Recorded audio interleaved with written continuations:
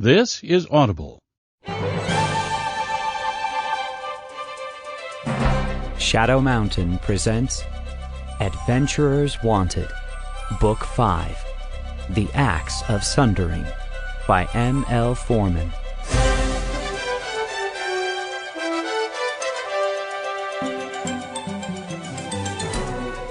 This unabridged presentation is performed for you by Kirby Hayborn.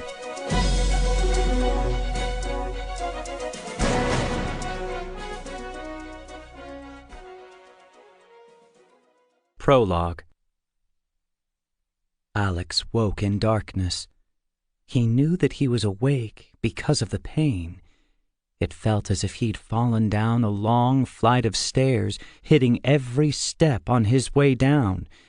He tried to sit up, but the pain was too much, and he slumped back to the ground once more.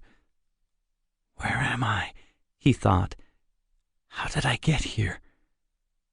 Even thinking hurt, but now that the questions had started, there was no way to stop them. He tried again to get up, and failed. All at once, his body moved without his even thinking about it. He scrambled to his knees, looking around wildly. He knew he was trying to find someone, but who? "Vankin," Alex said softly. Yes, Waylon Vankin should have been close by, but why? Who was Waylon Vankin? Why should he be close? Alex tried and failed to find a face in his mind, the face that went with the name Waylon Vankin. His failure troubled him. His mind wandered for a time, going completely blank. And then a new question came, an important, urgent question that he had to answer. Who am I? For a moment, the question didn't make sense. He thought about the answer for a long time, slowly forming the words in his mind before speaking.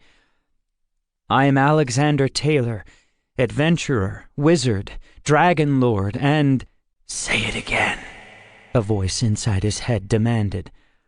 "I am Alexander Taylor, adventurer, wizard, dragon lord—" "Again, louder," said the voice. "I am—" Alex started, but stopped as a new pain ripped through his brain. "Again," the voice demanded. "I am Alexander Taylor, adventurer, wizard, and dragon—" "Again, again, again!" the voice screamed over the growing pain. "I am Alexander Taylor, adventurer, and... The words came slower, and the pain in his head pounded like a giant hammer every time he spoke them. Alex didn't know why, but he had to keep repeating the words. "I am Alexander Taylor, adventurer, wizard, dragon—" Each time he said the words, the pain grew. It felt like pieces of his brain were being torn away, and he put his hands on his head to try and protect himself from the pain. He continued to try to say the words, all of the words, but with each attempt, he knew that something was forgotten. Something was lost. "I am Alexander Taylor. I am Alexander. I am Alex. I am—" His mouth continued to move, but there was no more sound coming out. The pain was so bad that he hardly noticed when he fell back to the ground and curled himself into a ball. Darkness closed in around him once more. When he woke again, all of this would be forgotten, but there would still be one question to answer. Out of the darkness came light, and with the light came pain. The pain was terrible, but it seemed to be fading. He moved slowly, unsure of himself and unsure of everything around him. His eyes felt out of focus, and the small lights above him were dim and seemed to be winking off and on. He reached out for them, trying to touch them or capture them in his hand, but he could not. His pain wasn't as bad when he put his arms down, and it was easier to breathe as well. For a long time, he stood looking up at the little lights, trying to remember what they were and why they were there, but he couldn't remember. Eventually, he noticed that the strange little lights above him were going out and staying out, but things were becoming clearer. He looked around and faced a blindingly bright light that appeared from nowhere. It confused and comforted him at the same time. He struggled toward this new light, and it grew brighter as he moved. He thought he must be getting closer to the light because it was getting warmer. Everything he could see had changed from darkness to gray and then to brilliant colors. The colors all had names, but he couldn't remember what they were. Staggering forward, too weak and worn to worry about forgotten names, he watched the bright light climb into the sky. It was warm, and it would have filled him with hope, but he had forgotten what hope was. All that he knew was he had to keep moving to where the light had come from. He tried to think of why he needed to move, but there was no answer. There was only a desperate need to keep going. As the light moved higher into the sky, he stopped looking at it. He touched his side once, trying to force more air into his lungs. The searing pain forced him to his knees, and it was a long while before he could get up and move forward once more.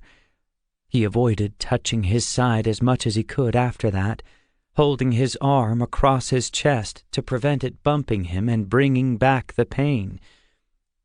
As the bright light was sinking behind him, he rested for a moment, looking into the bag he was carrying. It was empty, but he felt that there should be something there if only he could remember what it was. This bag was important, but he couldn't remember why. The bag didn't matter. It was light enough to carry, and its straps helped him to keep his arm from bumping his side.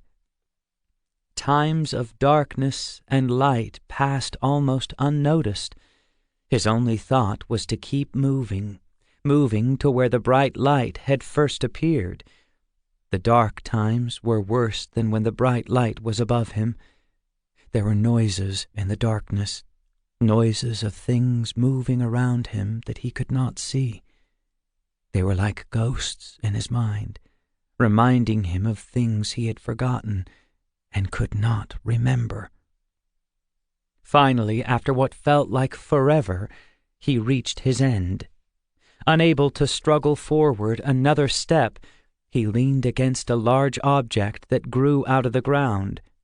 He was finished, and whatever force had driven him to move forward for so long was gone.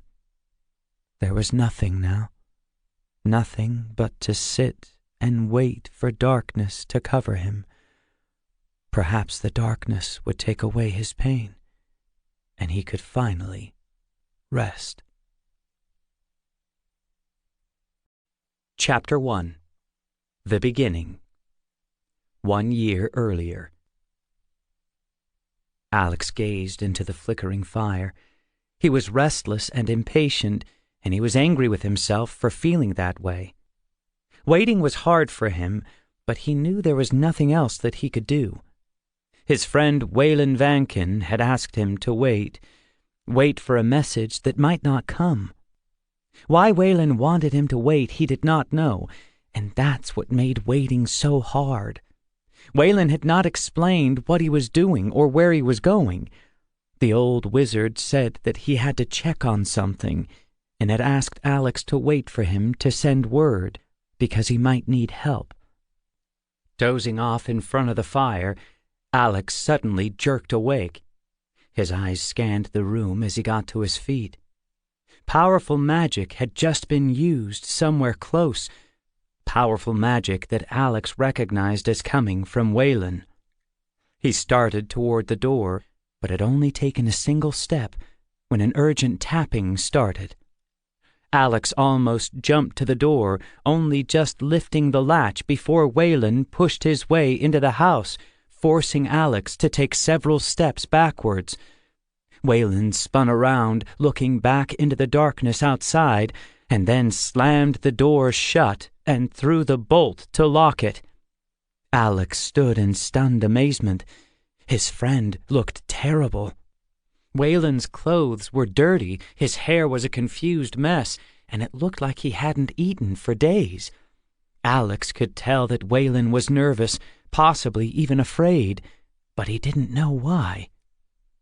"Waylon, what's happening?" Alex asked. "Who are you?" Waylon demanded, turning to look at Alex. "What? You know who I am. What's going on?" Alex asked again. "Tell me who you are," Waylon demanded, his eyes ablaze with power. "Tell me if this is the first time we've ever met." Alex took a step back, surprised by Waylon's question and the sudden gathering of power that he was prepared to use. For a moment, Alex considered how he could defend himself, but that thought slipped away as he saw the desperate look on Waylon's face. "I am Alexander Taylor, adventurer, wizard, and dragon lord," Alex said in as calm a voice as he could manage. "Is it safe here?" Waylon asked. "Have you seen any strangers in the area?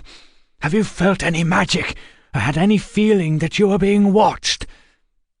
"We are perfectly safe here," said Alex, confused by the questions. "I haven't seen anyone at all in a month, and I'm sure that nobody is watching me or my house." "In your second true form, what do you become?" Waylon asked, his staff rising slightly. "I am a dragon," Alex said. "A dragon of true silver." "Indeed you are," Waylon said, his entire body relaxing. "I'm sorry, Alex. I had to be sure that you are you." "Why? What has happened to make you so afraid?" Alex asked, terrible ideas filling his mind. "And how would my telling you who I am convince you that I am who I say I am?" "Oh, there's no need to worry. Not yet, at least," Waylon said, moving into Alex's house. "Nothing terrible has happened. Well, at least not anything I know about. As for my believing that you are who you say you are, that's a silly question. You know very well that all words have power. Anyone saying that they were you would not be as convincing as you are. Besides, who else would know about your second true form?" "Not many people," Alex answered. "But what has happened to you, Waylon? You look terrible, and your sudden entrance was a bit alarming, to say the least." Alex returned to his chair in front of the fire and motioned to Waylon to take the chair next to it. He watched his friend with concern, noticing how tired and worn he looked. He wanted answers, but he knew that Waylon would explain things in his own good time. "It appears that I've stirred up a hornet's nest," Waylon said, after getting comfortable in the chair. "The last time we talked, I told you that I needed to check on some things. It seems that there are people who aren't happy about my checking." "What things?" Alex asked. "What have you been doing since you left me here waiting for you?" "Yes, it is time that I explained everything to you," said Waylon, and then fell silent once more.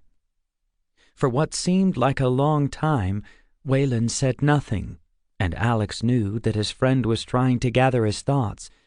There seemed to be some great sorrow in Waylon, a sorrow that Alex had never seen before. "There is a dark wizard," Waylon said at last, not looking at Alex. "He is moving slowly, carefully, but I know where he is. More importantly, I know who he is, or at least who he was." "Do you want to capture him? Is that why you said you might need my help?" "Capture is not an option," said Wayland, closing his eyes and leaning back in his chair. "This wizard must be destroyed. Completely. That is why I asked you to wait. That is why I need your help, Alex." "But you can destroy him, can't you?" Alex asked. "Do you remember not so long ago I told you how many wizards I have trained?" Wayland asked without answering. "Yes, you said that 2 of your students had taken staffs." "You are one. The evil that I am now after, he is the other." "But how? I don't understand," said Alex, shaken by Wayland's words. "If he took the oath as a true wizard, how could he have turned to evil?" "He was always evil, but I did not see it," Wayland said, his voice shaking slightly with emotion. "I chose not to believe what I knew to be true, and trained him against my own better judgment." "But why?" "Because he is part of my family," said Wayland, his voice dry and cracking. "He is, or was, a great-great-great-grandson of my brother. Oh, there are too many generations to count them all." "In all those generations, you stayed in touch with your family?" Alex asked. "Yes, though they did not know who I was," answered Wayland. "It would not have mattered anyway. From the moment I saw this boy, I knew him. He looked so much like my brother. For that reason alone, I agreed to train him as a wizard." "Now he's turned to evil, and you must destroy him," said Alex, feeling truly sorry for Wayland. "I must try," said Wayland. "The trouble is that he will know when I am near, just as you know when I am near. I have no hope of sneaking up on him, and even if I could get close, I'm not sure that I am powerful enough to destroy him." Alex thought about what Wayland was saying for a few seconds before speaking. He understood why Wayland had asked him to wait, why his friend needed his help. Destroying a wizard would not be easy, but the idea of destroying a member of Wayland's family troubled Alex. If there was any way to reclaim him, to turn him back to good, he had to try. After several more seconds of thought, Alex said the words that he had never dreamed of saying. "You want me to destroy him for you?" "It is the only path I can see that might lead to success," Wayland said. "Though if I must, I will face him alone. It is, after all, my responsibility. I will not ask you to follow this path with me if you feel that you cannot." Wayland's words hit Alex like a slap in the face. Wayland was offering him a way out. Wayland would not demand his help. He would only ask for help, help that Alex could see he desperately needed. "I will not desert you," Alex said firmly. "Will you tell me his story? The story of how he came to be what he is? I would like to know as much as I can before I face him." "It will be some time before you face him," said Wayland, sounding both relieved and grateful that Alex had agreed to help. "He is gathering his power in the castle of Conmar, on the western edge of the western land of Jarro." "Conmar Castle?" Alex asked. "An ancient place," Wayland said, his voice soft. "There are many legends in Jarro about the castle of Conmar. It was once a center of power, and it is believed that many wizards lived there over the ages. Some stories say that the lords of Conmar were wizards and pirates, and that they had dealings with dragons and sea serpents. Other stories say that the wealth of Conmar came from lands to the west, lands that no one else in Jarro has ever discovered. As interesting as the legends are, I would like to know the story of your nephew, Alex said. Jabez, Wayland said. He has the same name as my long-dead brother. I'm sorry, Wayland. I know this can't be easy for you, but I need to know all you can tell me about him, Alex said. A short story, though the telling may be long, Wayland replied, but he did not go on. For several minutes, Wayland said nothing. When he did begin to talk, his voice was little more than a whisper. Wayland's story was a sad one, and at first Alex wondered how much of it he would have to relive in his own lifetime. Wayland had become a wizard while still a young man, and had often returned to his home after adventures. He had seen his family die of old age, their children grow and have children of their own. After the first few generations, he had not gone home as often. It was hard for him to visit the places of his youth, hard to remember those who had been close to him and were now gone. Wayland kept track of his family over the years, however, though he seldom visited after the first 100 years. He would from time to time return to his old home, but he never told anyone who he was. He would go as a traveler or a merchant, anything but a wizard. His family remembered that there had once been a wizard in their family, and they were proud of that fact. After more than 300 years of being a wizard, Wayland had gone home to see how his family was getting on. When he had visited in the past, he had always made sure his family was taken care of. He would sometimes use his magic, and sometimes spend some of the treasure he had won on adventures to help them. It was important to him that his family always had enough and never went without. Alex understood this, but he found it odd that Wayland had kept returning home for so long. On this particular visit, Wayland had met his nephew, though many generations separated the two of them. The young Vankin's name was Jabez. Not only did he bear the same name as Wayland's brother, he also looked like Wayland's brother.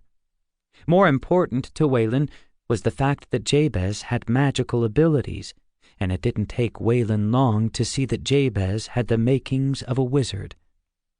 So Wayland took Jabez as his apprentice and taught him the ways of magic. More than once he had reason to worry about what Jabez would do with his training. Wayland's love of his long-dead brother allowed him to overlook anything Jabez did wrong, or that might be considered evil. He thought his nephew would grow out of his cruel ways and give up the small evils that were part of his life. After years of training, Wayland had asked Jabez to take the wizard's oath and become a true wizard. Jabez agreed to this, as it fit in well with his own plans.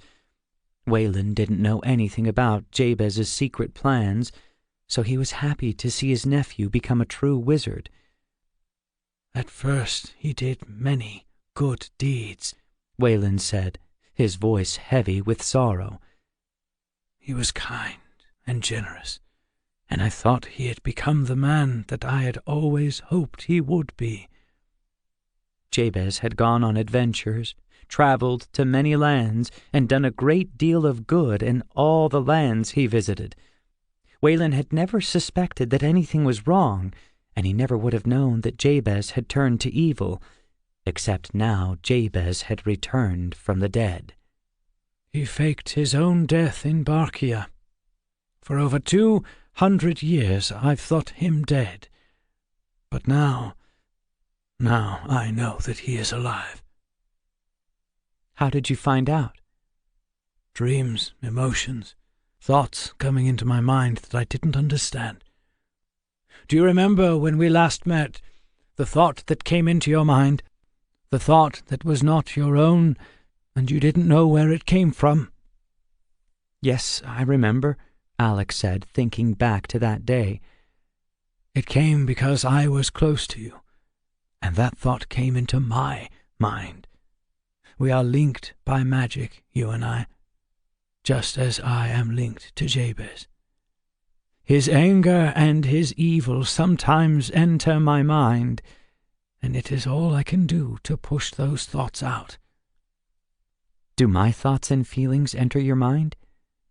Not often, Wayland said with a weak smile. Your mind is more closed to me than Jabez's, mostly because of the way you were trained as a wizard, and partly, I believe, because of what you are. Jabez was trained as a normal apprentice, and so our minds grew much closer together than yours and mine are. Was my training so very different? Alex asked without thinking. You know it was, Alex. Most apprentices spend years with their masters. You and I spent how long together? A day? 2? You learned almost everything on your own, which is an impressive thing. It has been brought up more than once in the Council of Wizards, though no conclusions about your remarkable abilities have been made. But you are still my master. Our minds are still linked by magic. Yes and no.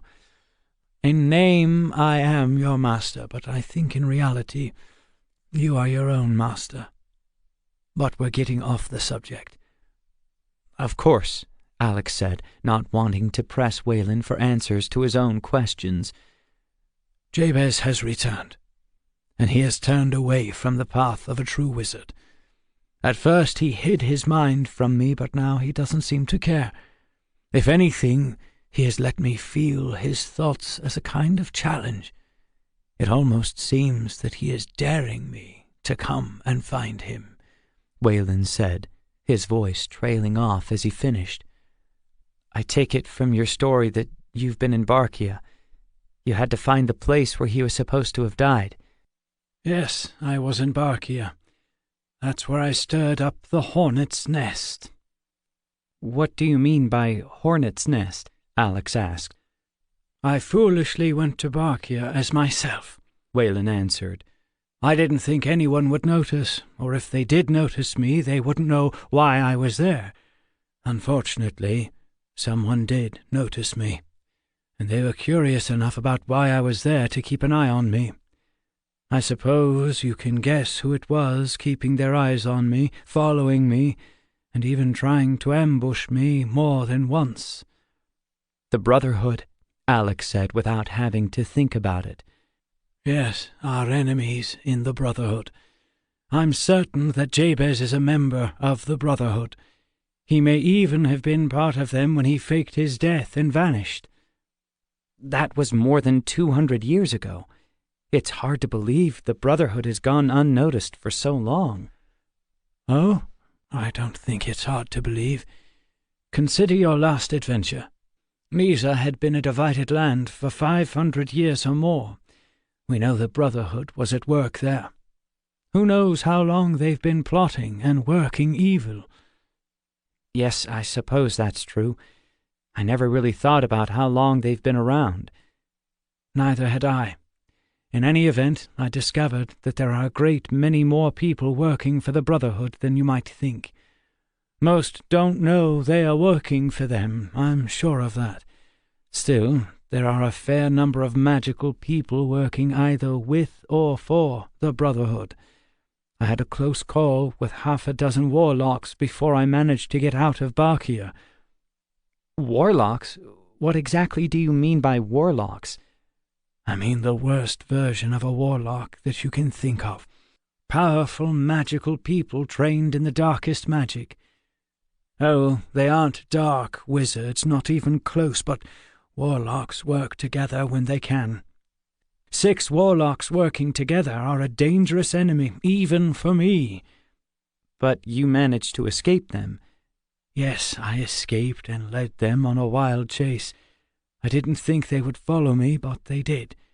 For the last 11 days I've been on the run, trying to put them on a false trail before coming here. I'm sure you've lost them, Alex said. For now, Wayland said. Sooner or later they will show up here in Alucia. I'm sure of that. They know I live here after all, and they probably know that you live here as well. Do we need to worry about being attacked? No, not yet at least. But we're getting off topic again. Alex didn't say anything for a time as he thought about what a group of warlocks might do if they turned up outside his house. A direct attack on him would not be their first idea. They would try to ambush him, or perhaps— Yes, Wayland said, they would attack the innocent and try to draw you into a trap. I'm sorry, Alex said. I was just thinking about the danger that might come. You should consider the danger, but I think it would be less if you are not here when they come looking, Wayland said. Of course, but Wayland, if Jabez is at the castle of Conmar, there's no real need for both of us to go there. I mean, I can take my dragon form, fly to Conmar, and destroy him. If only it were as simple as that, Wayland said, shaking his head. You see, there's more to the story than I have told you. There are things I've learned about Jabez recently, things that make this task more dangerous and difficult than I would have thought possible. Tell me, what have Jabez and his friends in the Brotherhood done to make things so difficult? We cannot simply destroy Jabez. He has used some very old magic to protect himself from any attempt I might make. If we were to destroy him as he is, he would simply vanish for a time and reappear in another land. It would buy us time, but it would not put an end to his evil. What magic has he used? How can he be destroyed and not destroyed at the same time? Death is final, Wayland. There's no coming back, Alex said. The magic Jabez has used links his life force to every person he has ever done good for, Wayland explained. I told you, when he was first a wizard, he did many good things. Now he has perverted his good deeds into twisted evil. His life force is bound to the people he helped, and to their children, and their children's children. To destroy Jabez completely, we would have to kill every living thing his magic has touched, or we must find a way to cut the magical link between Jabez and his victims. Is there a way to break the link? We, and when I say we, I mean you, must use the Axe of Sundering. Only the axe has the power to break the spell that Jabez has placed on himself and send him to the Shadowlands forever. Where is this Axe of Sundering? Alex asked, afraid that he already knew the answer. Jabez has it, protected inside of Conmar, Wayland said. How it is guarded I do not know, but I am sure that he has protected it well. Wayland reached into his bag and pulled out several books bound in black leather. What are those? Alex asked. Wayland tapped the cover of the book on top of the stack. Journals. I think they might be helpful to us. Did you write them? Alex asked. Yes, and so did Jabez. While I was training Jabez, I asked him to keep a journal. It is a common practice for apprenticing wizards, a way for their teacher to check up on them. Should I have been keeping a journal? Alex had written down some of his adventures, and he knew some details about his adventures were recorded in Mr. Clutter's shop, but he had not kept a personal journal. No, I did not ask you to keep a journal because your power was growing so fast. And all the letters you and I have exchanged over the years probably count, wouldn't you say? Do you think Jabez's journals can help us find the Axe of Sundering? Alex asked. I doubt that, but they might give you some clues about how and where he has hidden it. The journals can do something else to help you, Wayland answered. Memories are often lost or grow distorted over time, as I'm sure you know. These journals, however, hold the truth of what really happened at the time it happened. I am sure that what Jabez and I wrote in these journals will be far more accurate than anything I might remember now. I'm sure they will help me understand Jabez, but we really need to know what his plans are right now. We need to know what he is going to do next, not read about what he's already done. Yes, but looking at his past will help us guess at his future plans, Wayland said. All writers reveal something about themselves, whether they mean to or not. Wayland handed the journals to Alex. Read them, study them. I believe they will help us with our task. You mean our task of sneaking into the castle of Conmar, finding the Axe of Sundering, stealing it, finding your nephew, and using the axe on him? Alex said. I know. It is perhaps an impossible task, Wayland said, shaking his head. While we think about doing the impossible, might I suggest a bath and a hot meal for you? Alex said. An excellent suggestion, and most welcome, Wayland said, smiling for the first time since he'd arrived. Keep an eye on the big picture, but deal with the problems at hand first. Alex laughed at Wayland's comment and went to fix something for his friend to eat.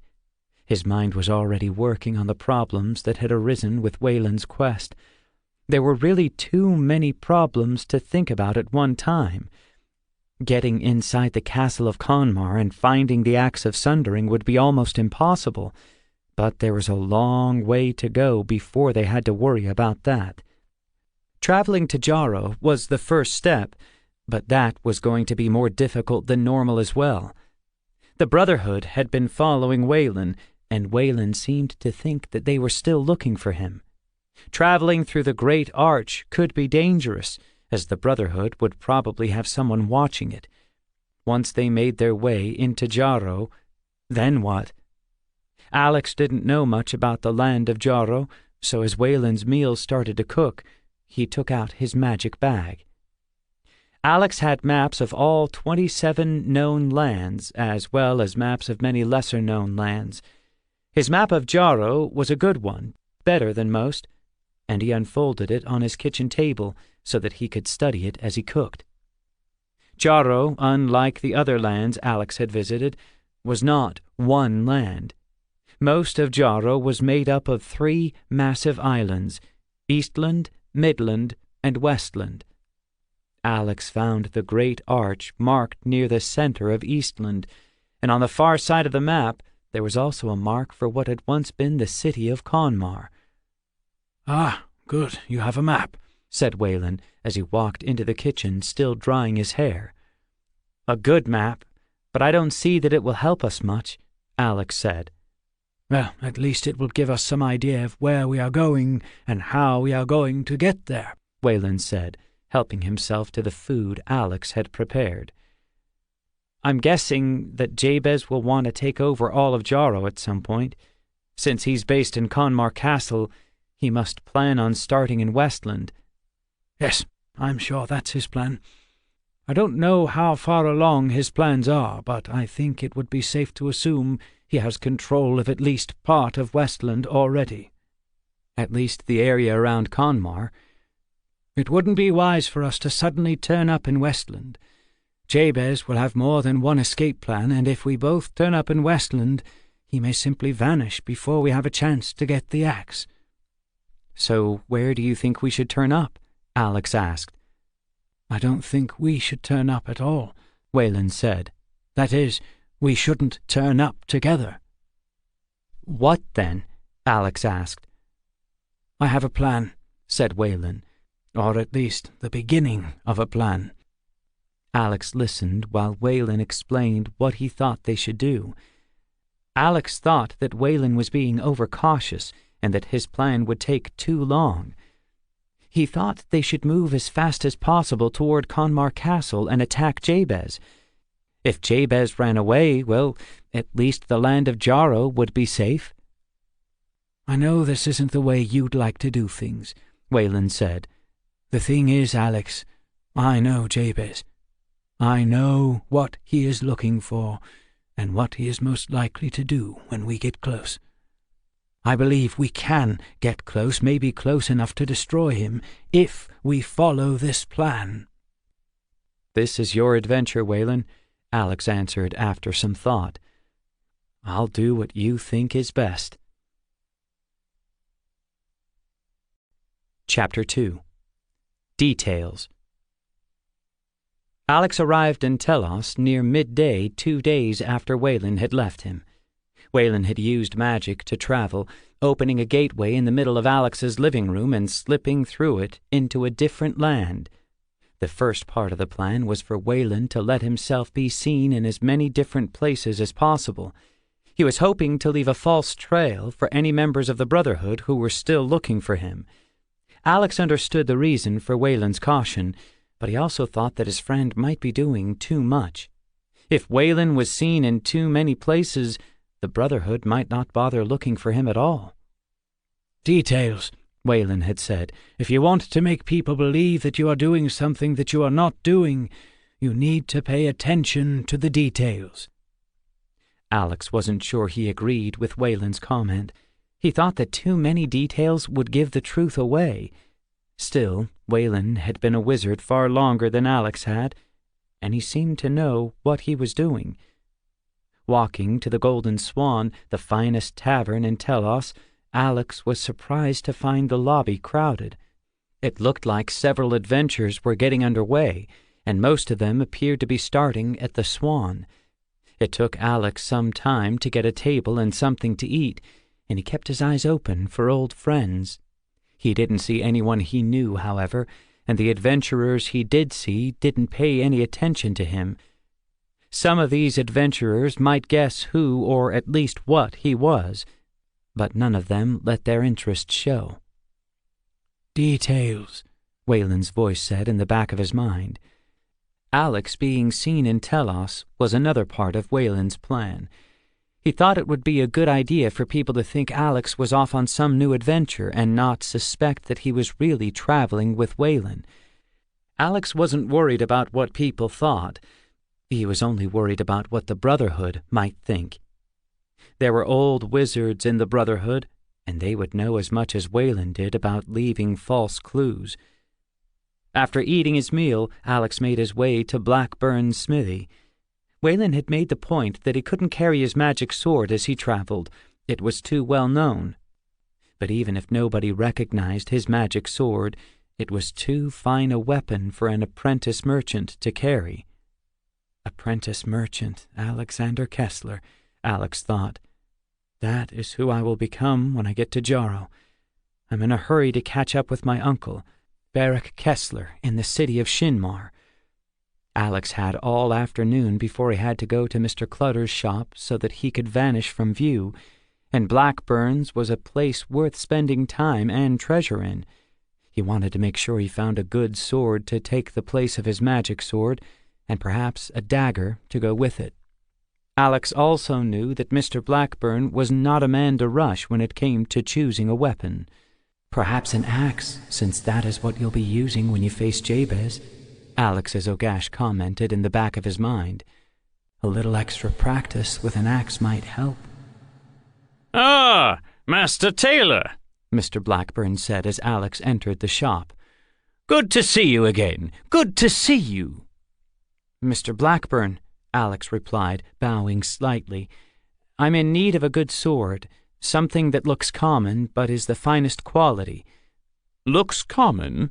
Mr. Blackburn asked. "Something that a merchant might carry," Alex explained. "Nothing too grand, but the blade should be made of the finest steel." "Aye, I understand what you're looking for," Mr. Blackburn said with a nod. "Let me see. I have several good swords that might do for you. Now, wait a moment. Yes, that might be the best." Without saying anything more, Mr. Blackburn hurried off into the back of the shop. Alex could hear him moving things about, and the search made Alex curious. What kind of sword would Mr. Blackburn show him? Alex didn't doubt that Mr. Blackburn would bring a good sword, but it seemed odd that he would have to search for the sword he wanted. "Here we are, then," said Mr. Blackburn as he returned several minutes later, a large black box under his arm. "This is something special I made a few years back. The merchant who ordered it never collected it, so I won't feel bad about selling it to you."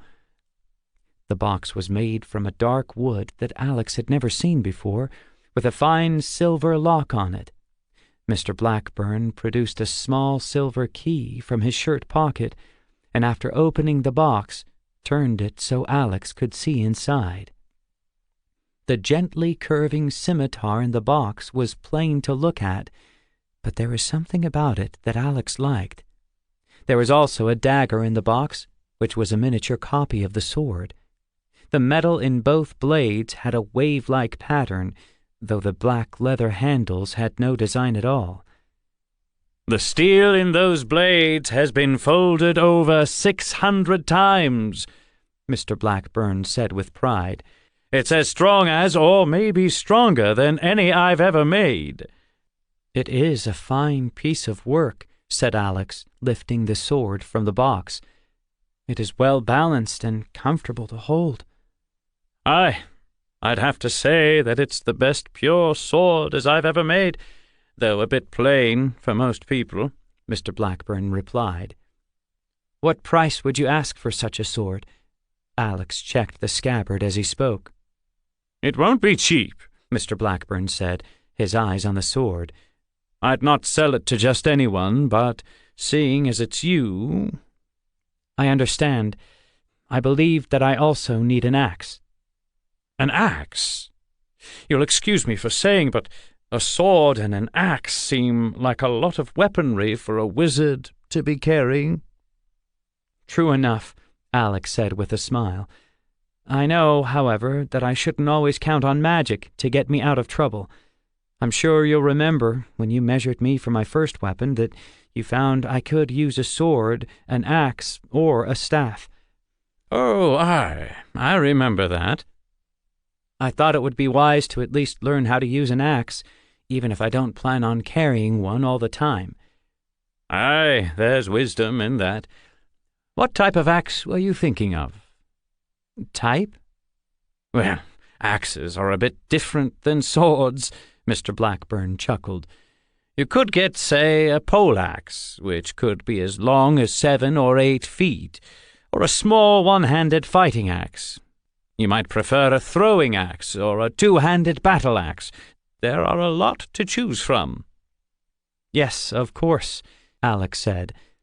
Alex had no idea what type of axe the Axe of Sundering might be, and that worried him. It could be a massive two-handed battle axe, or it could be something much smaller. He thought about it for a moment and decided that something in the middle would be best. "I think something like a dwarf axe," Alex said at last. "Something that I can use with either 1 or 2 hands, depending on what needs doing." "Of course," Mr. Blackburn said. "A good choice, I think. Poleaxes can be more dangerous to the user than the enemy if the user doesn't know what they're doing. The small one-handed axes are also more of a specialized weapon. Now, let me see." Mr. Blackburn showed Alex a number of fine axes, letting Alex hold each of them in turn. While Alex had never used an axe in combat, he did know something about how to use them. He had several dwarf friends who carried axes, and when he'd asked about how to use them in battle, his friends had been happy to show him the basics. Alex had also practiced fighting with an axe and other weapons on his own. He had used magic to conjure up opponents to fight, and an axe or any other kind of weapon to fight with. The conjured warriors couldn't do any real damage to him, just as his magically created weapons couldn't do any damage to anything he might hit with them. It was a kind of game, a game that he thought might be useful to him now. "If I have time for such training games," he thought. "And if you can use that magic in Jarrow without Jabez or Wayland noticing," his Ogash added. After trying several of the axes, Alex chose one that felt comfortable in his hands. It was a fair-sized axe that he could use with both hands if he wanted to. It was also light enough that he could easily hold and swing it with just one hand. The axe was plain-looking, its metal left unpolished except for the razor-sharp edge. "A good choice," Mr. Blackburn said. "You don't need no fancy work on it. I mean, you're not going to be trying to impress anyone with it, are you?" "No, I don't need to impress anyone with it," Alex agreed. "So how much do I owe you for these 3 fine weapons?" "Well, the axe isn't much. It's a fine weapon, I'll stand by that, but it is rather plain. I normally leave axes that way so the buyer can custom order any design they want," Mr. Blackburn said. "The sword and knife I can't sell too cheap, even to you." "Name your price, my friend. These are exactly what I'm looking for," Alex said. "Well, I'll not haggle with a wizard, so I'll make it plain. I'll take 300 gold for the sword and knife, and say 80 for the axe. So 380 for the lot, and a bargain at that price." "A bargain indeed," Alex said, reaching for his magic bag. "I'd not rob you of such fine weapons. I'll give you 450 for all 3. "Done, and I hope these weapons serve you well." After paying for his new weapons and thanking Mr. Blackburn for his help, Alex left the smithy and made his way back into town. He was ready to go, ready to face whatever it was that Wayland had planned for him. "I hope we're ready for whatever Wayland has planned," Alex's Ogash whispered. Alex didn't reply to his Ogash, or sixth sense as some people called it. He didn't normally talk to this magical voice in his head, but he always listened to it. His Ogash had saved him more than once in the past, and he wondered now, for the first time, if every wizard's Ogash was as talkative as his was. He didn't need anything in town, but he had to spend the rest of the day doing something. Wayland had suggested that he visit as many shops as possible, just in case someone was looking for him. Wayland wanted him to be seen in Telos, and if possible, seen going to Mr. Clutter's shop as well. "Details," his Ogash said, sounding amused. Alex spent his time wandering through the different shops in Telos. He bought a few things without really thinking about it. There were a few books from the bookstore that looked interesting, some extra blankets, and some new clothes and boots. As the afternoon wore on, he returned to the Golden Swan and ordered a large dinner for himself. He continued to keep his eyes open for any adventurers he might know, but he didn't see anyone. As Alex finished his meal, he was a little on edge, excited and worried. He wanted to get moving, and he worried about what he would face once he was moving. The Brotherhood came into his mind once more. They were a dangerous group, and there was no telling what they might have planned.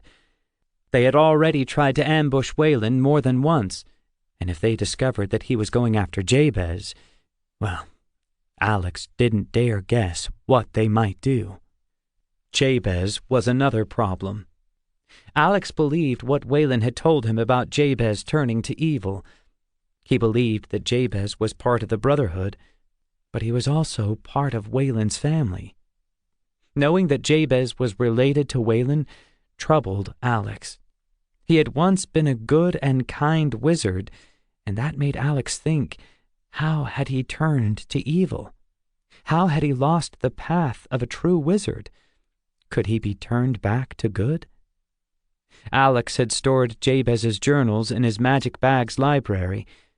So far, he didn't have any answers, but the questions continued to nag at him just the same. With dark thoughts about the Brotherhood trying to take over the known lands, Alex made his way to Mr. Clutter's back door. He didn't know enough about the Brotherhood, that much was clear. He didn't know how many members the Brotherhood had, or how powerful those members might be. What little he did know about the Brotherhood and what they had done was bad enough. "Ah, Master Taylor," Mr. Clutter said as soon as his magical back door opened. "Master Vankin said you might be stopping by." "Mr. Clutter," Alex said, bowing slightly and making sure the back door closed behind him. "Did Wayland happen to mention why I would be stopping by?" "Oh, yes. No details, of course, but he said you would be needing a large room for the night." "If it wouldn't inconvenience you." No trouble at all. Happy to help when I can. I think I have the perfect room ready for you." Mr. Clutter turned and started to move out of his office without saying anything more. Alex wondered what Wayland had said to Mr. Clutter, because the adventure salesman was not normally so businesslike. "It's one of the basement rooms," Mr. Clutter said over his shoulder as Alex followed him. "Not much furniture or comfort, I'm afraid, but Master Vankin said you simply needed a large room." "Yes, fairly large, I think." "Well, this should work fine, then." Mr. Clutter paused to light a lamp, and then led Alex down a long set of stairs. Alex had never been in Mr. Clutter's basement before, and he was surprised by what he found there. The basement appeared to be a tangle of rooms with no real hallways at all. Each of the rooms was packed with something different: furniture, books, boxes of all different sizes and colors, cages of various sizes, lamps, clothes, even shoes. Everything Alex could think of seemed to have a room, and each room had only a narrow space in it that allowed Mr. Clutter and Alex to move to the next room. "I'm sorry for the mess," Mr. Clutter said. "Had to do a bit of rearranging down here after I heard from Master Vankin." "I hope we aren't causing you too much trouble," Alex said. No, it was time to shift things around a bit anyway," said Mr. Clutter, leading Alex through a room full of dinner plates, pots, pans, and glasses. "I should know to keep one of these rooms empty. This isn't the first time Master Vankin has needed a large space for something." "He's done something like this before?" Alex asked. "Oh, I couldn't say," Mr. Clutter answered. "Don't know what the two of you are doing this time, so I don't know if it's anything like what he did the last time, do I?" "No, I suppose not." "Ah, here we are, then." They'd entered a large, mostly empty room. There was a single table with a lamp on it, 2 chairs, and a couch next to one wall. The room was about 30 feet wide and maybe 50 feet long, with no openings except the one Alex had just come through. What really surprised Alex was that the ceiling of the room was at least 12 feet high. "Enough space?" Mr. Clutter asked with a smile. "I'm sure it will be," Alex said. "Well then, can I get you anything else? Something to eat or drink, perhaps?" Mr. Clutter asked as he lit the lamp on the table. "No, thank you," Alex said, his mind already thinking about the gateway magic he was going to use. "Well then, I will wish you a good night," Mr. Clutter said, turning to leave. "Mr. Clutter, how long have you known Wayland?" Alex asked before he could stop himself. "Oh my, that's hard to say. At least 400 years, a bit longer than that really, truth be told. Master Vankin helped me get set up in the adventure business, you know." "No, I didn't know that. To tell the truth, I was just thinking about how little I really know about Wayland." "I'm not surprised," Mr. Clutter chuckled. "Master Vankin keeps himself very much to himself. Never talks much about what he's done or where he's been. Never shares his worries or troubles with anyone, as far as I know. Still, well, perhaps I shouldn't say anything." "What?" "Well, as it's you I'm talking to, I don't suppose it will hurt. When Wayland was here, telling me to expect you and all, well—" "Yes?" "Well, I've never known him to show his emotions. When he was here, I could tell he was worried, though. I might even say he was afraid. He seemed like a man walking toward his own grave, if you'll excuse the expression. He wouldn't say what he was planning, but I, for one, was happy to hear that you were going with him." "Well, let's hope we don't need to worry about any graves." "No graves. I will ask you to keep an eye on the old man. though I'm sure you'll do that without my asking. Seeing him that way, well, it shook me a bit. I'll just say that I'd take it as a great personal favor if you bring him back from, well, wherever it is the two of you are going." "I will do all that I can to keep him safe," Alex promised, troubled by Mr. Clutter's words. "Then I will also wish you good luck with whatever it is you and Vankin are doing," Mr. Clutter said, bowing to Alex and turning away. "Thank you," Alex managed to say before Mr. Clutter was gone. Alex walked to the table and then turned to look back at the entrance to the room. He was surprised by what Mr. Clutter had told him, and by the request to watch out for Wayland. Mr. Clutter seemed sincere. He really seemed to care about Wayland, and that made sense as he'd known Wayland for so long. Still, something in the back of Alex's mind started to ask questions. Could he know? Alex asked himself. Could he know what Wayland and I are going to try to do?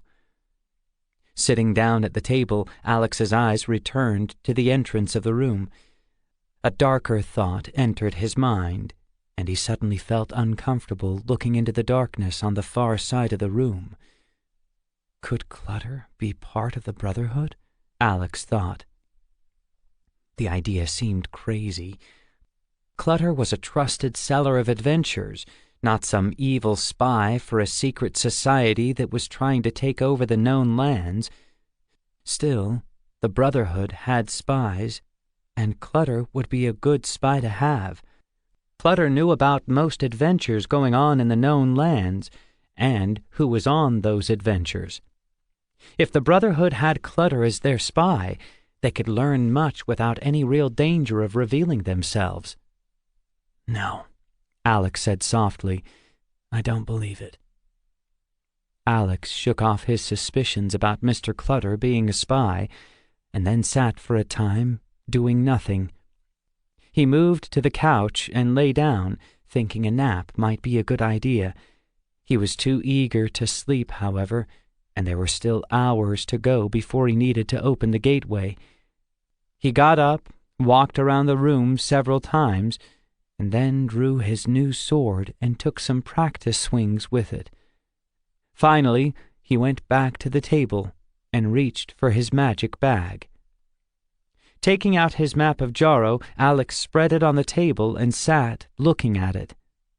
He ran the few details he knew over and over in his mind. The plan was basic. Wayland wanted to start their adventure in Eastland, the furthest place away from Conmar and his nephew Jabez. Alex didn't see the need to start so far away, but he'd agreed to do what Wayland wanted. It wouldn't matter much anyway, as they would be sailing for Midland after less than a week in Eastland. But then what? Alex took his new axe out of his magic bag and practiced what his dwarf friends had taught him. He was extra careful as he swung the axe, making sure not to accidentally hit himself with it. Slowly, he began to feel more confident as the axe spun around him, but he knew he needed more practice. Returning to the table, Alex laid down his axe. He took out his new sword and knife as well, and started working a bit of magic into all of them. He knew that the weapons were strong, but he thought a little extra strength and maybe a spell to keep the blades sharp couldn't hurt.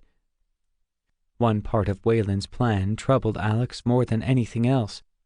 Wayland had told him not to use magic unless he absolutely had to. It seemed a bit strange, not using any magic, but Alex knew Wayland had his reasons. Wayland had also said that if he didn't turn up in the city of Shinmar, the port they planned to sail from, that Alex should not wait for more than a day or two. "If I'm not there by then, find a ship that will take you to Midland," Wayland had said. "I will catch up with you there." "And if you don't catch up?" Alex asked. "Then I will depend on you to take care of our problem," Wayland answered, not commenting on what his not turning up would mean. The thing that stood out most in Alex's mind was the fact that Waylon had asked for his help. Alex tried to remember all the stories he'd heard or read about Waylon, and one thing was clear in all of those stories. Waylon had gone into dangerous places, he had fought great evils, and he had always done those things alone. Never in any of the stories Alex could think of had Waylon Vankin ever asked for help. Things were different now, it seemed, and Alex didn't know what that might mean. Eventually, Alex returned his map and axe to his magic bag. He stood up and prepared himself to work the magic that would open a gateway into the land of Jarrow. Pausing for a moment, he looked at his magic bag. A lot of people knew what magic bags looked like, and carrying a magic bag would mark him as something more than an apprentice merchant. He'd been foolish not to think of it before, but at least the answer was obvious. Working some simple magic, Alex disguised his magic bag, making it look like a common rucksack. With that final detail taken care of, he moved to the center of the room and started to work the gateway magic. Alex recalled the instructions Waylon gave him before they parted ways. You need to focus your thoughts on the place you want to go.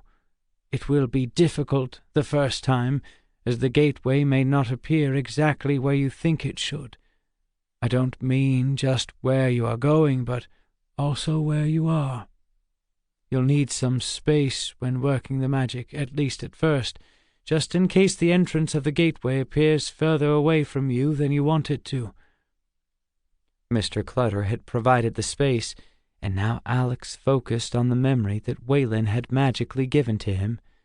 He could see a massive white stone to his left, trees in the distance, and open lands all around him. The open land was covered with small white stones.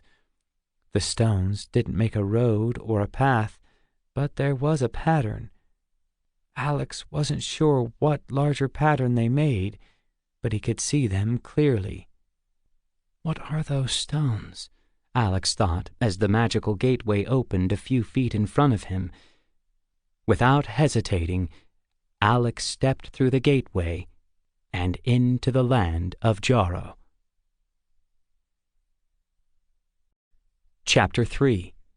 The Graveyard. Alex arrived in complete darkness. He instantly realized the mistake he'd made, and he felt foolish for not thinking things through.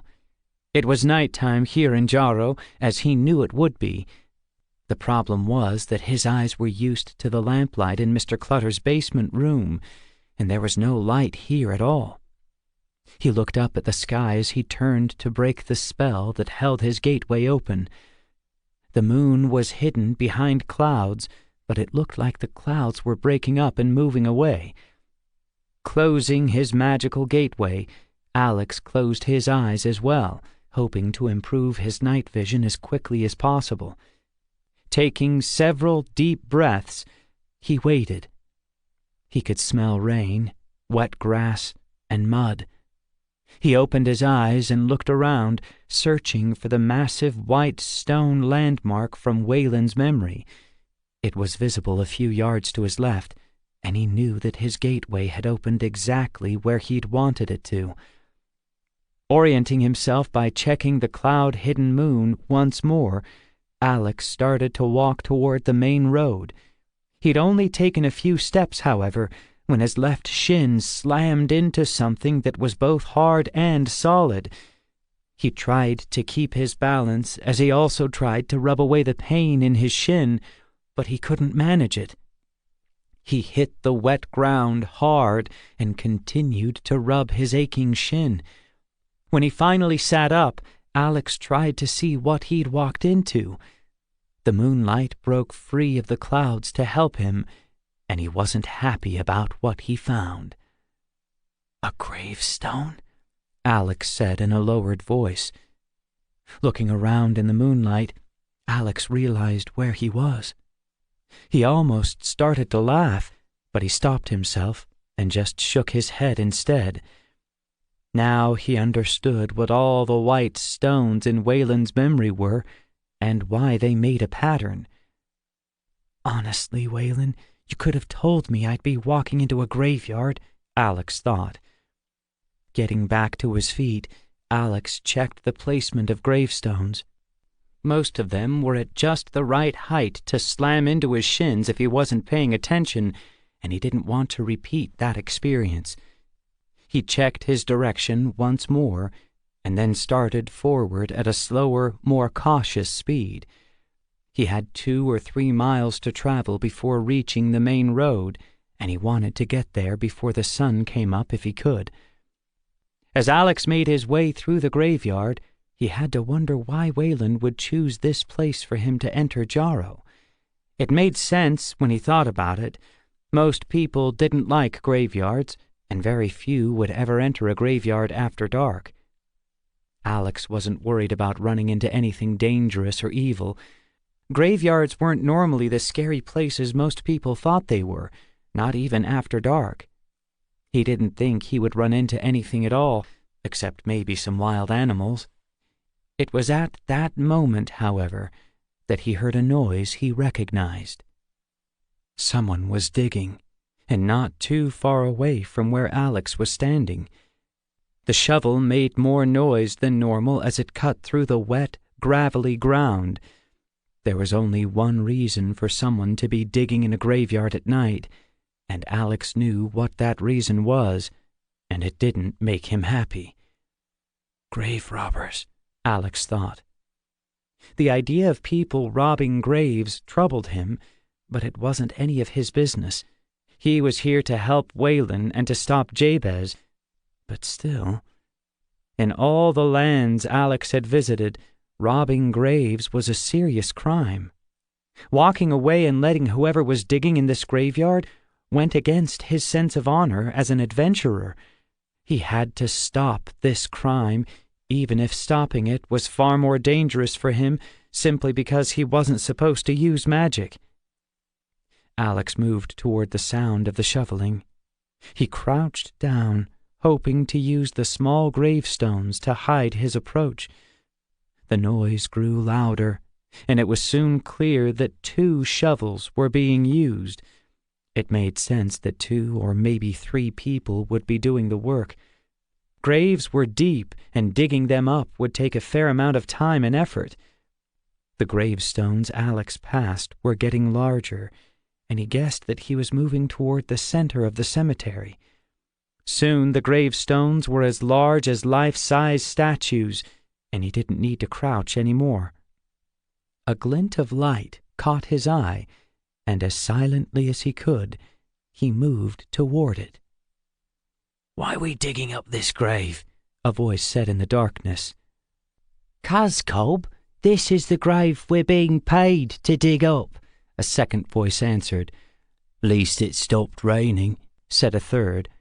"Shut up, Dixon, that's not what I mean," Cobb said. "What I want to know is, why this grave? There's hundreds of graves here, so why is this one so special?" "I told you, the gent what's paying us wants the bones out of this grave," the second voice answered. "How's he gonna know what grave we get the bones out of?" Dixon asked. "We could dig up any old grave and get bones. I told you, Flynn, something closer to the main road would have been easier." "Better than being way out here in the middle of this cemetery, that's for sure," Cobb agreed. "What, afraid of ghosts and such?" Flynn asked. "After all the years we been doing this, you started getting spooked, have you?" Alex was about to jump out from behind a gravestone. His plan was to yell and shriek like some kind of monster, hoping to frighten the grave robbers away. Then Flynn said something that stopped him. "The gent what's paying for this job will know if we got the right bones. He's got more than a bit of magic in him, or I'm an honest man." "Magic?" Dixon said. "Don't like working for them magic folk." "You just keep digging," Flynn answered. "He's paying enough for this job and more. paying enough, maybe," Cobb said. "But if there's magic involved, you can bet there's something dangerous in this here grave. I say we fill it in and get going." "Keep digging," Flynn demanded. "Ain't nothing down there but bones. This here grave is more than 200 years old. Even if it is a wizard's grave, his magic ain't still hanging about after 200 years. A 200-year-old wizard's grave? A magical person who wanted the wizard's bones? Alex didn't like what he was hearing, and it was clear to him that this was more than just a normal grave robbery. Waylon had told him not to use magic, but Waylon couldn't have guessed that something like this would happen. Alex knew that wizards' bones were only used for the darkest of magic. Only some great evil like Jabez or the Brotherhood would be looking for wizard bones. Taking a chance, Alex peeked around the gravestones to see the grave robbers. One was standing at the foot of the grave, holding a lantern so the other two could see what they were doing. Only the heads of the other two were visible, and it was clear they'd been digging for some time. They all looked lean, underfed, and dirty. Alex considered what to do to them. Changing them into bats or rats might be a fitting punishment for their crimes, but a loud thunk broke Alex's train of thought. "That's a casket," Cobb said from the grave. "Pry it open and let's get busy," Flynn said, angling the lantern to get a better look. The sound of wood breaking and nails being pulled filled the air. These grave robbers didn't hesitate now that they were so close to their prize. Alex made up his mind in an instant. Lifting his left hand, he worked some magic, and a cold wind came howling through the graveyard. "What's that, then?" Dixon asked, also from the grave. "Just the wind," Flynn answered as he looked around nervously. "Here, take the bag. Let's get what we're after and then get out of here." "What, we're not going to fill the grave in again?" Cobb asked. Alex worked a little more magic, and a fog started to rise from the earth. In the distance, the sound of a screech owl echoed in the darkness. "You want to hang around filling in an empty grave, that's your business," Dixon said. "I say we get what we came for and quick step it out of here." "What's this?" Cobb said, lifting something toward the light. "Looks like a book of some kind." "Here, give me that," Flynn said. "Maybe our employer will pay something extra for it."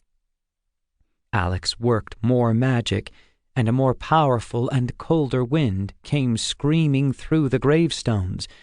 The fog lifted and spun wildly around the graveyard, filled with tiny sparks of green and yellow light.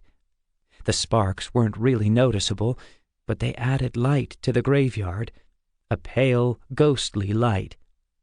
Slowly, figures began to appear in the mist, figures of armored men holding weapons. The warriors Alex created were moving slowly and silently, marching toward the grave that had just been unearthed. At first, Flynn didn't notice anything. He lifted his lantern and glanced around once, as if he'd heard something, and then turned his attention back to the grave. Alex thought for only a second, and then added weight to his soldiers. The footsteps weren't very loud, at least not at first, but Flynn looked up suddenly, swinging the lantern in a wide circle as he tried to see what was moving in the darkness. A loud, creaking sound came from the grave, and Flynn jumped. "This old coffin is solid," Cobb said. "I've seen coffins in the ground less than a week that aren't as solid as this." "Quality bit of work when it was put here," Dixon said. Flynn didn't say anything.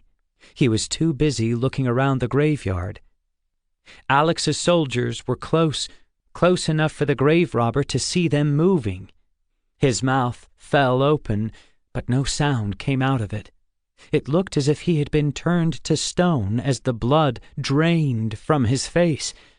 His mouth moved up and down a few times, but still no sound came out.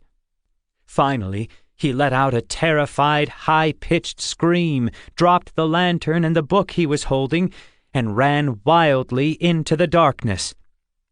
Cobb and Dixon looked up when Flynn screamed. They looked around, unsure of what they were looking for or what to do, and then they saw the ghostly warriors. Cobb looked like he was about to faint. He clutched at Dixon's jacket, his eyes bulging out of his face. Dixon desperately tried to pull Cobb's hands away from his jacket, finally breaking free by ripping his jacket in half, scrambling out of the grave, and running away as fast as he could.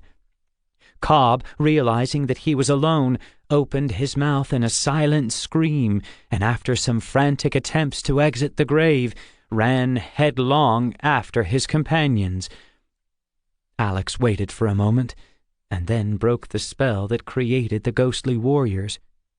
He walked to the grave and looked down into it. The empty sack of the grave robbers was lying across the chest of the skeleton like a blanket.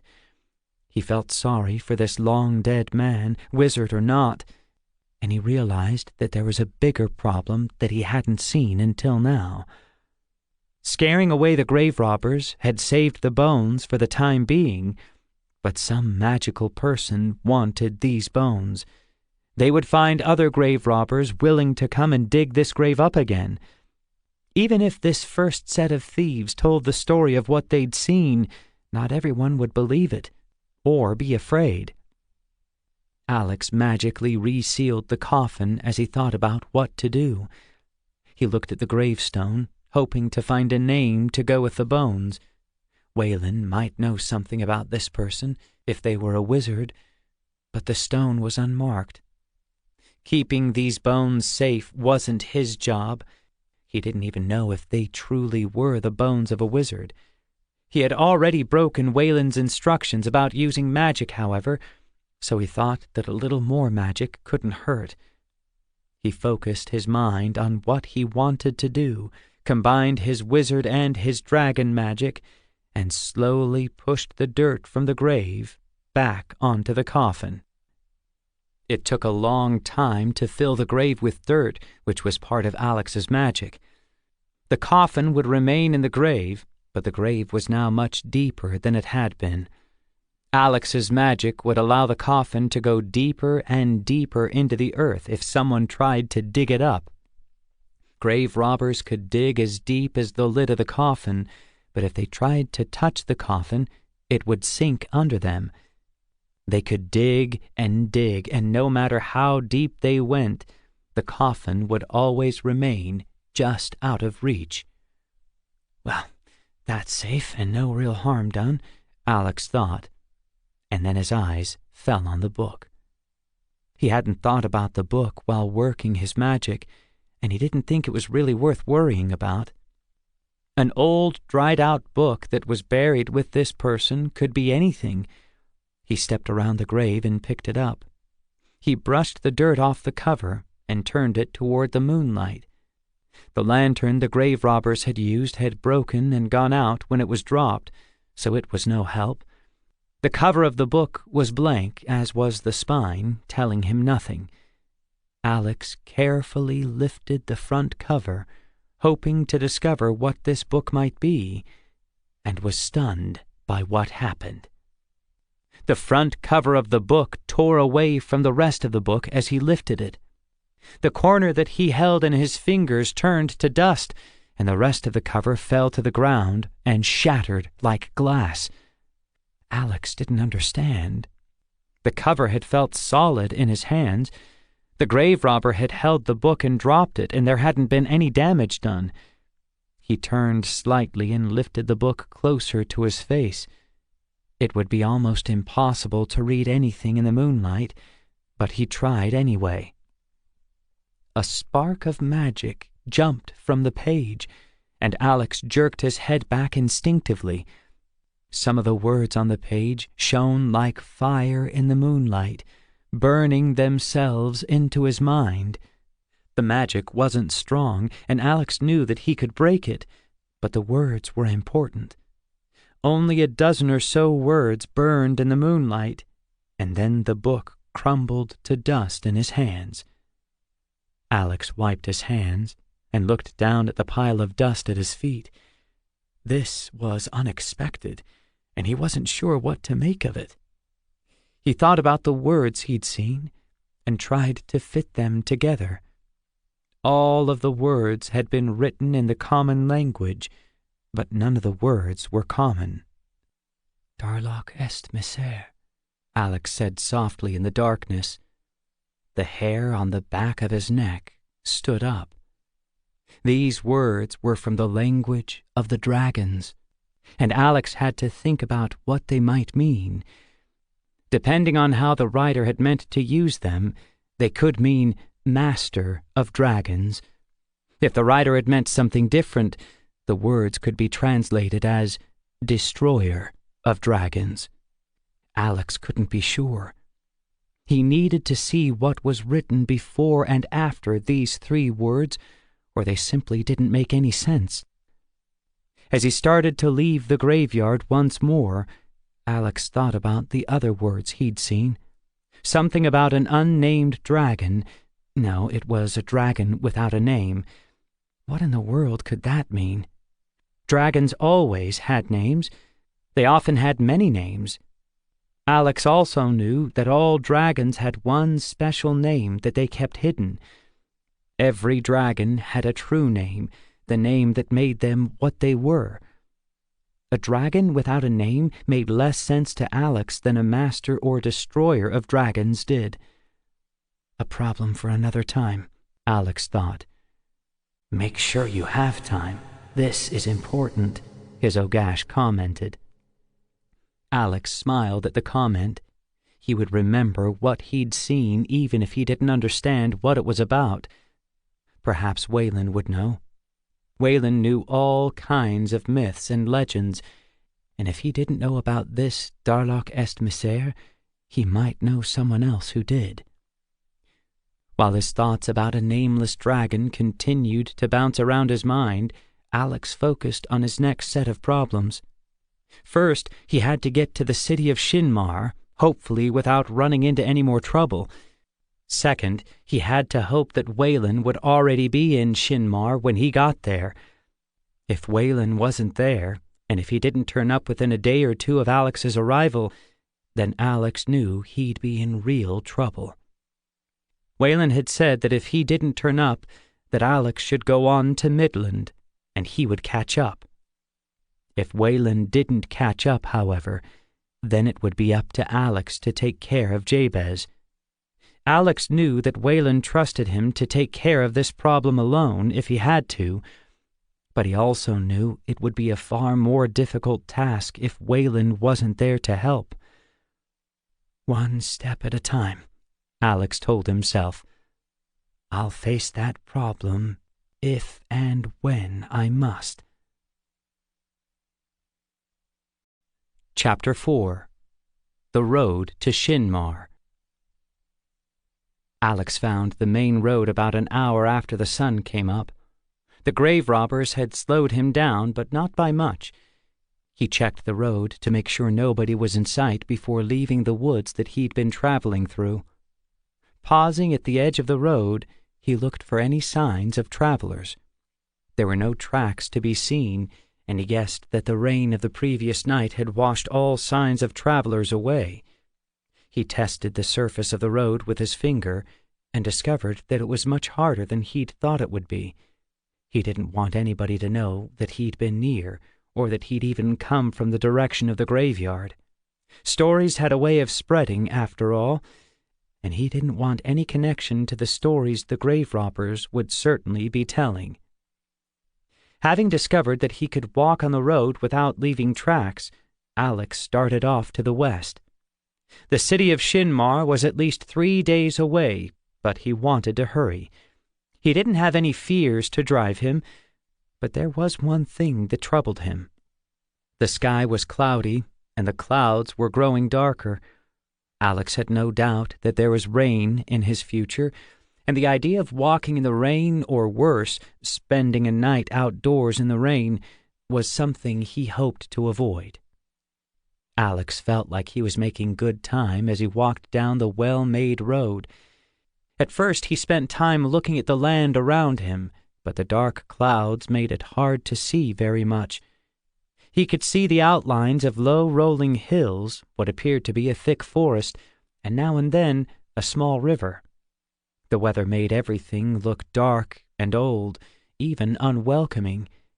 Alex wasn't worried about the way things looked, but one thing did stick out. There didn't seem to be any people around. There were no houses or buildings to be seen along the road, and Alex thought this was strange. There must be farms and villages somewhere, Alex said to himself as he walked, but if there were, he didn't see them. Alex paused when he thought it was close to midday, though with the weather it was hard to tell. He was thinking about getting something to eat, as it had been a long night and he was hungry. Looking around for a dry spot to sit and eat, Alex saw something that made his heart sink. A wall of rain was slowly moving across the land toward him. "Looks like I'm going to get wet before I get anything to eat," Alex said with a sigh. He looked ahead, hoping to see a tree that was large enough for him to get some shelter. The only things he could see growing near the road, however, were thick bushes and weeds. He didn't see any options. He was going to get wet, so he might as well keep walking until either the rain stopped or he found some place where he could get out of the rain. Swinging his disguised magic bag around, he was just pulling a heavy waterproof cloak out of it when he noticed something. What had looked like a small grass-covered hill to his left was not a hill at all, but a small moss-covered building. Quickly putting on his cloak, Alex trotted off toward the shelter he'd hoped for. A deafening roar of thunder shook the ground under Alex's feet just as he reached the building's doorway. He stepped into the building as the rain came crashing down behind him. The rain seemed almost angry that he'd escaped it, and Alex had to smile at the idea.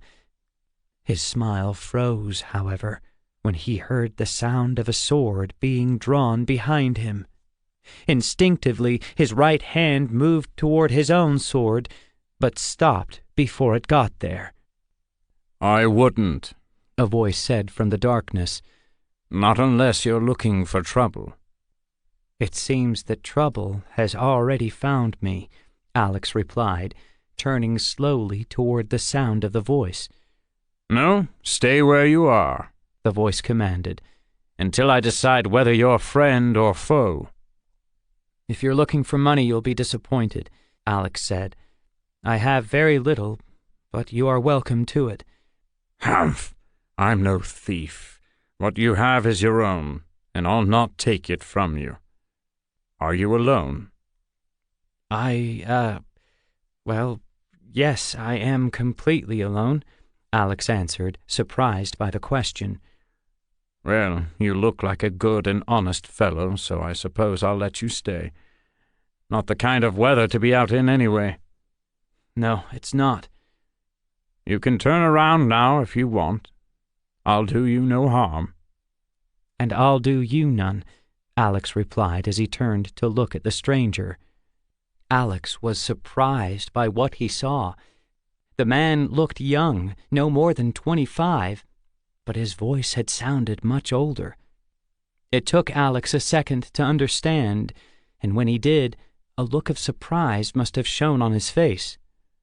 "I've always looked much younger than I am," said the stranger. "You do look younger than you sound," said Alex, smiling slightly. Alex could see more than most people, and it wasn't hard for him to understand why this stranger looked so young but sounded so old. There was elf blood in this man, though not very much. He didn't have any magic in him, but he was related, probably several generations away, to the elves. It wasn't just the relation to the elves that had surprised Alex. There was something more. Alex's magic allowed him to see this man's aura, the energy that often gathered around a person. The energy was strong and bright, and while there was no magic in the man, there was certainly some kind of magic connected to him. "I am Alexander Kessler," Alex said, remembering the name that Waylon had told him to use. "My friends call me Alex." "Judging by the fine sword you carry, I will hope to call you a friend," the stranger answered. "My name is Joshua, and I am a traveler from Westland." "You are a long way from home.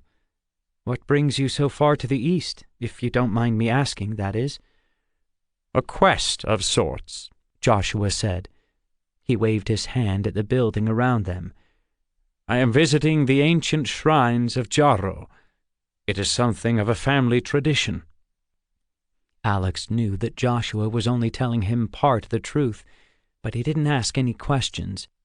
Joshua was already suspicious of strangers, and Alex didn't want to put him on guard. Alex's mind continued to try to figure out what other magic was involved with Joshua, but the answer remained just out of reach. "Well, I was just looking for a dry spot where I could have something to eat," Alex said, changing the subject. "If you are willing to share your shelter, I am willing to share my food. You are welcome to join me if you like." "I was just thinking about going to find something to eat. If you have enough for both of us, I will gladly join you." Alex laughed at the reply and pulled off his cloak. Swinging his magic bag off his shoulders, he pretended to rummage around inside it to find some food. He was careful not to let Joshua get a good look at the disguised magic bag, just in case. In less than a minute, Alex and his new friend Joshua were sitting on the floor of the ancient shrine, eating a meal of bread, cheese, and dried fruit that Alex had provided. Joshua ate hungrily, as if he hadn't had anything to eat for several days. Alex didn't say anything, but it did make him wonder. Joshua was nervous of strangers, careful, and didn't appear to be eating as often as he might. There were many possible reasons why Joshua was this way, but Alex knew that it wasn't the time to ask. Alex and Joshua didn't talk as they ate. Alex had many questions that he wanted to ask, but most of them would make him sound like a stranger to this land. He didn't want anyone to know that he wasn't from Jarro, so he kept his questions to himself. "I'm traveling to Shinmar," Alex finally said as he was finishing his meal. "I hope to meet my uncle there, and then sail to Midland." "Why are you traveling to Midland?" "My uncle is a cloth and fur merchant. He's training me as his apprentice, and he has business in Midland." Joshua didn't say anything for a time, but he looked as if he was considering what Alex said. Alex wondered if Joshua might suspect that he wasn't really an apprentice cloth merchant, but he really couldn't tell. "I was planning on going to Shinmar as well," Joshua finally said. "I'm on my way home, and Shinmar is one of the largest ports here in Eastland. I doubt, however, that I will find a ship that will take me all the way to Westland." "Well, if not all the way to Westland, perhaps we can travel together to Midland. I know we've only just met, but I think I would like to get to know you better." "You may regret it," Joshua said, more to himself than to Alex. Alex gave Joshua a hard look, but didn't say anything. Joshua simply acted like he hadn't said anything at all. He got up, brushed the crumbs off his pants, and walked to the doorway. "The rain is letting up," Joshua said. "Give it a few more minutes, and we'll be able to travel without getting too wet." Alex put away what was left of the food, folded his heavy cloak, added it to his bag, and then slipped the knapsack over his shoulders. He walked to the doorway as well, watching Joshua as he moved. There was a sad look on Joshua's face, a look of some great trouble or loss. Alex didn't know why exactly, but he felt in his heart that he needed to help Joshua. "Help him?" the voice in the back of Alex's mind asked. "You know nothing about him or his troubles, and you have your own business to deal with in this land." Alex ignored his Ogash and simply stood watching the land as the clouds parted and the afternoon sun broke through. Without a word, Joshua and Alex started off, and Alex wondered how much he could learn about Joshua if he remained as tight-lipped as he had been so far. "I've not traveled this road before," Alex said after several minutes of walking. "Do you know how far the next town is?" 6, maybe 7 miles, Joshua answered. "We should get there before it gets too dark." "It would be good to spend the night indoors, if possible," Alex said, trying to get a conversation going. "Indoors is not always better than out," Joshua said, and fell silent once more. It was clear that Joshua was reluctant to talk, and Alex was willing to live with the silence. His mind, however, went back to the question of why. Why was Joshua being secretive? Why had he drawn his sword when he had first appeared? And why did he make sure Alex was alone before putting his sword away? Alex could see that Joshua was troubled, maybe even afraid, but he couldn't see any reason why. Still, his Ogash was right. He knew almost nothing about Joshua, and until Joshua chose to tell him more, there was nothing Alex could do to help him. Joshua walked fast, as if some great need pressed him forward. Alex was able to keep up without any trouble, but this was one more thing that made him wonder about his companion. They came to a small town before the sun had gone down, and it didn't take long for them to find a tavern to spend the night. Once the arrangements had been made, Joshua went right to his room. "I'll be leaving at first light," Joshua said as he turned to close the door of his room. "If you're up and ready to go, we can travel together. If you prefer to sleep later, then I will thank you now for your kindness and wish you luck in your travels." "Kindness?" Alex asked. "You shared your meal with me, and I thank you." "A small enough kindness. I'll be ready at first light." Joshua didn't say anything more. He closed the door to his room behind him, and before Alex could even open the door to his own room, he heard Joshua wedge a chair under the doorknob. A strange thing to do, Alex thought as he closed his own door. He really must be afraid of something. Or someone, his Ogash added. The next morning, Alex was waiting just outside the tavern when Joshua turned up. Joshua looked surprised to see him there, but he flashed a smile and nodded. They started off without a word, but before they had left the town, Alex handed a small bag and a leather flask to Joshua. "What is this?" Joshua asked, looking into the bag. "You didn't take time to eat anything, and I thought you might be hungry," Alex said. "Are you always so kind to strangers?" Joshua asked, taking a bun out of the bag Alex had given him. "No, not always. Only to those who I can see need the help." "You think I need help?" "I think you've had a hard time here in Eastland, and you don't want to talk about it. I don't know what your troubles are, and if you don't want to talk about them, that is your business. That doesn't mean, however, that I can't lend a helping hand or offer a little kindness."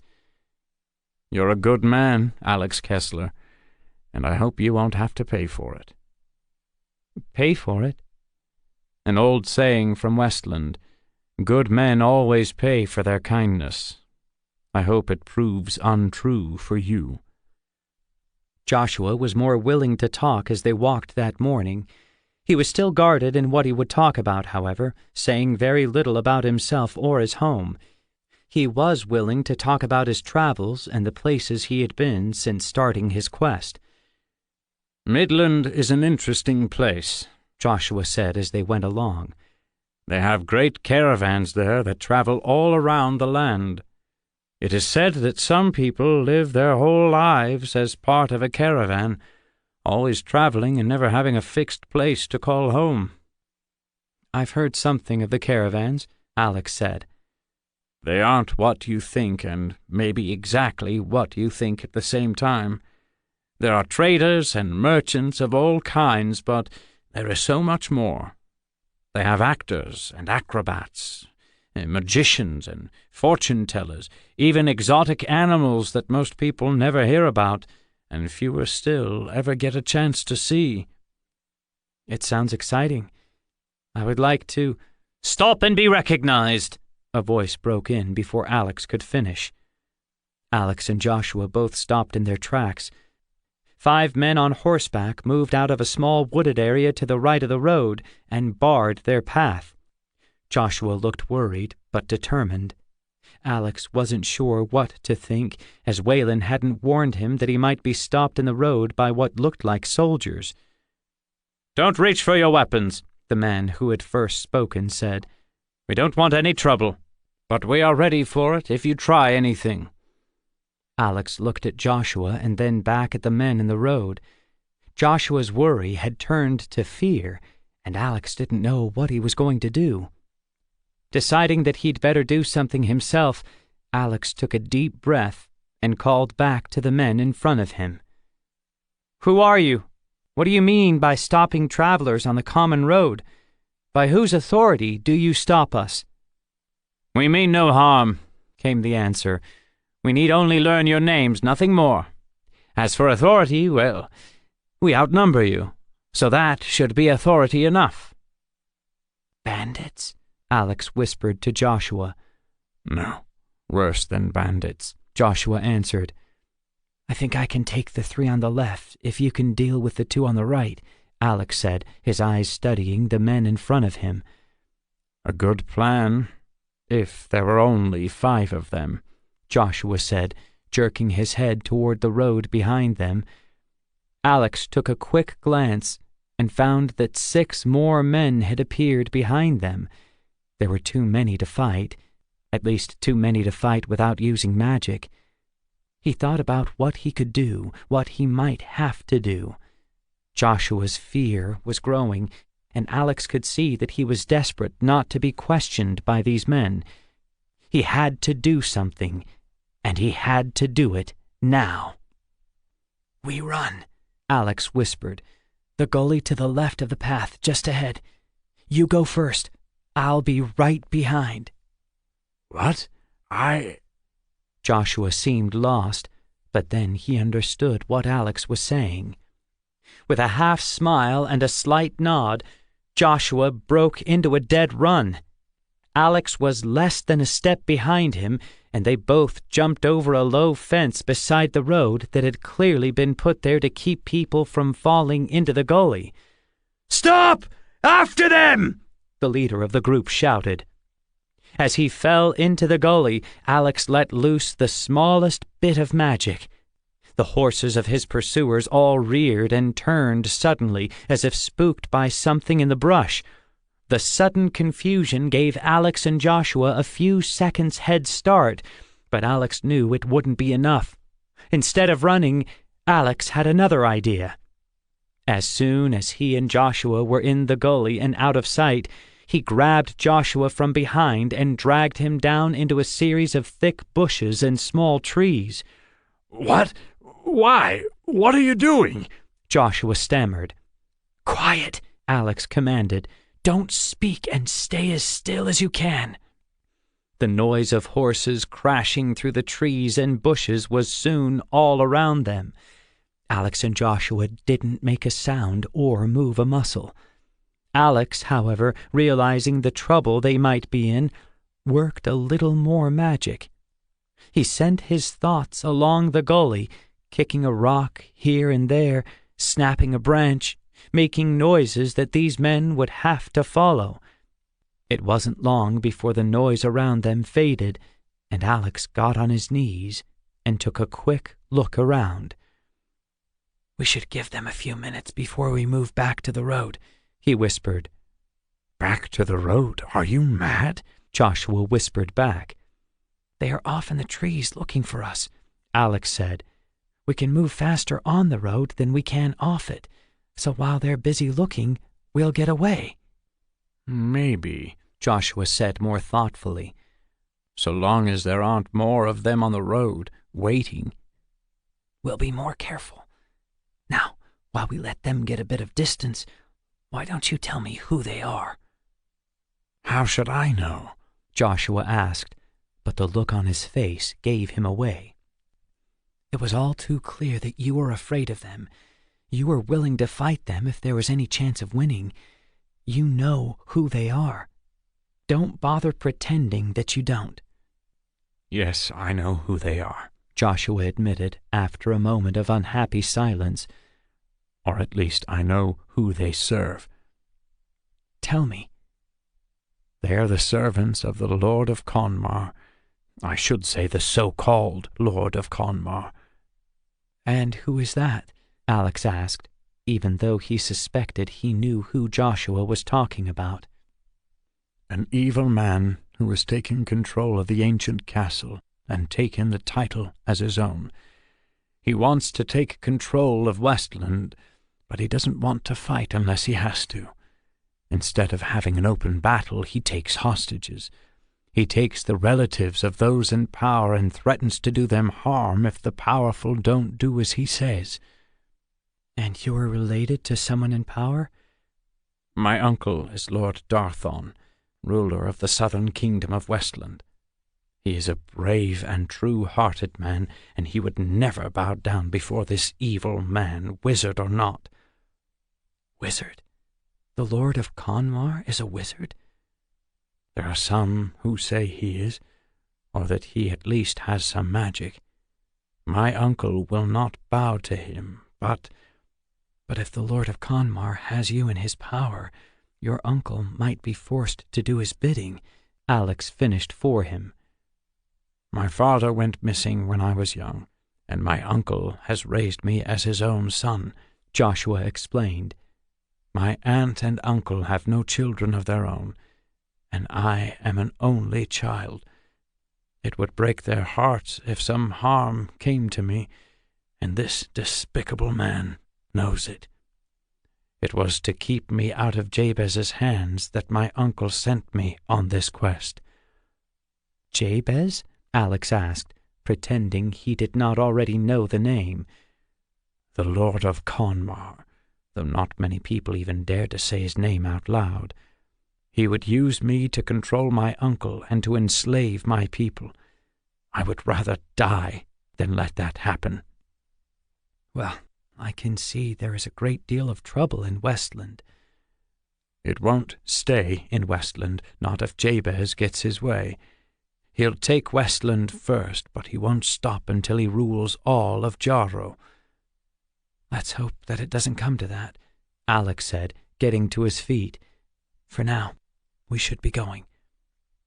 Joshua got up, but he caught Alex's arm as he turned to go. Thank you, Alex. Thank you for helping me. My uncle taught me to always help those I met along the road. He says you never know when you might be the one who needs help, so it's a good habit to be in.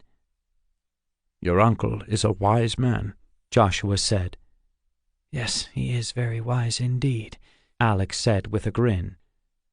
Please give him my thanks when you see him again. I will, Alex said. He hoped Wayland would be in Shinmar as they had planned. Until then, traveling with Joshua and trying to keep him out of trouble seemed like a good idea. Chapter 5 Shinmar. It was nearly midday 3 days later when Alex and Joshua reached the city of Shinmar. They had avoided the towns and villages they came to along the road, and they had been careful not to run into any more of Jabez's soldiers. Caution had cost them time, and Alex was worried that Wayland might have already sailed for Midland. The extra day of travel couldn't be helped, as Alex was unwilling to leave Joshua to an unknown fate. We won't need to worry about soldiers from Conmar here," Joshua commented as they passed through the city gates.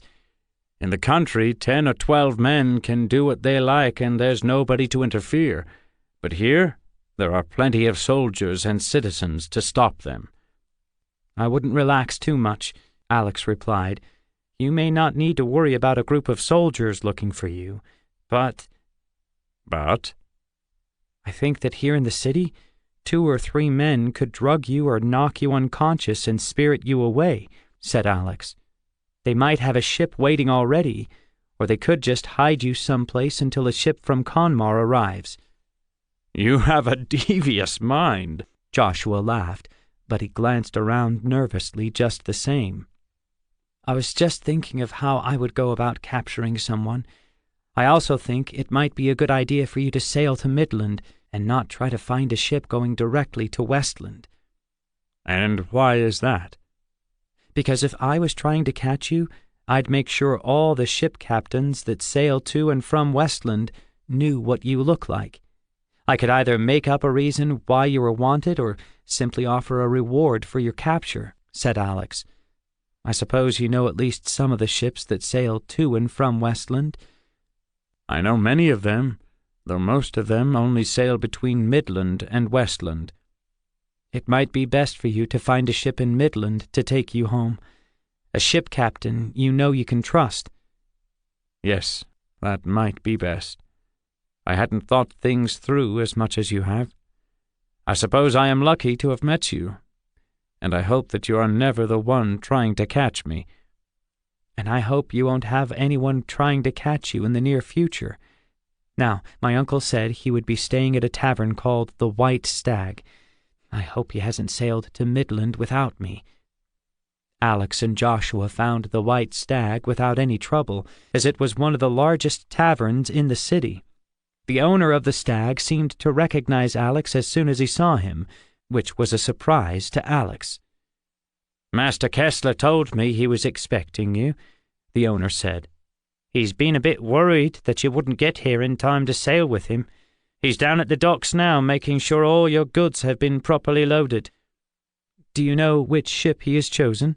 Alex asked. "The Dawn Star," the owner answered. "Sails at first light tomorrow." After thanking the tavern owner and arranging for a room for Joshua, Alex and Joshua left the tavern and made their way to the docks. Alex wasn't sure how Wayland would react to Joshua, but he hoped it wouldn't be a problem. Now that he thought of it, Alex wasn't even sure what Wayland would look like. He was certain to be wearing some disguise because he couldn't travel openly.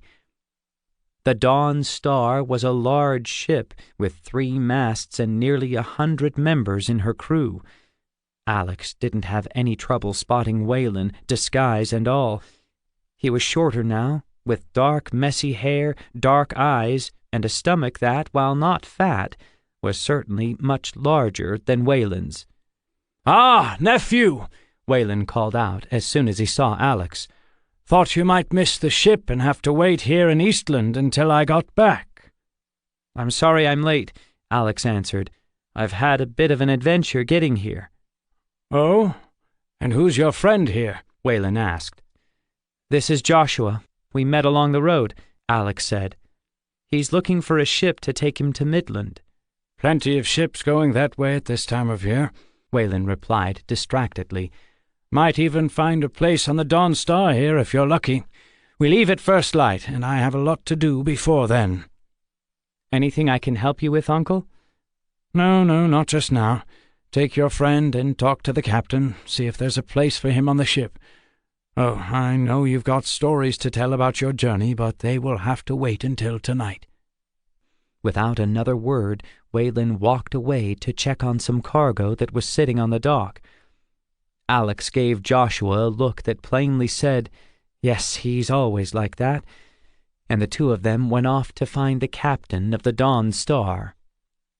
Alex was happy to learn that there was room on the ship for Joshua to join them, and arrangements were quickly made. With that matter settled, Alex and Joshua walked back to the White Stag and had their lunch. They remained in the tavern all afternoon, as Joshua seemed to take Alex's warnings about someone snatching him from the city seriously. It was well after dark before Wayland joined them, looking worn out after a hard day's work. The three of them ate their dinner together, but Wayland seemed distracted by other matters.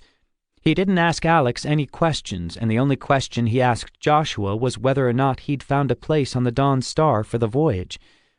After dinner, Joshua excused himself and went to his room, and Alex and Wayland went to a suite of rooms that Wayland had taken for them. "Well," Wayland said as he took a seat in front of the fire, "you'd better tell me everything that's happened." "More than you might imagine in so short a time." Alex took his own chair and told Wayland everything from the beginning, starting with his adventure in the graveyard and the magic he had used to keep the bones of the suspected wizard safe.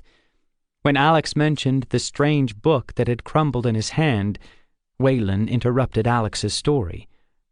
"I don't think that grave belongs to a wizard," Wayland said.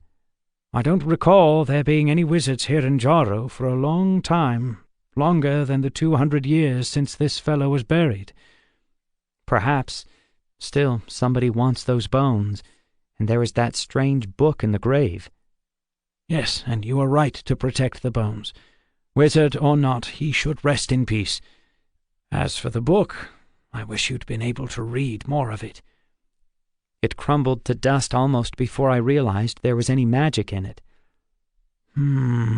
Wayland said, his eyes fixed on the fire. "It seems to me I've heard something about a dragon with no name.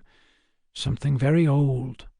I don't remember what it was about, and this Darlock est Misere business means nothing to me at all."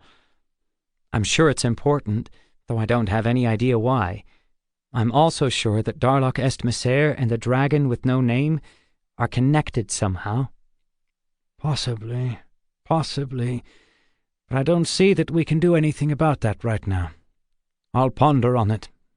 Like I said, I'm sure I once heard or read about a nameless dragon, but it might have to wait until our business here in Jarro is finished."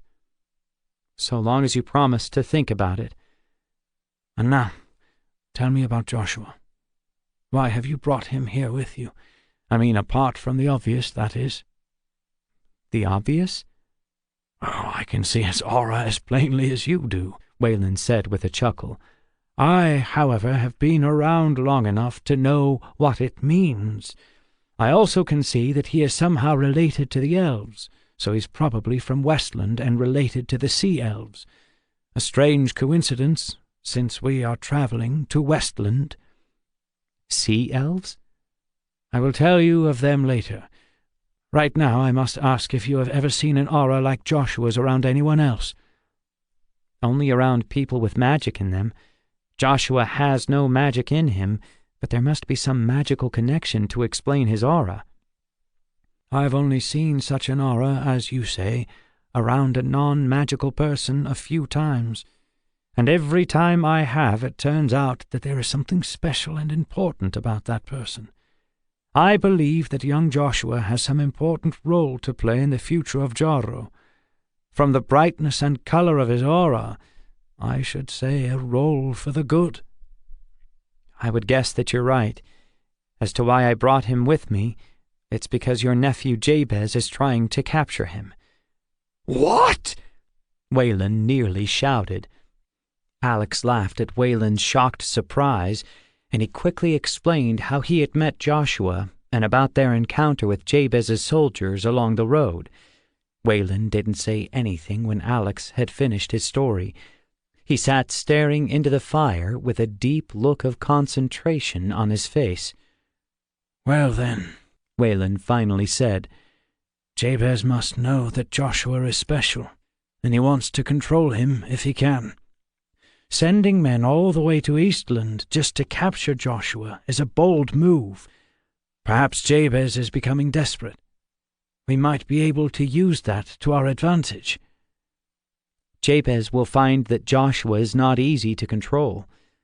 No, he won't be, but that won't stop Jabez from trying. You are right to bring Joshua along, and to help him out of trouble, but—" "But what?" "Well, I'm not sure what we can do to help Joshua as much as I'd like to. I doubt very much that Joshua would agree to travel with us, and I'm not sure that's a good idea anyway. We can't put our own mission at risk. Still, he seems a clever young man, and if he's Darthon's nephew, he should know how to take care of himself." "There must be something we can do," Alex said, and then paused to consider what Wayland had actually said. "Wait, you know his Uncle Darthon?" "Oh, I met Darthon years ago, the last time I was here in Jarrow, in fact. He's a good man and devoted to his people. Jabez will hate him, of course, and I'm sure he will do everything in his power to either control or destroy Darthon." "If you know Darthon, we have to do something to help Joshua." "We can see him safely to Midland. After that, I'm afraid he will have to look after himself." "If Joshua really is important to the future of Jarrow, wouldn't we be risking that future by letting him go his own way?" "This entire quest is a risk. We're facing a dark wizard, who I know for a fact is extremely powerful. We're also facing the Brotherhood, and you know how dangerous they can be. If Jabez discovers we are here, I don't like to think about how much help he could call on to track us down. Besides, taking Joshua with us could do as much harm as good." "Jabez is bound to find out that we are in Jarrow sooner or later." "Later would be better. Still, we have a few things in our favor." "Like?" "Like the fact that Jabez will not ask the Brotherhood for help if he thinks he can defeat me on his own. He's never been good at asking for help, and I'm sure he believes that he can deal with me by himself." "Not asking for help must run in the family," Alex said with a half-smile. "What do you mean?" Wayland asked.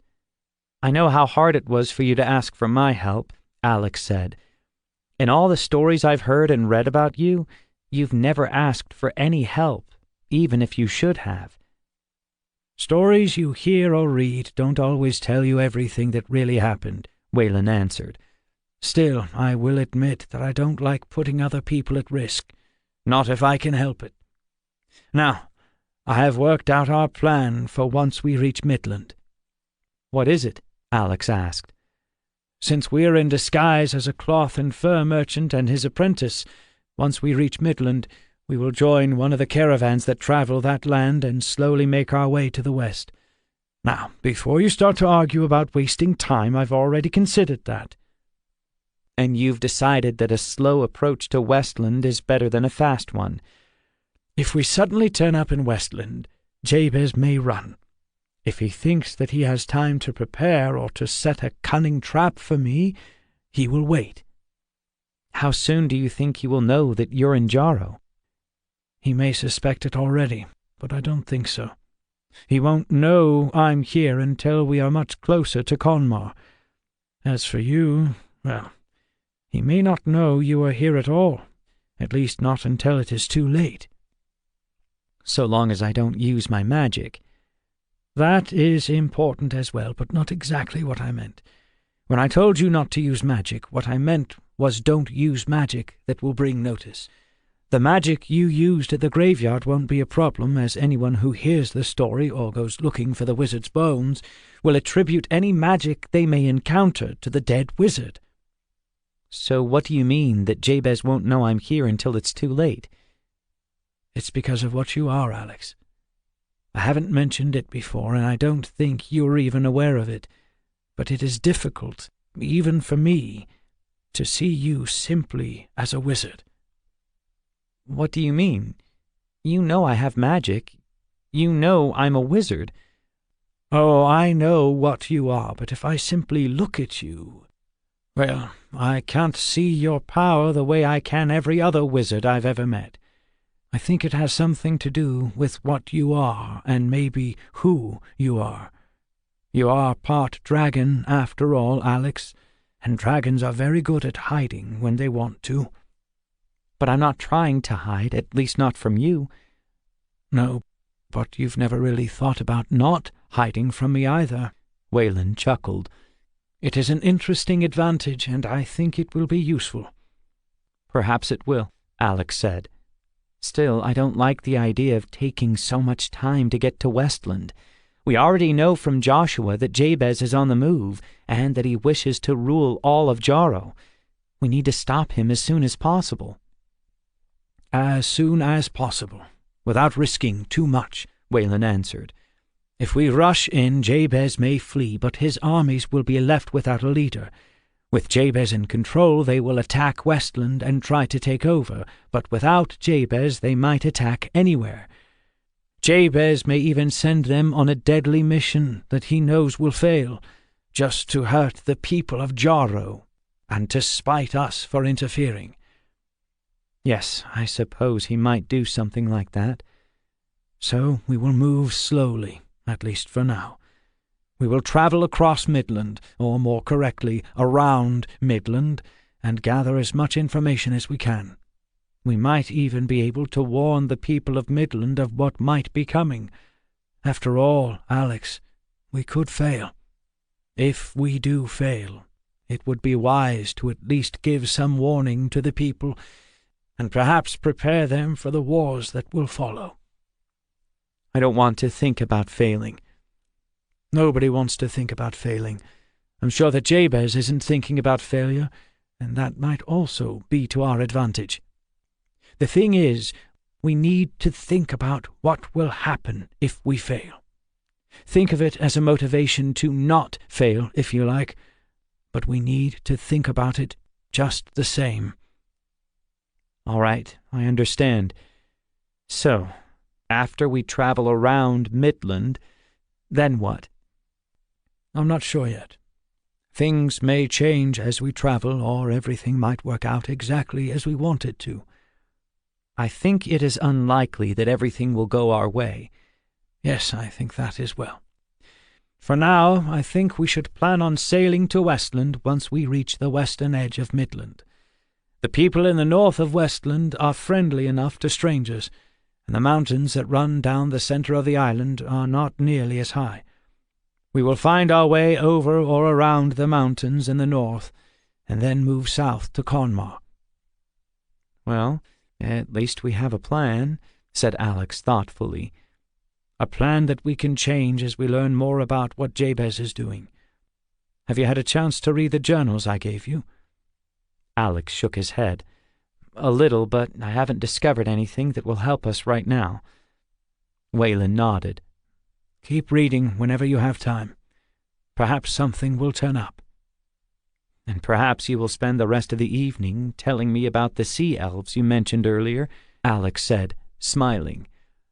Ah, the sea elves, Wayland said, leaning back in his chair. I thought they would interest you. Unfortunately, I can't tell you very much about them. I've never met any sea elves, but I know they are here in Jarrow, and I know they are a secretive bunch, more secretive than any other elves I know of, except perhaps for the dark elves. One rumor says that sea elves were once dark elves who, having lost so much on land, turned to the sea. Another story says that they were once closely connected to the men of Westland. Which would explain the elf blood in Joshua, Alex said. Yes, that would explain it, Wayland agreed. I have also heard it said that the sea elves remember their family ties, even though they are now distant. According to some old stories, they are still in contact with some groups in Westland, and take a great interest in their distant relatives. That seems odd. I mean, wouldn't any relations of theirs be separated from them by at least hundreds of years and many generations of men? Yes, that is true. There must be books, family records, something more than just stories and myths. Someone must know the truth. Someone must have met them and talked with them. Oh, I'm sure they have, Wayland laughed. But I would guess that anyone they've talked to has agreed to keep their secrets. Strange, Alex said. Strange and a little sad. Sad? Sad that an entire race of elves should be unknown. I can only tell you the rumors that I've heard. Perhaps before we leave this land, we can discover the truth together. I would like that, though we have a great deal to do before we can go looking for answers to old stories and rumors. We do indeed, Waylon agreed. Chapter 6. Voyage to Midland. Morning came sooner than Alex would have liked. The walking they'd done the last few days had left him sore and a little stiff. He wished that he'd been able to bring his horse Darlosh on this journey with him, but that just wasn't possible. Waylon was still sitting next to the fire where Alex had left him the night before. The fire was now cold, but Waylon didn't seem to notice or to even care. They found Joshua waiting for them in the inn's common room. He was eager to be going. They all ate a hurried breakfast, and then Waylon led the way to the docks. The sky was clear, and a soft breeze was blowing across the sea. To Alex, it looked like perfect sailing weather. "I always enjoy sailing," Joshua said as they walked. "The open water, the wind blowing in your hair, everything about it is wonderful. I've always felt more at home on a ship than on land." "Then perhaps you should become a sailor," Alex joked. "Or maybe a ship captain would be better." "I've considered it," Joshua said. "At one time I thought I would try to become one, but it takes years to learn the trade, and—" "And?" Alex asked. "My uncle wasn't happy with the idea," Joshua said. "He says that my place is with my people." "Your uncle speaks truly," Alex said, "though I can understand your love for the sea." The dawn star moved away from the docks before the sun had risen, and by the time the sunlight was on the surface of the water, they were moving away from Eastland. Alex, Waylon, and Joshua all stood at the railing on deck, staying out of the way of the working sailors. They didn't talk at all, but watched in silence as the land shrank behind them and the sea grew wider in front of them. "How long will it take to cross to Midland?" Alex finally asked. "Only a week or 10 days, Joshua answered before Waylon could. "If we have fair winds and the weather holds." "And if the weather doesn't hold?" Alex asked. It's not the time of year for storms, Waylon said. We may run into some wind and rain, but nothing the Dawn Star can't handle. "She is one of the largest ships that sail this sea," Joshua added. "Most of the trade ships only have one mast, maybe two. A three-master like this will only sail between the larger ports, while the smaller traders will sail to almost every small port they can find." Large ships and large cities are good for business, Waylon said. We are bound for Hafnar, one of the largest cities in Midland. With a little luck, we should be able to do some good trading while we are there. They remained on deck for a time, but didn't talk much. The sea air and the movement of the ship was relaxing to Alex, and he let his troubled thoughts about the future slip to the back of his mind. Waylon eventually went to his cabin, saying something about checking his inventory logs. Joshua remained with Alex, a dreamy look of happiness on his face. 4 days after they set sail, it began to rain lightly. The sea remained relatively calm and the wind was light, but the captain and crew appeared to be worried. Alex couldn't see any reason to worry. Even with the light wind, they were making good time. Still, the troubled looks of the crew were hard to miss. When he had a chance to talk to Waylon alone, he asked about the captain and crew's dark mood.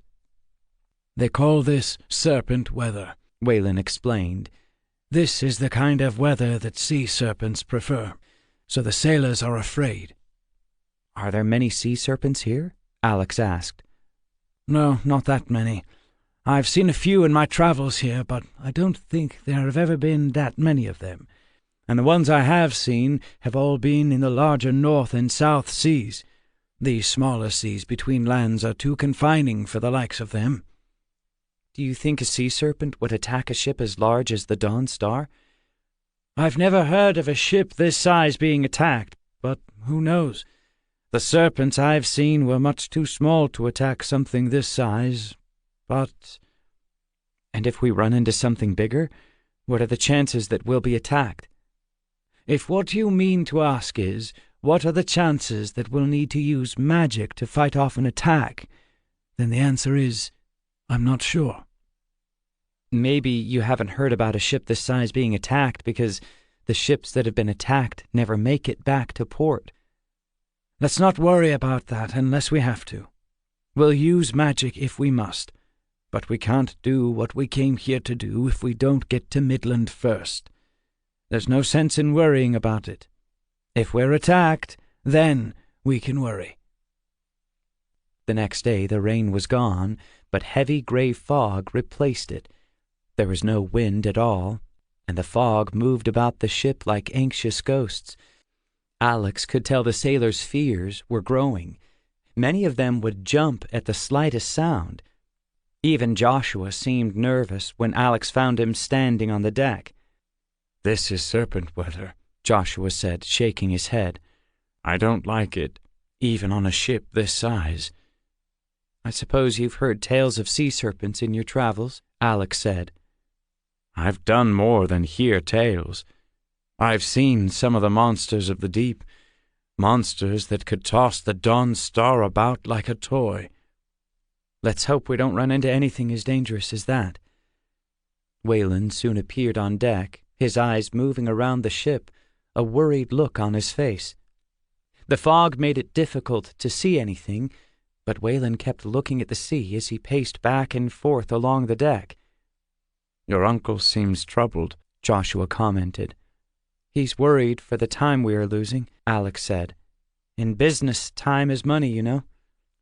"Perhaps it is," Joshua said, his eyes looking up at the slack sails.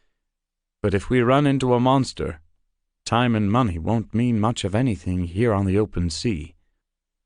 Alex didn't reply, and they fell silent for a long time, looking into the fog and thinking their own thoughts. Alex could tell that Wayland was worried, and that made him worry as well. He thought that he could probably drive away a sea serpent, but not without using his magic, which would reveal him as a wizard to the crew. Right now, he hoped that the wind would start blowing again and the fog would lift. "Alex," Joshua said after a time, "I want to thank you for everything you've done for me." "I've done little enough," Alex said. "No, you've done a great deal. You helped me escape the soldiers of Jabez. I won't forget that. I just want you to know I'm grateful, just in case." "In case of what?" Alex asked, troubled by Joshua's words. "In case we don't both make it to Midland," Joshua said.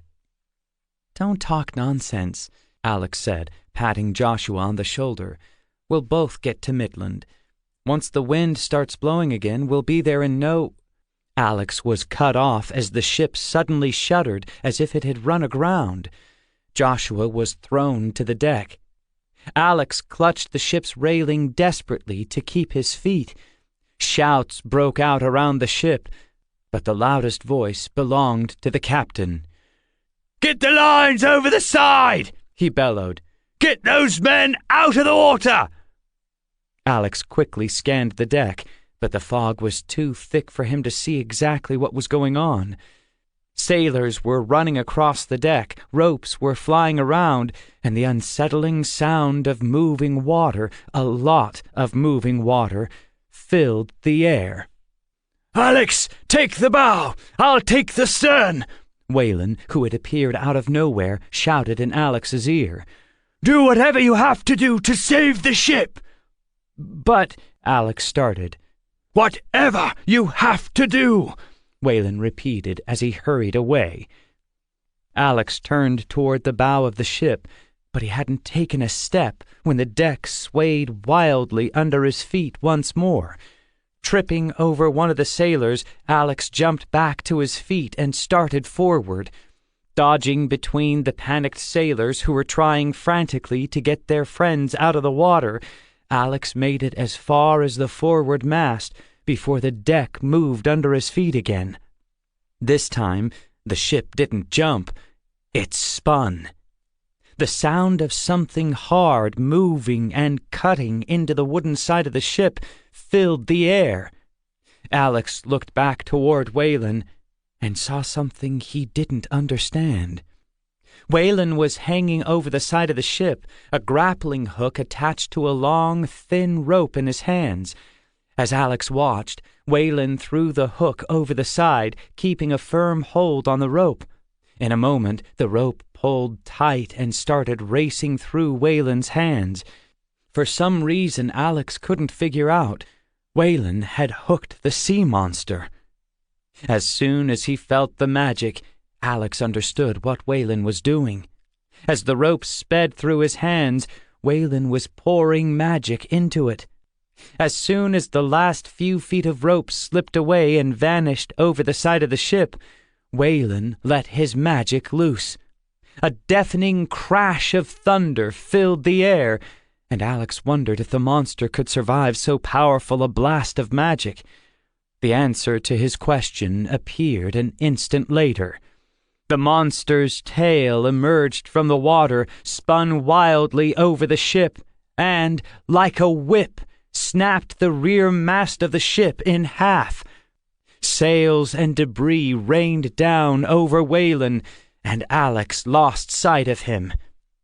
Alex wanted to run toward the stern, but his brain told him that he had to move forward. He turned away from the scene of trouble and continued forward. This sea serpent was larger than he'd imagined and more powerful than he'd thought possible. His brain raced, trying to think of some way to drive off the beast, but his mind was blank. He'd never faced a creature like this before, and nothing he'd ever read seemed to fit the problem at hand. Alex didn't have long to think. As he jumped over a fallen sailor, the ship spun again. He staggered, and he found himself looking back at the stern. He had just turned around again when the head of the great serpent broke the water and rose above the bow of the ship. Alex was stunned by the great beauty and power that he saw. The creature was elegant, almost fragile-looking, but what really caught Alex's attention was that this massive sea creature looked familiar. It looked more like a dragon than any creature except a dragon should. Alex's stunned amazement was broken as Joshua pushed past him, a massive harpoon in his hands. With a natural ability and more strength than Alex would have thought possible, Joshua heaved the harpoon forward, directly at the beautiful head of the sea serpent. Alex was unable to speak, but his mind screamed, "No!" Alex lifted his left hand as if he was holding his staff. The harpoon slowed in his mind, and with less than a second to act, Alex magically put a shield between the beast and the weapon.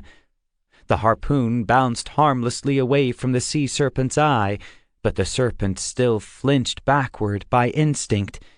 Alex could feel the monster's rage as its eyes scanned the deck in search of its attacker. "Let it go," Alex said in his mind, pushing the thought toward the sea serpent. "I have saved you from the blow. Now let your anger go." The serpent's eyes came to rest on Alex, and the creature paused. For a moment it seemed to consider Alex, perhaps judging how dangerous he was. The creature's eyes moved along the length of the ship, finally pausing on Waylon. There was a sudden silence, the kind of total silence that never happened on the open sea. The sailors stopped shouting, the ship became still, and the waves on the water were frozen in place. "A dragon lord and a wizard together," the sea serpent's words formed in Alex's mind. "What brings such power to this land?" "Our reason for being here is our own," Alex answered. "We need to travel across this sea, and I ask your leave to do so." "Reasons for one so powerful are never simply your own," the serpent said. "What price will you offer for safe passage?" "Price?" Alex asked.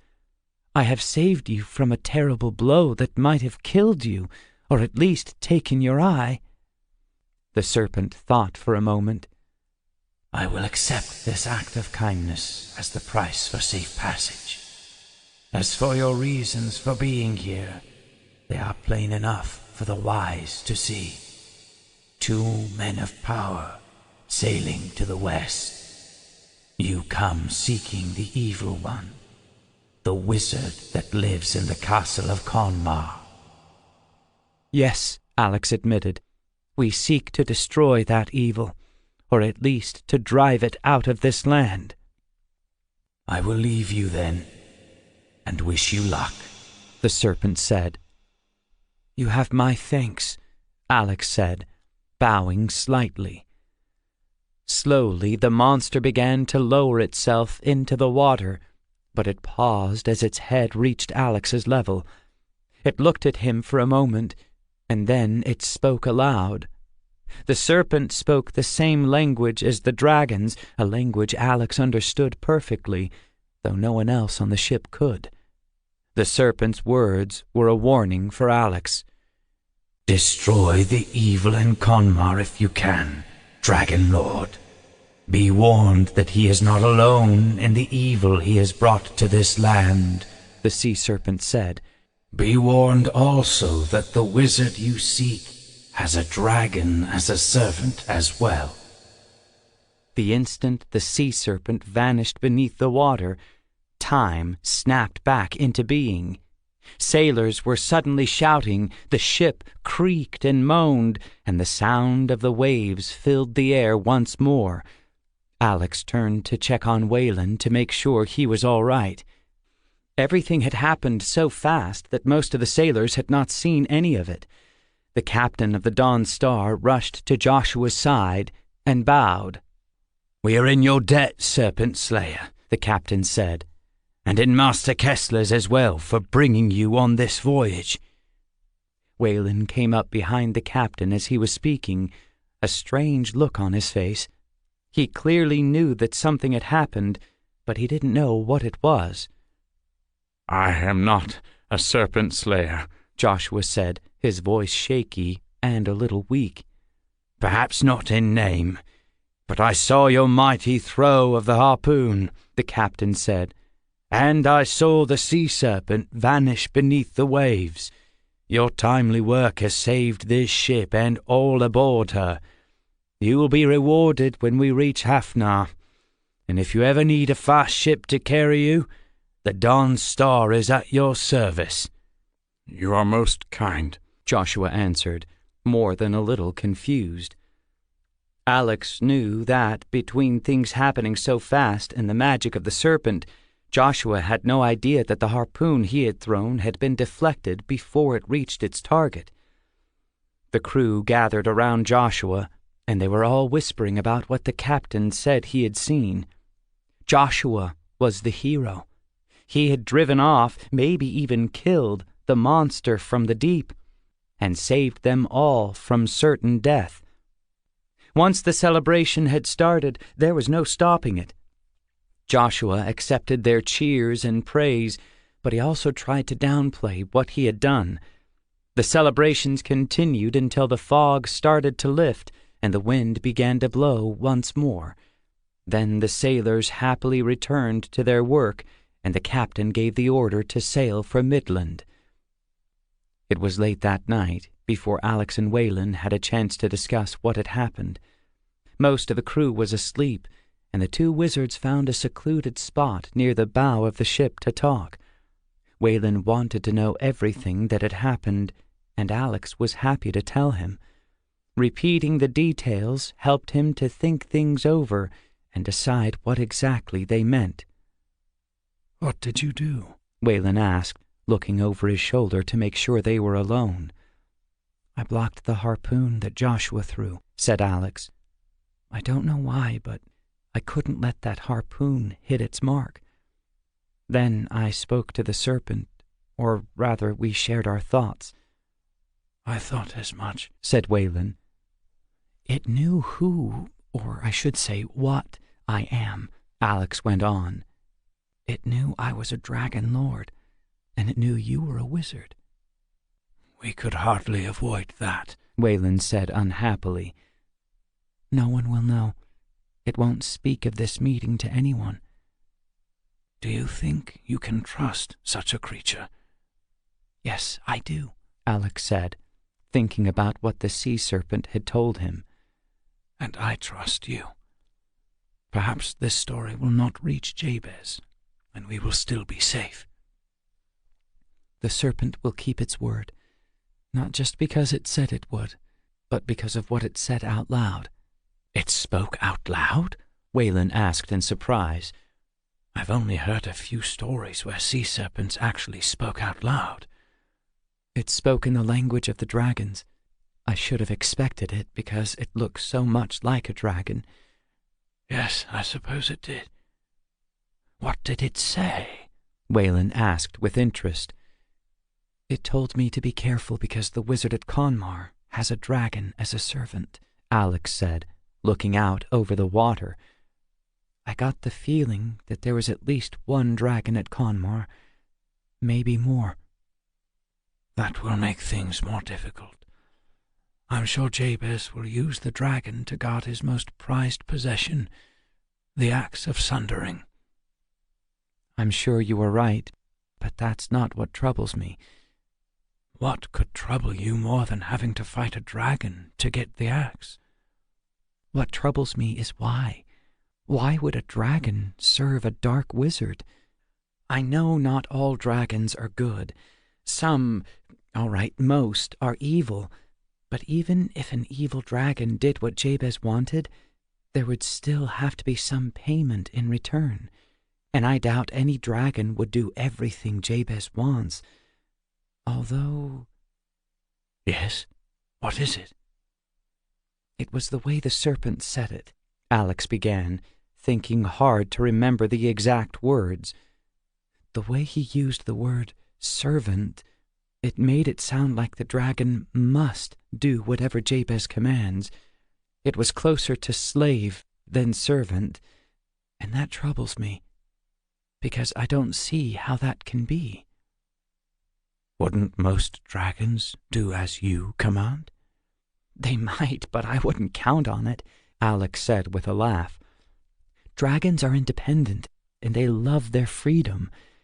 I don't see a dragon giving up that freedom for any reason." "Well, you would know more about that than I do," Wayland said, turning to look out across the water as well.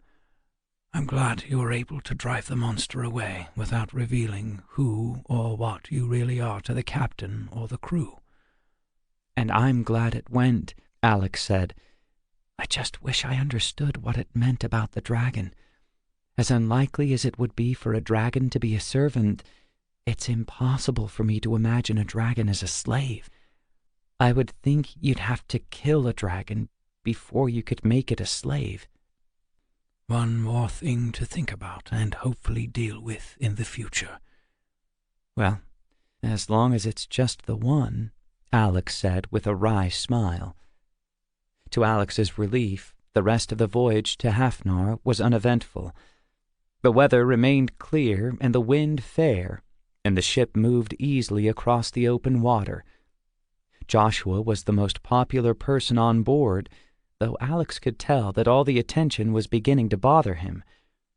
It was late afternoon on their 9th day at sea when they sailed into the port at Hafnar. The captain called the crew around to announce that the ship would be unloaded the next morning. Before Alex, Wayland, and Joshua could leave and find a place to spend the night, the captain asked them to wait for a moment. With a great deal of cheering from the crew, He presented Joshua with 2 fair-sized bags of silver coins and a smaller bag full of gold. "This is a small price to pay for my life, the lives of my crew and my ship," the captain said. "And I will say again, if ever you need a ship, we are at your service." "You are most kind," Joshua said, bowing to the captain and crew. "I will not forget your kindness to me." "A good deed well rewarded," Wayland commented, leading the way up the dock. "I suppose I should also reward you, as you've saved both my nephew and myself. You've also saved our goods by bringing us safely to port." "No, Joshua said. "Between friends, there is no need for rewards." "Then we shall count ourselves lucky to be called your friends," Wayland replied. "Now, I believe there's a very good inn just up here on the right." Chapter 7. The Caravan. The next morning, Joshua and Alex said their goodbyes early. Joshua was keen to be on his way, mostly because he was nervous about Jabez's soldiers finding him in the city. "May fortune follow your path," Alex said as they parted outside the inn. "May we meet again in happier times," Joshua answered before turning away. Though Alex had only known Joshua for 2 weeks, he knew he would miss his friend. He hoped that Joshua would be able to make his way home safely and someday fulfill the promise that Alex knew was waiting for him. Alex stood and watched as Joshua walked down the main road. He hoped that Joshua would be able to avoid any trouble, and most of all, he hoped that his friend could avoid falling into Jabez's hands. Alex remained looking down the road long after he'd lost sight of Joshua. "May fortune follow your path," Alex repeated in a whisper. Wayland was waiting for Alex in the common room of the inn, and once Alex arrived, he was all business. The Dawn Star was to be unloaded that morning, and the cloth and hides that Wayland had bought in Eastland as part of their disguise as merchants would be loaded into wagons. Once their goods were ready, they would meet with the leader of the caravan that Wayland wanted to join. With any luck, the 2 wizards would be part of the caravan before nightfall, and on their way once more. "The caravans are mostly traveling groups of traders and merchants," Wayland explained. "They travel from city to city and from land to land. The one we're trying to join will travel to the north and west. It will take us at least a month or 2, probably longer, to get to the western edge of Midland this way, but I think it will be time well spent." Alex didn't comment. He wanted to move faster and confront Jabez sooner. He was worried about what Jabez would be doing while he and Wayland traveled around Midland. Jabez was already causing trouble in Westland, and Alex didn't think it would be too long before that trouble got worse. "Trust me, I'd like to get to Conmar as soon as we can, but this will be the safest way," Wayland said, as if reading Alex's mind. "Jabez will have spies everywhere, and not just spies looking for travelers. If we go racing across Midland and into Westland, we'll be spotted easily." "Spies that can sense magic?" Alex asked. "Perhaps," answered Wayland, "but I think it more likely that he'll be looking for anyone who doesn't fit in." "But we don't fit in, do we?" Alex said with a half-smile. "No, but that's exactly why he'll miss us." "I don't understand," Alex said. "We'll be traveling with a caravan," Wayland answered. "Caravans are full of people who don't fit in for one reason or another.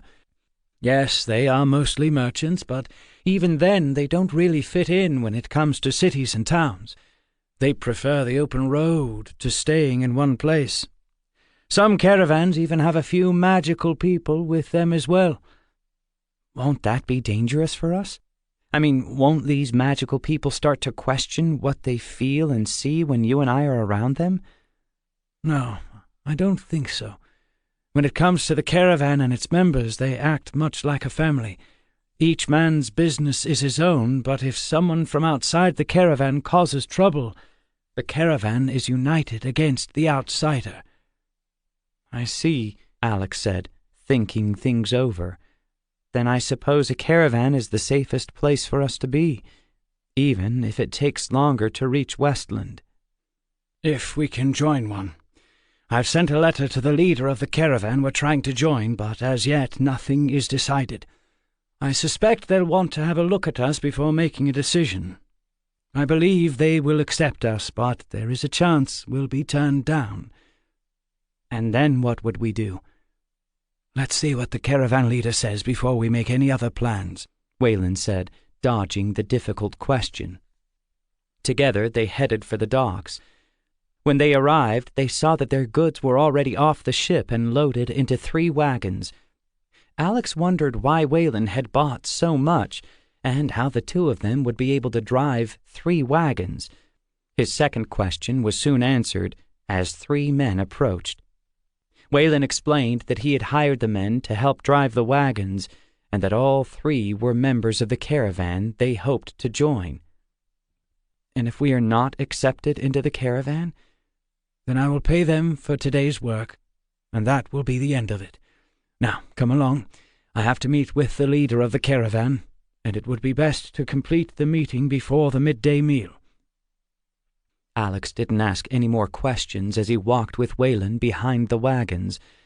Even though Wayland didn't seem to be worried that they might not be accepted into the caravan, Alex didn't know what they would do if they were not. Instead of asking questions, he looked at the buildings and houses of Hafnar as they went along. He was surprised when he noticed that the wagon drivers were leading them out of the city. "The caravan is camped outside the north gate," said Wayland, noticing Alex's glance. "Most caravans do not enter cities because there is never enough room inside a city for the entire caravan in one place." "Just how large is this caravan?" Alex asked, remembering the size of the main square of Hafnar. "I believe there are 400 wagons, and between 500 and 700 people," said Wayland. "That many?" "Some merchants bring their families along," said Wayland. "Some don't even own homes in a city or town because the road is their life. Others own homes but only stay there from time to time when they wish to rest from traveling." Alex nodded but didn't say anything more. He thought back to what Joshua had said about the caravans, how they could be more than he would expect them to be. He hadn't really thought about who would be in the caravan, however, and he decided that it made perfect sense for entire families to be included. The caravan's camp was large but well organized. The wagons were arranged in an exact order, allowing all the merchants of the same kinds of goods to be close together. The wagons were set up so that a large area to sell goods was created in the center of their camp. It also meant that the caravan was protected from outside attacks. Being next to a city, there was little need for protection, but Alex thought it was wise of the caravan to take precautions. There was one large opening that allowed people from the city to enter and exit, and Alex and Wayland headed straight for it. "Wait here with the wagons while I talk to the leader of the caravan," Wayland said, looking around at the crowds of people. "It shouldn't take long." Alex simply nodded and walked a little closer to their wagons.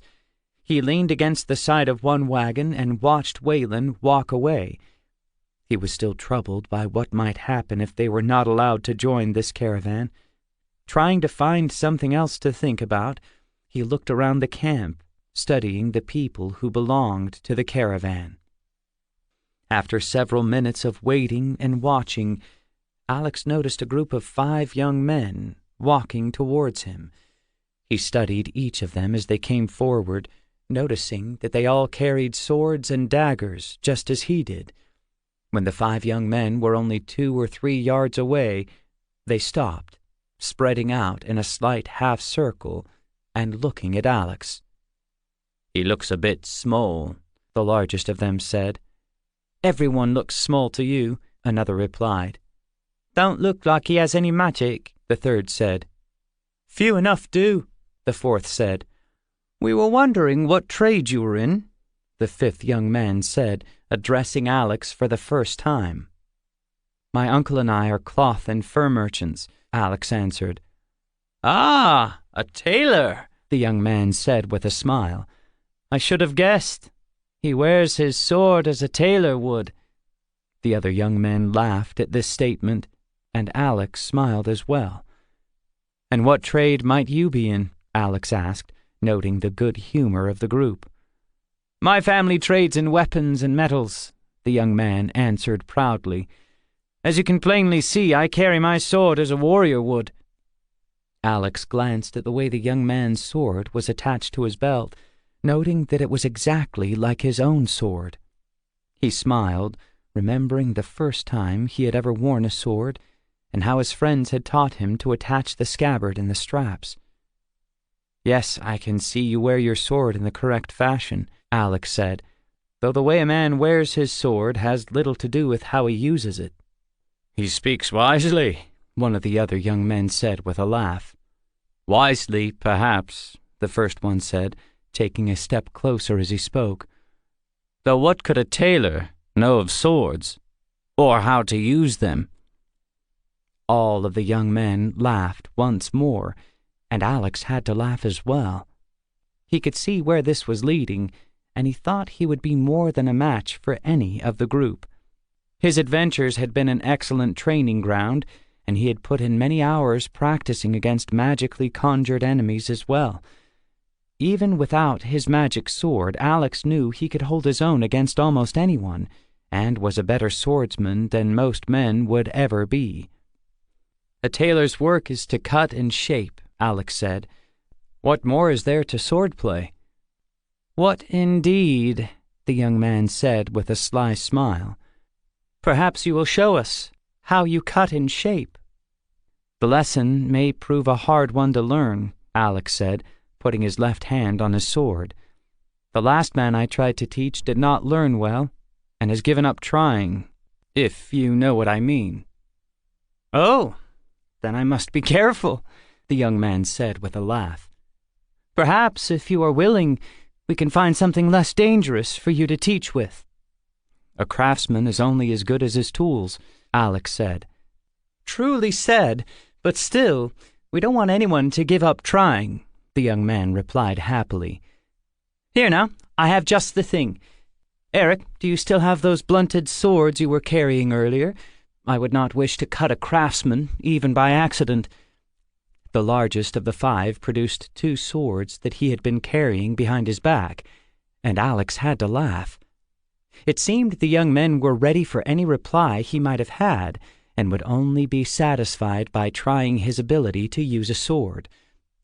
"A fair weapon," Alex said, taking one of the swords and testing its balance. "And a good thing it's blunt. I wouldn't want to harm a warrior with a simple tailor's tools." The young men all laughed at Alex's comment and moved back a little to give Alex and the other young man room.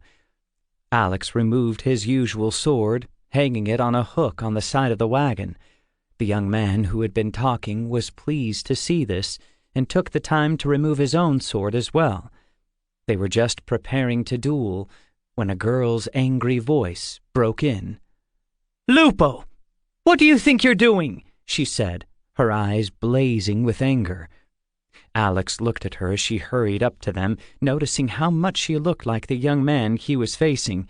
She was younger than he was, but she had to be his sister.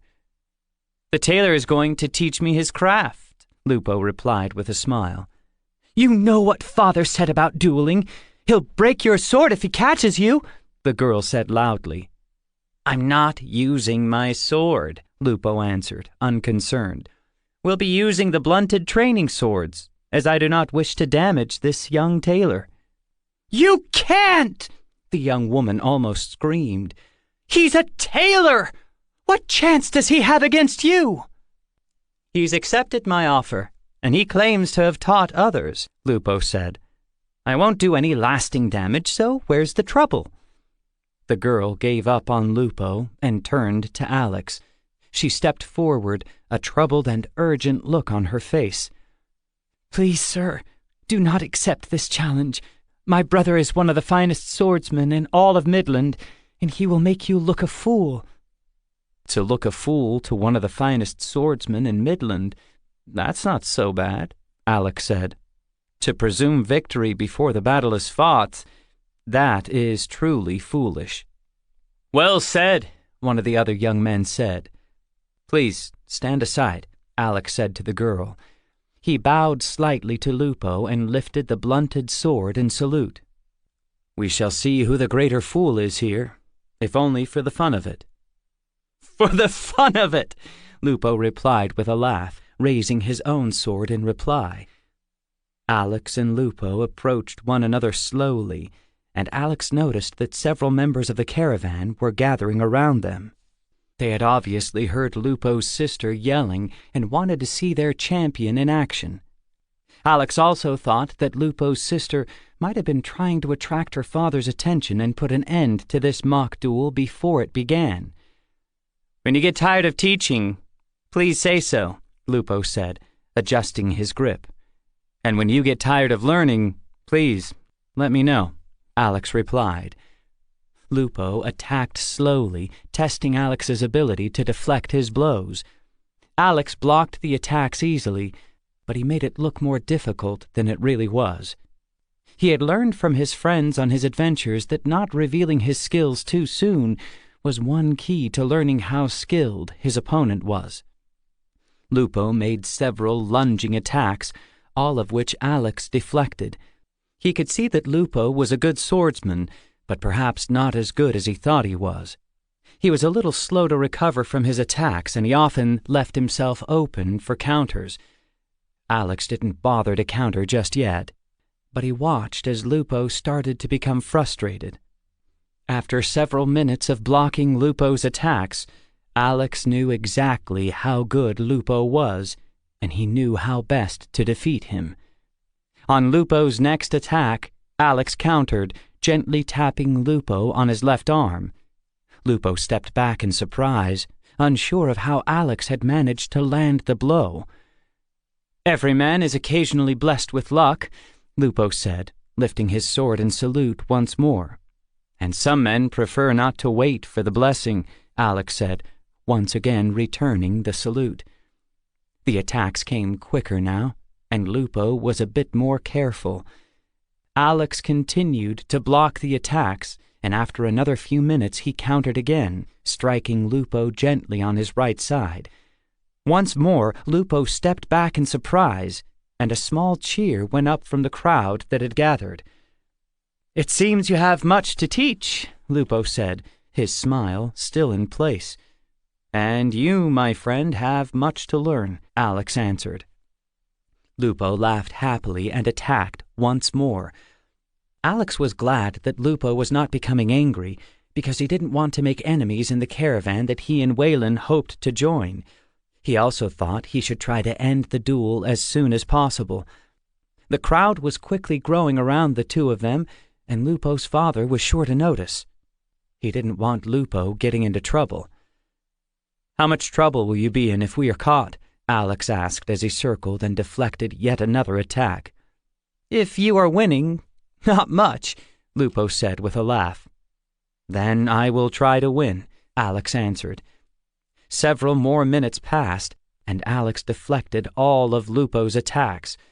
3 more times he gently touched Lupo with a blunted sword, and each time Lupo laughed as if nothing could make him happier.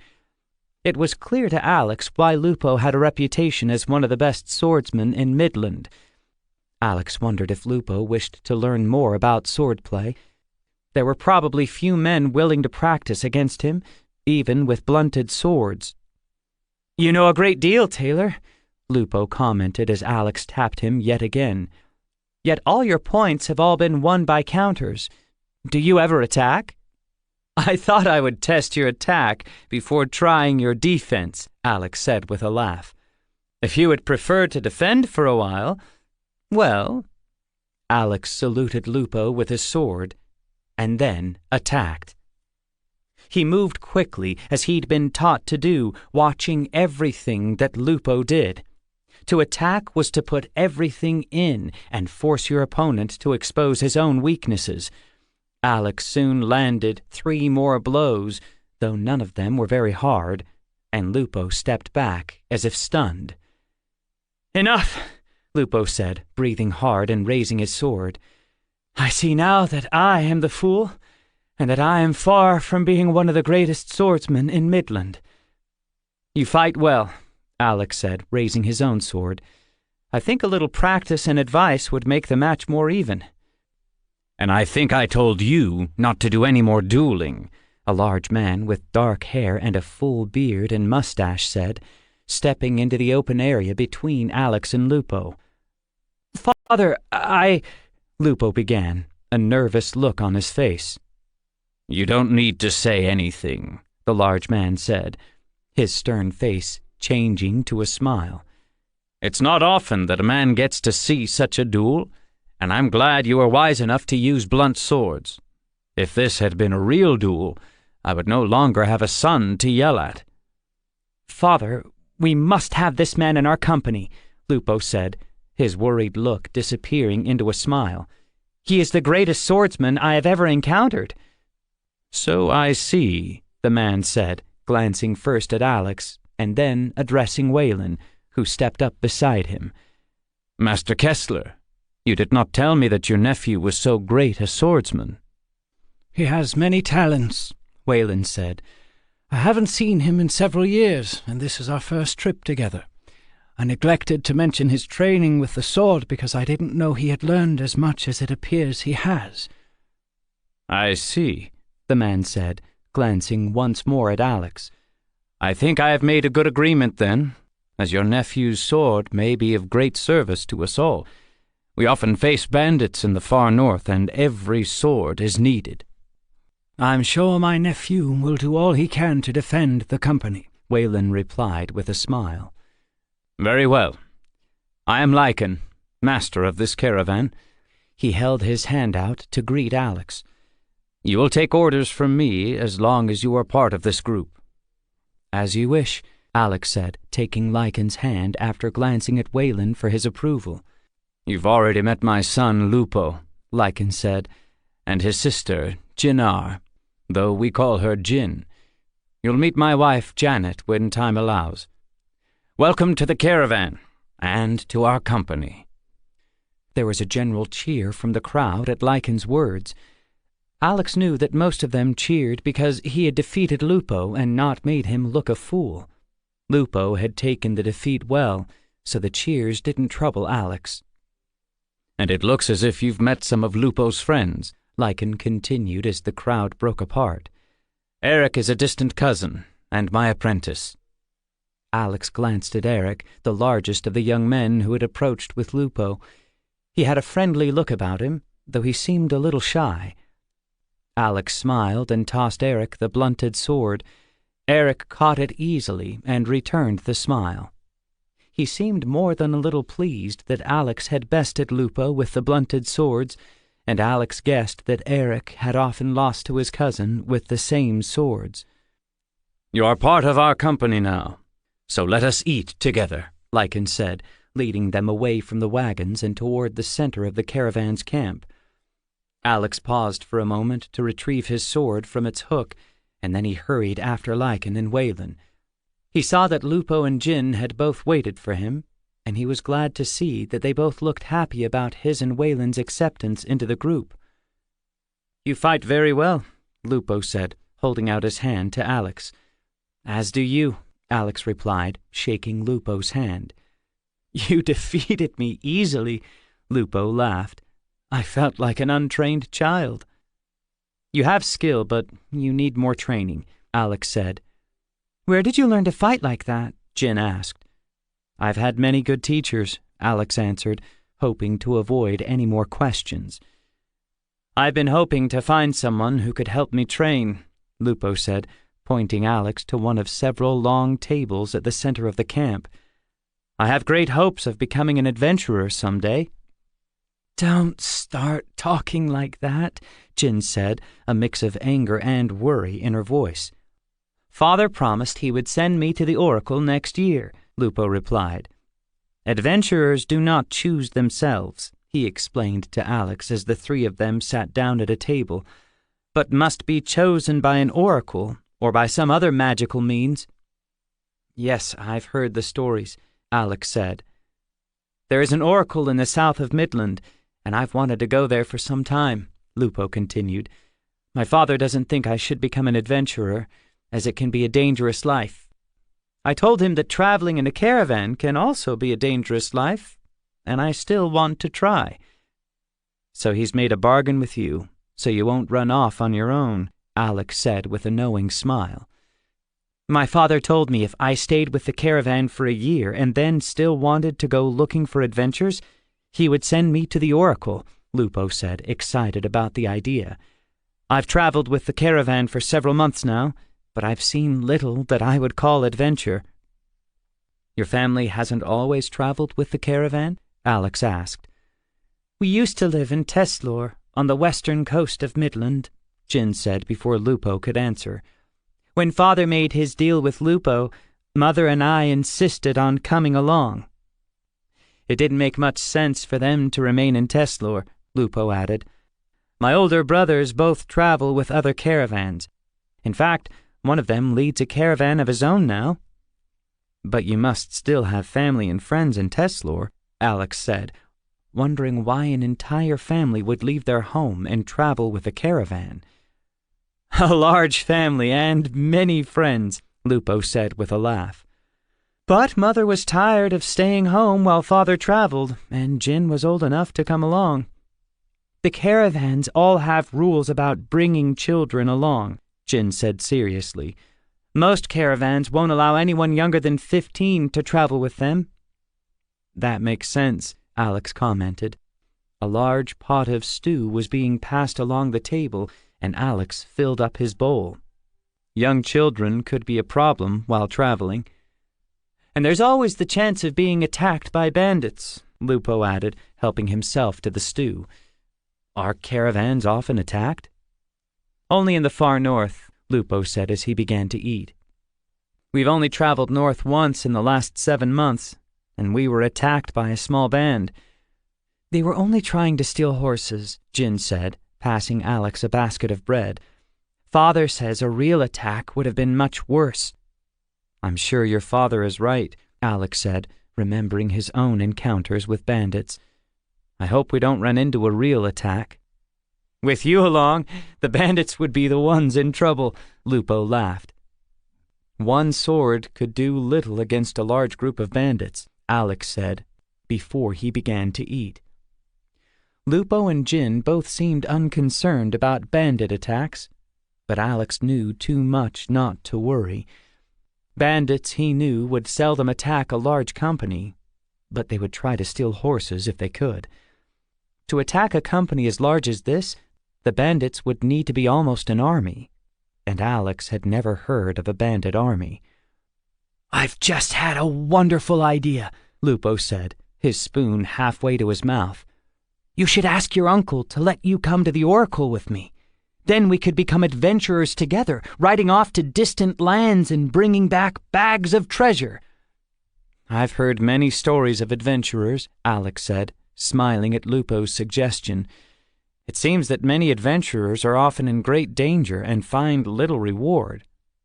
But when they do find success, the rewards can be huge, Lupo said, his eyes alive with excitement.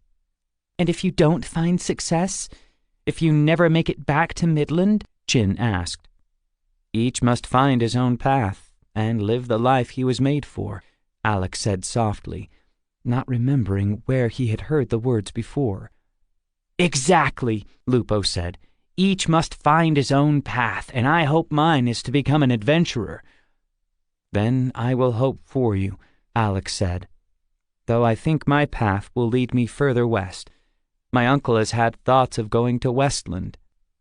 Father will talk him out of it, Jin said confidently.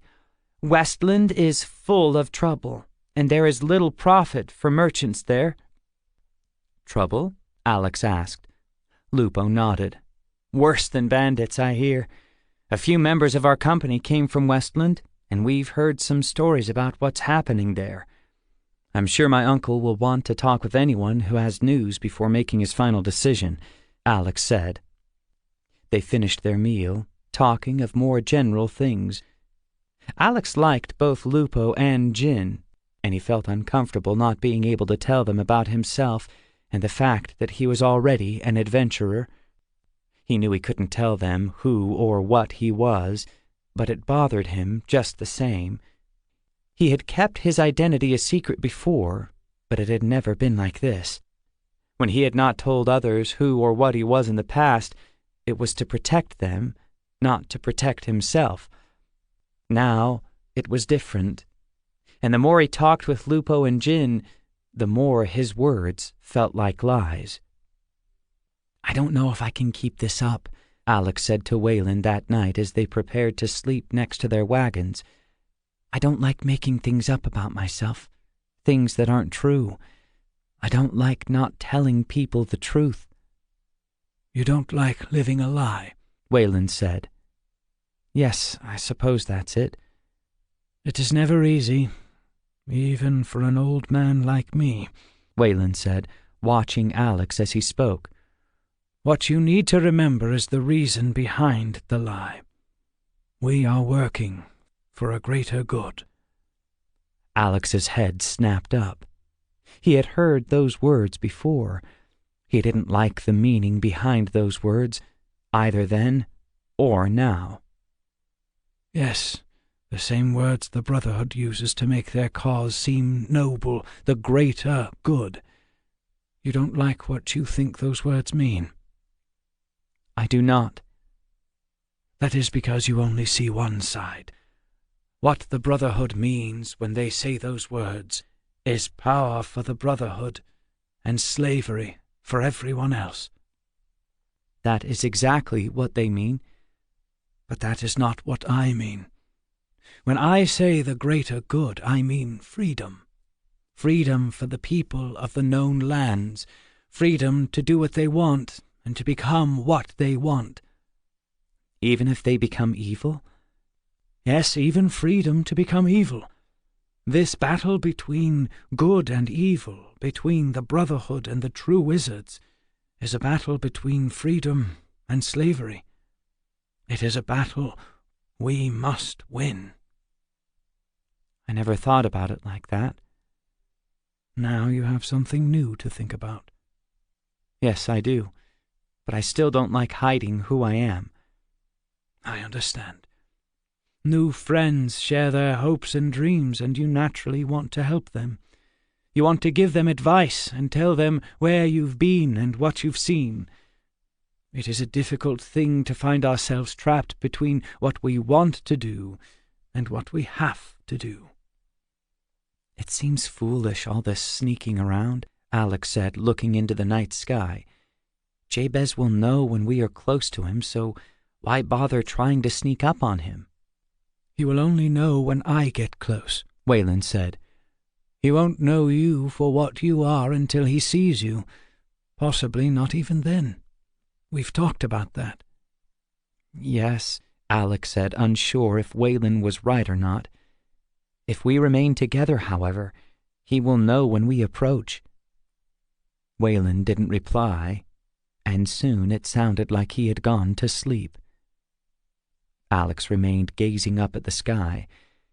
His thoughts weren't on the stars or on the lie that he had to live. His thoughts were far away on a hidden island where Salanor, the oldest of all dragons, maybe the oldest of all living things, made his home. Was it the fact that Alex was part dragon that was making it hard for Waylon and perhaps impossible for Jabez to see him for what he was? Was the magic of dragons so different than the magic of wizards? Alex wasn't sure, even though he'd used both wizard and dragon magic. Perhaps Salanor would be able to tell him. It happened slowly, but eventually Alex's mind seemed to leave the circle of wagons behind, drifting back across the sea to Eastland. He let his thoughts go, knowing where they would lead him and hoping for an easy answer. His thoughts moved quickly over the water, but not any water in Jarrow. After a time, Alex found himself standing near the secret cave on the Isle of Bones, calling out in his dragon voice to his friend. "You have traveled far in thought," Salanor said, his giant silver head lifting as he looked at Alex. "I have questions," Alex said, unsure if he dared ask them. "Yes, I can see that. I see your mind more clearly than your wizard friend, and I understand it better." "Then you already know what I would ask?" "Yes," Salanor answered, his voice deep and thoughtful as always. "Dragon magic and wizard magic are both the same and different, though not in the ways you might think." "Then is there a way? Is there a way I can hide myself and my power from another wizard?" "You already know the answer is yes," Salanor said, his giant head tilting to one side as he spoke. "You still think with the mind of a man, so you do not see things as clearly as a dragon would. If you thought like a dragon, you would already know the answers to your questions." "But I don't know how to think like a dragon. All my life I've thought like a human." "There have been times when you acted without thinking. You knew what to do by instinct alone, and at those times you were very close to thinking as a dragon."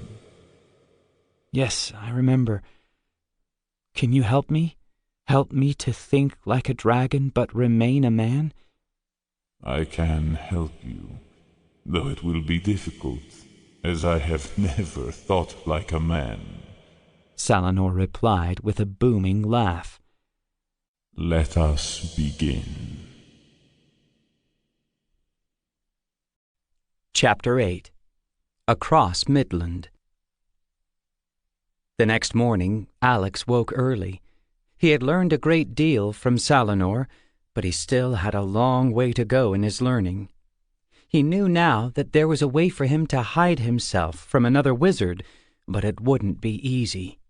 He had to practice thinking like a dragon, letting go the ifs and whens of human thought, and living more in the moment. Living in the moment was how Alex thought of dragons, but there was more. Dragons lived each moment as if that moment was all that mattered. At the same time, however, dragons looked at the future and the past as they were also part of the moment. Alex had a difficult time thinking of the future and the past as part of the present moment. It became harder still when thinking about what might happen in the future seemed more important to him than what had happened in the past. There was little time for Alex to practice his dragon thinking. The caravan was preparing to move. He and Waylon ate breakfast with the rest of the company and then organized their wagons. Alex had been assigned to ride north with Lupo and half a dozen others.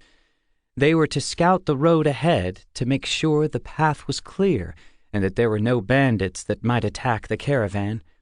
This far south, bandits were not a large concern, but Alex kept his eyes open just the same. By midday, they had ridden several miles north of the caravan. There was little to report.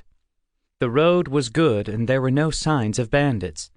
Alex and the others stopped to eat in the early afternoon, and Lupo asked Alex to tell them one of the stories he'd heard about adventurers. Alex wasn't sure what to say and would have preferred not to tell any story at all. The other members of the scouting group joined Lupo in calling for a story, however, so Alex told them the first part of his own first adventure. He was careful to make sure it sounded like a story he had heard and not something he had actually done. By the time they had finished their meal, Alex had gotten as far as his first battle with the three-legged troll and the discovery of the troll's cave. Lupo and the others thought the story was a good one, and made Alex promise to tell them the rest when there was time. Alex agreed, but he wasn't happy about it. His feelings about living a lie had not changed, and the story he had just told felt like the biggest lie of all. "I've been told that trolls often keep large amounts of treasure," Lupo said as they started riding north again. "The story says there was a fair amount of treasure in the troll's cave," Alex said. "Still, stories often say more than is true." "And sometimes less," one of the men with them commented. "You tell the story well," Lupo said, glancing at Alex as they rode. "You made me feel like I was there with the young adventurer." "And glad to be here in the warm sun," another of the men joked. "A three-legged troll is nothing to laugh about, not if you've ever seen one." "Have you ever seen one?" Lupo asked, looking over his shoulder at the man. "I've seen trolls with 2 legs, and that is more than enough," the man answered. "I've heard that a troll with 3 legs is both meaner and faster than a troll with 2. "A 2-legged troll moves fast enough," another man said with a laugh. "Are there many trolls in Midland?" Alex asked. "I've never seen any, but I've heard stories," Lupo said. "Some stories say that the trolls travel in bands, while others claim that they are slaves to the goblins." "Are there goblins in Midland?" Alex asked, remembering his encounters with the evil creatures. "Not that I know of," Lupo said, glancing around to see if any of the men knew differently. "The stories about goblins come mostly from Westland, which is one of the reasons there is so much trouble there now." "I would guess so," Alex said. "Many stories of adventure involve goblins, and from what I've heard, they are a terrible enemy to face." "Well, we shouldn't have to worry about that," Lupo said. "The worst we are likely to meet are bandits, and I would hope only small numbers of them." They rode through the afternoon. Now and then, 2 or 3 of them would ride to a nearby hill so they could get a better view of the land around them. About 3 hours after they had eaten, they started looking for a campsite. Alex thought this could be difficult because they had to have space for all the wagons and horses in the caravan, but it proved easy to find. They happened upon a large meadow, and it was clear that many caravans had traveled this way before. The main caravan came into view as the sun was setting. The movement of the caravan was well planned, and Lupo explained how it worked to Alex as they waited at the campsite. Each morning, riders left the caravan to scout the road ahead. If there was anything to report or trouble, they would hurry back to the main body. If there wasn't any trouble to report, they would wait at the campsite for the rest of the caravan to catch up. Normally, the caravan camped for the night a few miles from the next city they would stop at. The next morning, the leader of the caravan would ride with a few others to the city and get permission for the caravan to set up outside the city's walls. Once permission was granted, the caravan would move the last few miles to the city. Once they were set up, they would stay for 3 days or more, selling their goods and trading for what they needed. "Few cities would ever deny permission to a caravan," Lupo said. "The trade is important to them, and the cities often profit as much as we do."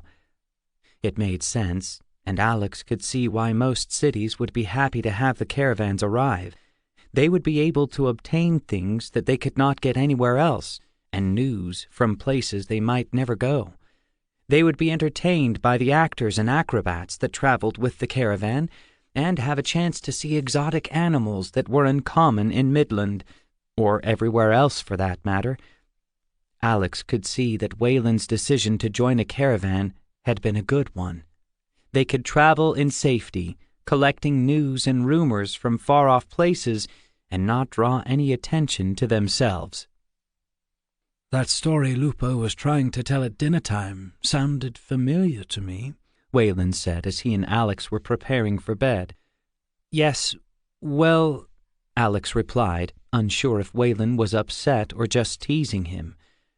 The part of the young adventurer seems to have grown since the last time I heard the tale, Wayland went on with a slight smile. Lupo did add a few things in his telling, Alex said, relieved that Wayland was smiling. What brought that story up, if you don't mind my asking? Lupo thinks he would like to be an adventurer. When we stopped for lunch, he asked me to tell him a story about adventurers, something I'd heard. The other men joined in, calling for a story, and, well, that one just came out. No harm done, Wayland said, sitting down on his blankets. Still, you might be a little more careful in which stories you decide to tell. Stories about you, even if nobody knows they are about you, can be dangerous. How so? Hearing a story about you, or rather about a young adventurer who did so much, might bring you to mind. It could make certain people think about you and who you know and what you've done in the past.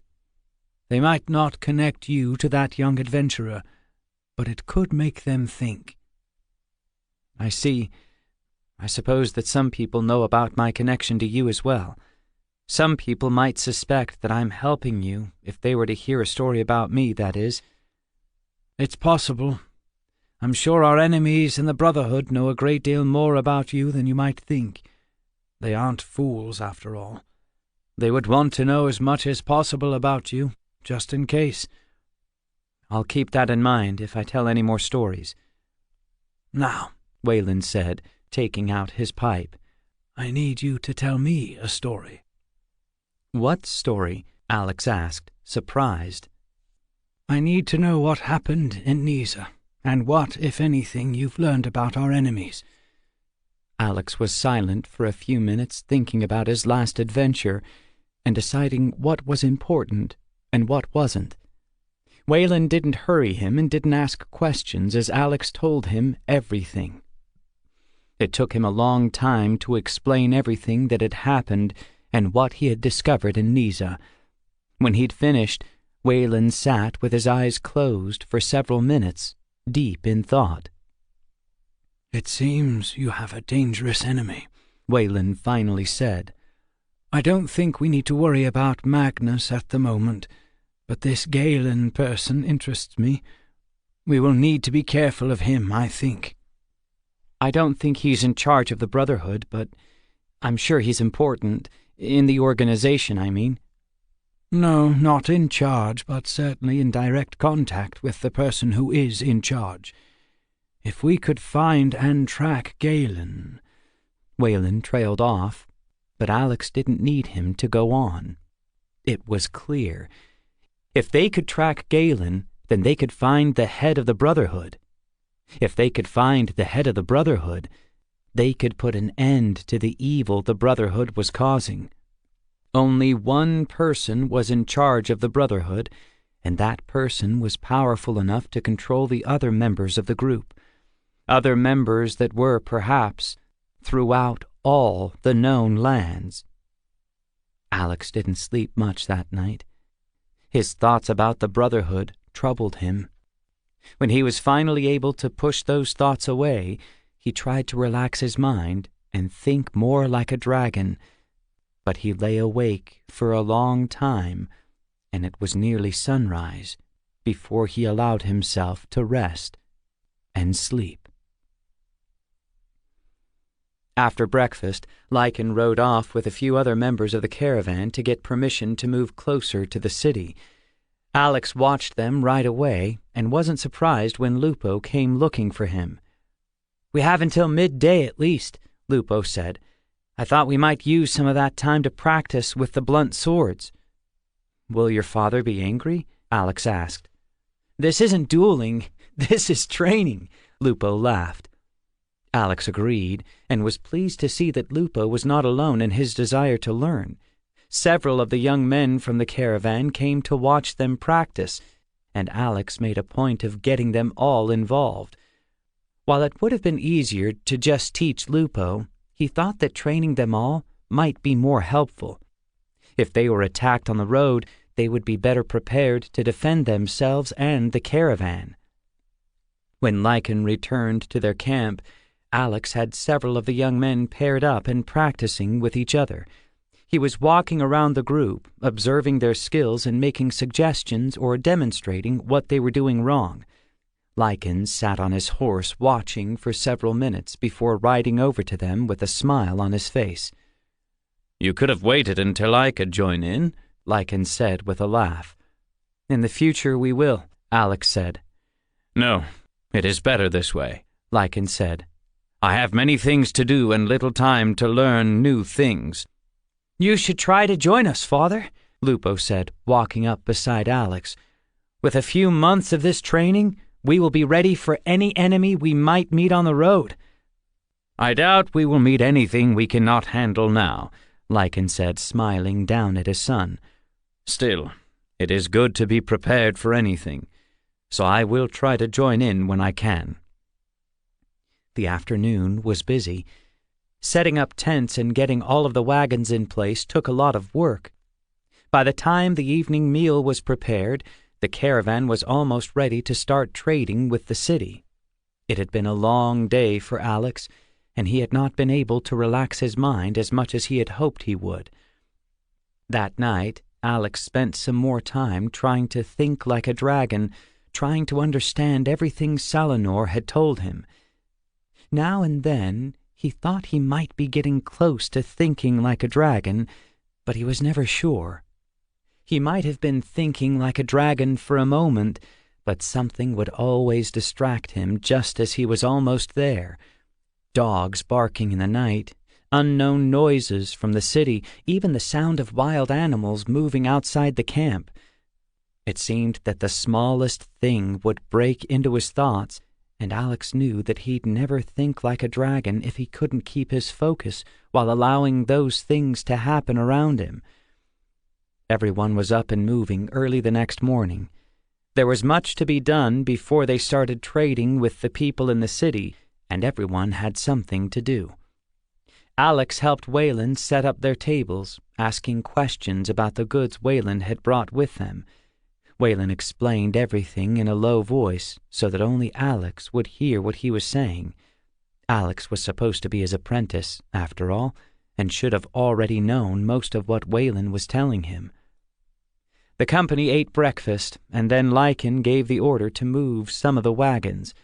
The wagons that were moved were the ones closest to the city gates, and had only been placed there to keep the people of the city out until everything was ready.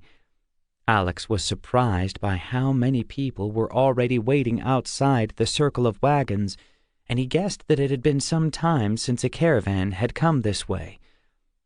Alex worked with Wayland all morning, surprised by how good a salesman Wayland turned out to be. Wayland would call out to the people who passed, letting them know exactly what it was he had to sell. It didn't hurt that Wayland sold things at a good price and would often let people argue his prices down. Alex didn't think that Wayland was going to make any money on this journey, but then again, they hadn't come to Jarrow to make money. They spent 4 days at this small city before the caravan prepared to move on. Once again, Alex would be riding ahead of the caravan, but this time the next city was 2 days away instead of 1. They were still far south of any likely trouble, but Alex stayed alert for any signs of danger. He wasn't looking just for possible trouble for the caravan. He was looking for anything that might be trouble for Wayland and himself. So it went as the caravan moved north and a bit west along the ancient roads of Midland. They stopped at every city on the road, and they encountered no trouble. The crowds were always happy to see them, and to Alex's surprise, he was able to learn a great deal about what was happening in Midland and in Westland. It was a happy time for Alex, even as busy as he was. He continued to teach Lupo and the others how to use the sword, and was pleased that they all seemed to be learning quickly. He also continued to practice thinking like a dragon and working his dragon magic. He wouldn't do anything that would be noticed, but using only his dragon magic took more concentration than he'd thought it would. Two things continued to trouble him, however.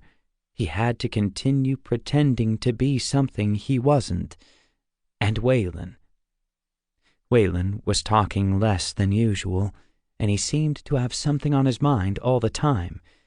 The old wizard looked tired, even early in the morning, and Alex wasn't sure that his friend was sleeping at all. Whenever Alex asked him, Waylon would smile and say it was nothing, but Alex knew that wasn't true. After almost 2 months of travel, Alex found something else to worry about. Riding ahead of the caravan, scouting their path as he often did with Lupo and several others, he noticed some unusual tracks. When he first saw them, he felt confused, but after a closer inspection, he was sure of what they were. "Goblins," Alex said, wiping dirt from his hands. 10 at least, maybe as many as 20 moving west. "How can you be sure?" Lupo asked. "These tracks were made by iron shoes," Alex said, following the tracks with his eyes. "Goblin soldiers either wear iron shoes or no shoes at all." 10 or 20 goblins won't bother the caravan," one of the men commented from his horse. "You don't know that," another man said. "Goblins are fierce. They could be a danger to the caravan, maybe a danger to the nearby cities as well." "If there really are only 10 or 20 goblins, the caravan should be able to handle them," Alex said, climbing back into his saddle. "But this could be a scouting party for a much larger force, or perhaps a small group of raiders." "You think there are more of them?" Lupo asked. "I don't know," Alex said, considering what he knew about goblins. "I don't think 20 goblins would be moving in country like this alone." "But they're moving west, and our path lies to the north," Lupo said nervously. "They were going west when they crossed the road," Alex corrected. "That was before dawn this morning. Where have they gone now?" Lupo thought for a moment. "Tonlar, ride back and tell my father what we found," he said. "Alex, you and I will follow these tracks to see if they change directions or meet others. The rest of you, continue along the road, but be careful." The men all nodded, and Tonlar turned his horse around and headed back to the caravan. Alex smiled at Lupo and started off along the trail the goblins had left. If the tracks continued to the west, there would be little to worry about.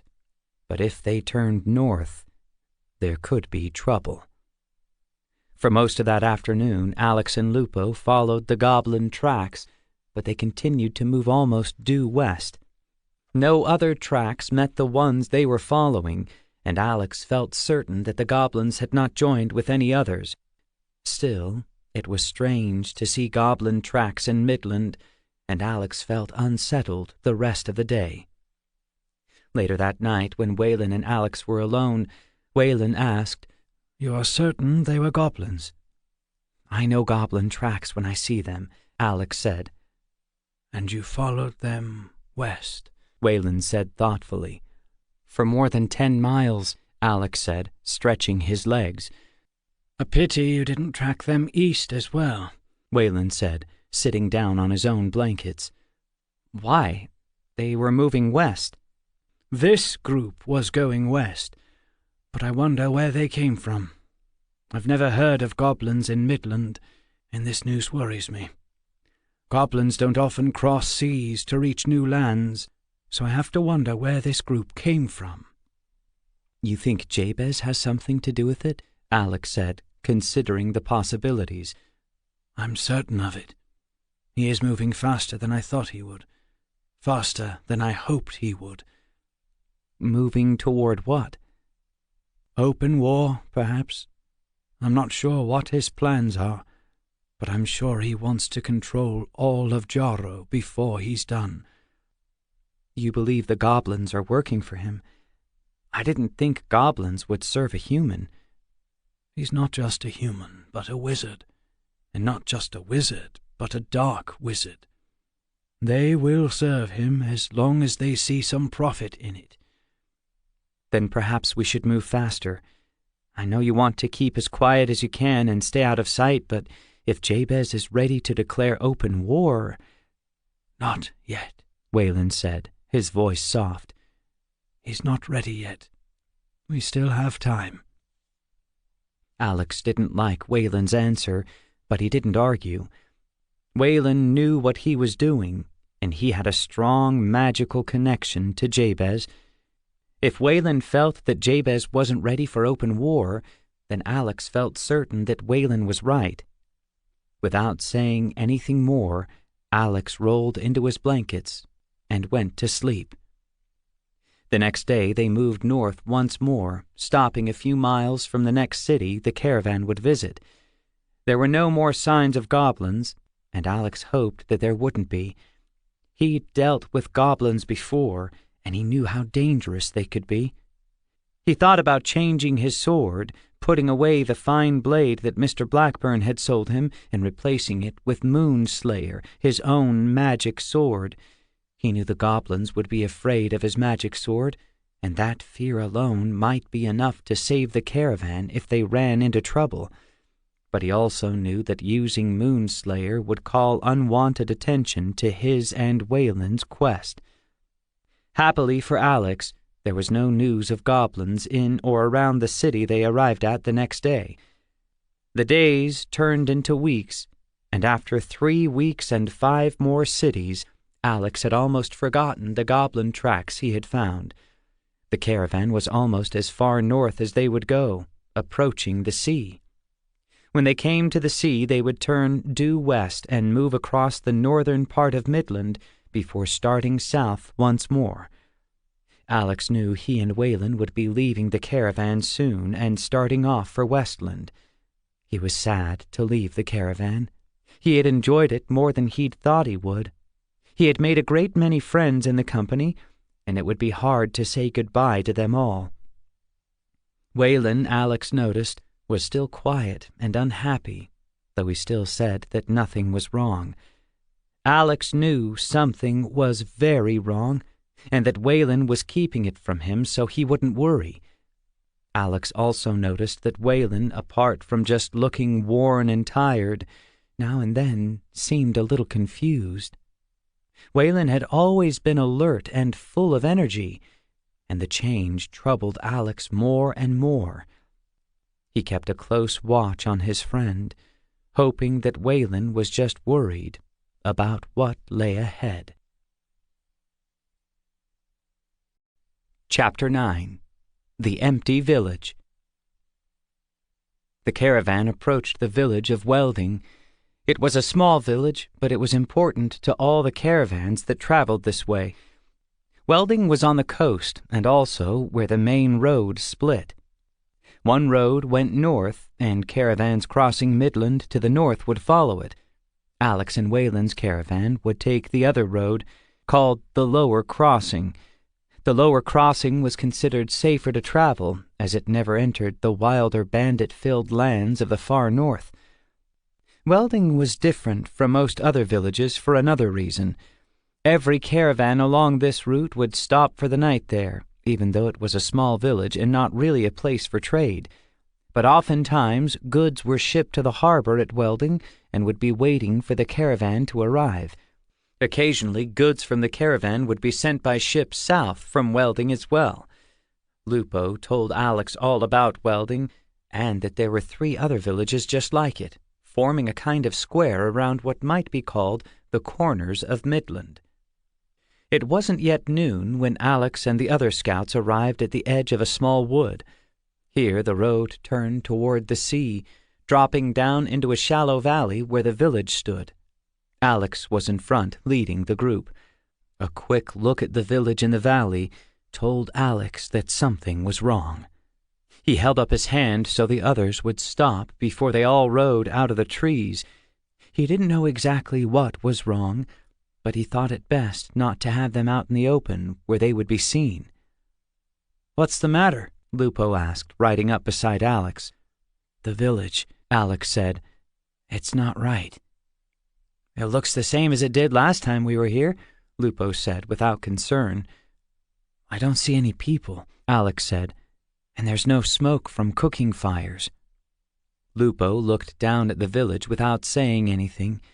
His face had become stern, and his eyes searched the valley and village for any sign of life. After more than a minute of looking and not seeing anything at all, Lupo turned to the rest of the scouts. "Be ready for anything," Lupo said. "Spread out on the road and leave some space between each other. If this is a trap, let's not make it easy for anyone to catch us all." The others understood what Lupo was saying, and with a nod, Lupo and Alex started forward. Alex heard the men behind him checking their weapons, but he wasn't sure weapons would be needed.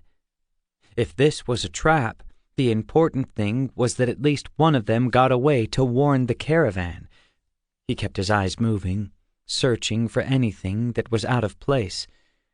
His mind started plotting, and he couldn't help thinking that if this was a trap, the wooded area they had just ridden through would be the best place for attackers to hide.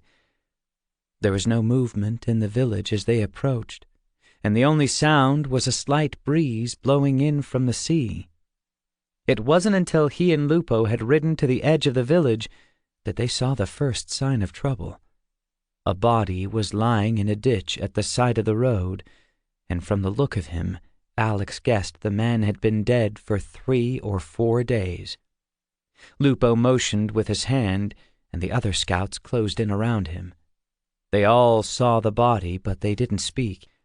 Alex let his magic reach out, looking for any signs of life in the village, hoping that things weren't as bad as he feared. There was nothing for his magic to find, or at least nothing living. The village was empty. "Gareth, ride back and tell my father what we found," Lupo ordered. "John, Eric, Parlacia is the nearest city along the North Road, half a day's hard ride at least. Make the best time you can and let them know as well. Be careful." "And the rest of us?" a man named Walsh asked. "We'll search the village for any survivors," Lupo answered, desperate hope in his voice. "Use caution. If there are survivors, they might fear us or even attack us." "And if there are no survivors?" Walsh asked in a troubled voice. "Then we'll start digging graves," Lupo answered. Gareth rode off at top speed, wanting to bring Lycan and the caravan forward as quickly as possible. John and Eric moved at a solid gallop, but Alex knew that however fast they reached the city, it would be at least a day before any help came from there. Alex and the rest of the group moved into the village quietly, nervous and afraid of what they might find. Alex, Lupo, and the 3 remaining members of their group stayed close together. With a great deal of caution, they searched every building from top to bottom. They found a dozen more bodies, and Alex made a note that all were men, and they all looked to be between the ages of 18 and maybe 40 years old. There were no women, no children, and no old people. A small hope blossomed in Alex's mind. Perhaps the women and children had somehow escaped. The hope didn't last long, as he helped to carry 13 dead men to the small cemetery just north of the village, and realized that if there were no dead women or children, it had to be because whoever had done this wanted the women and children alive. Alex's mind started looking for answers, and he didn't like any of the answers his brain came up with. He tried and failed to push the dark thoughts away and started digging. The work of digging graves didn't force his dark thoughts away, but it did help him to focus his mind. It was possible, he reasoned, that most of the villagers could have escaped. They might have seen this trouble coming and fled, leaving behind only a few men to try to defend their village. "If that is the case, where are they now?" Alex's Ogash asked. "Once the trouble was over, they would have returned to their village. They would have at least buried their own dead." Alex didn't have any answers. He turned the problem over in his mind, trying to find some way that the villagers might have escaped. Escaped and not returned to bury their dead. Something evil had happened here, and Alex was already thinking that Jabez was involved. But why Jabez would do something like this, Alex had no idea at all. "What do you think happened here?" Alex finally asked Lupo as they took a break from digging. "Pirates," Lupo answered without hesitation. "They often raid small villages and towns near the coast. They can get supplies, and sometimes they get a few men who are willing to join them."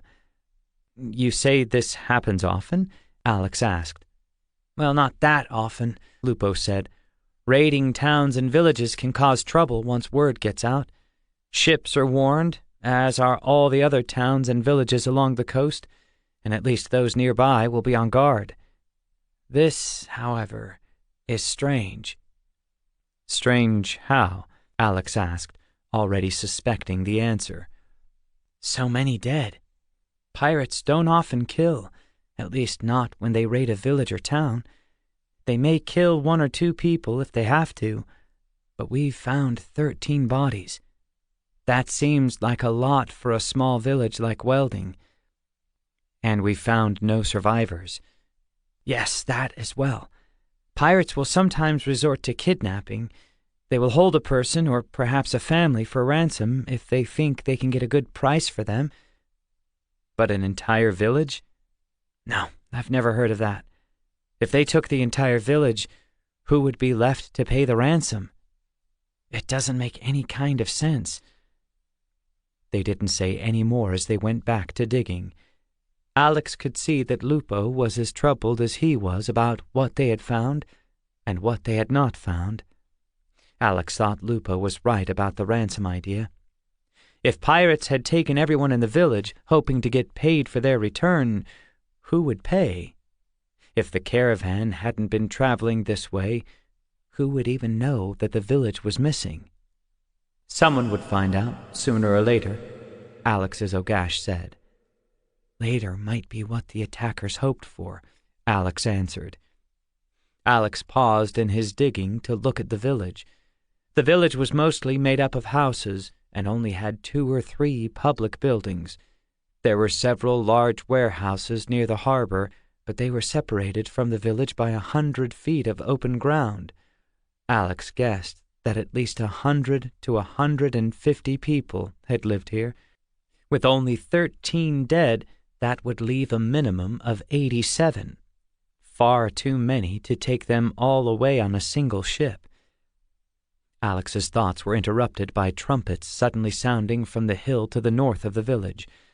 A large number of armed men on horseback came sweeping into the valley.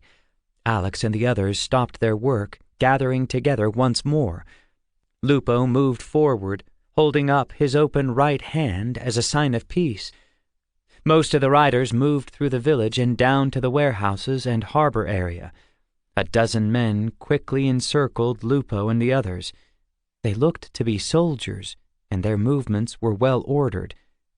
They didn't say anything for a minute or more, just looking at Alex and his companions. Finally, the man who appeared to be in command lifted his own right hand as Lupo had done.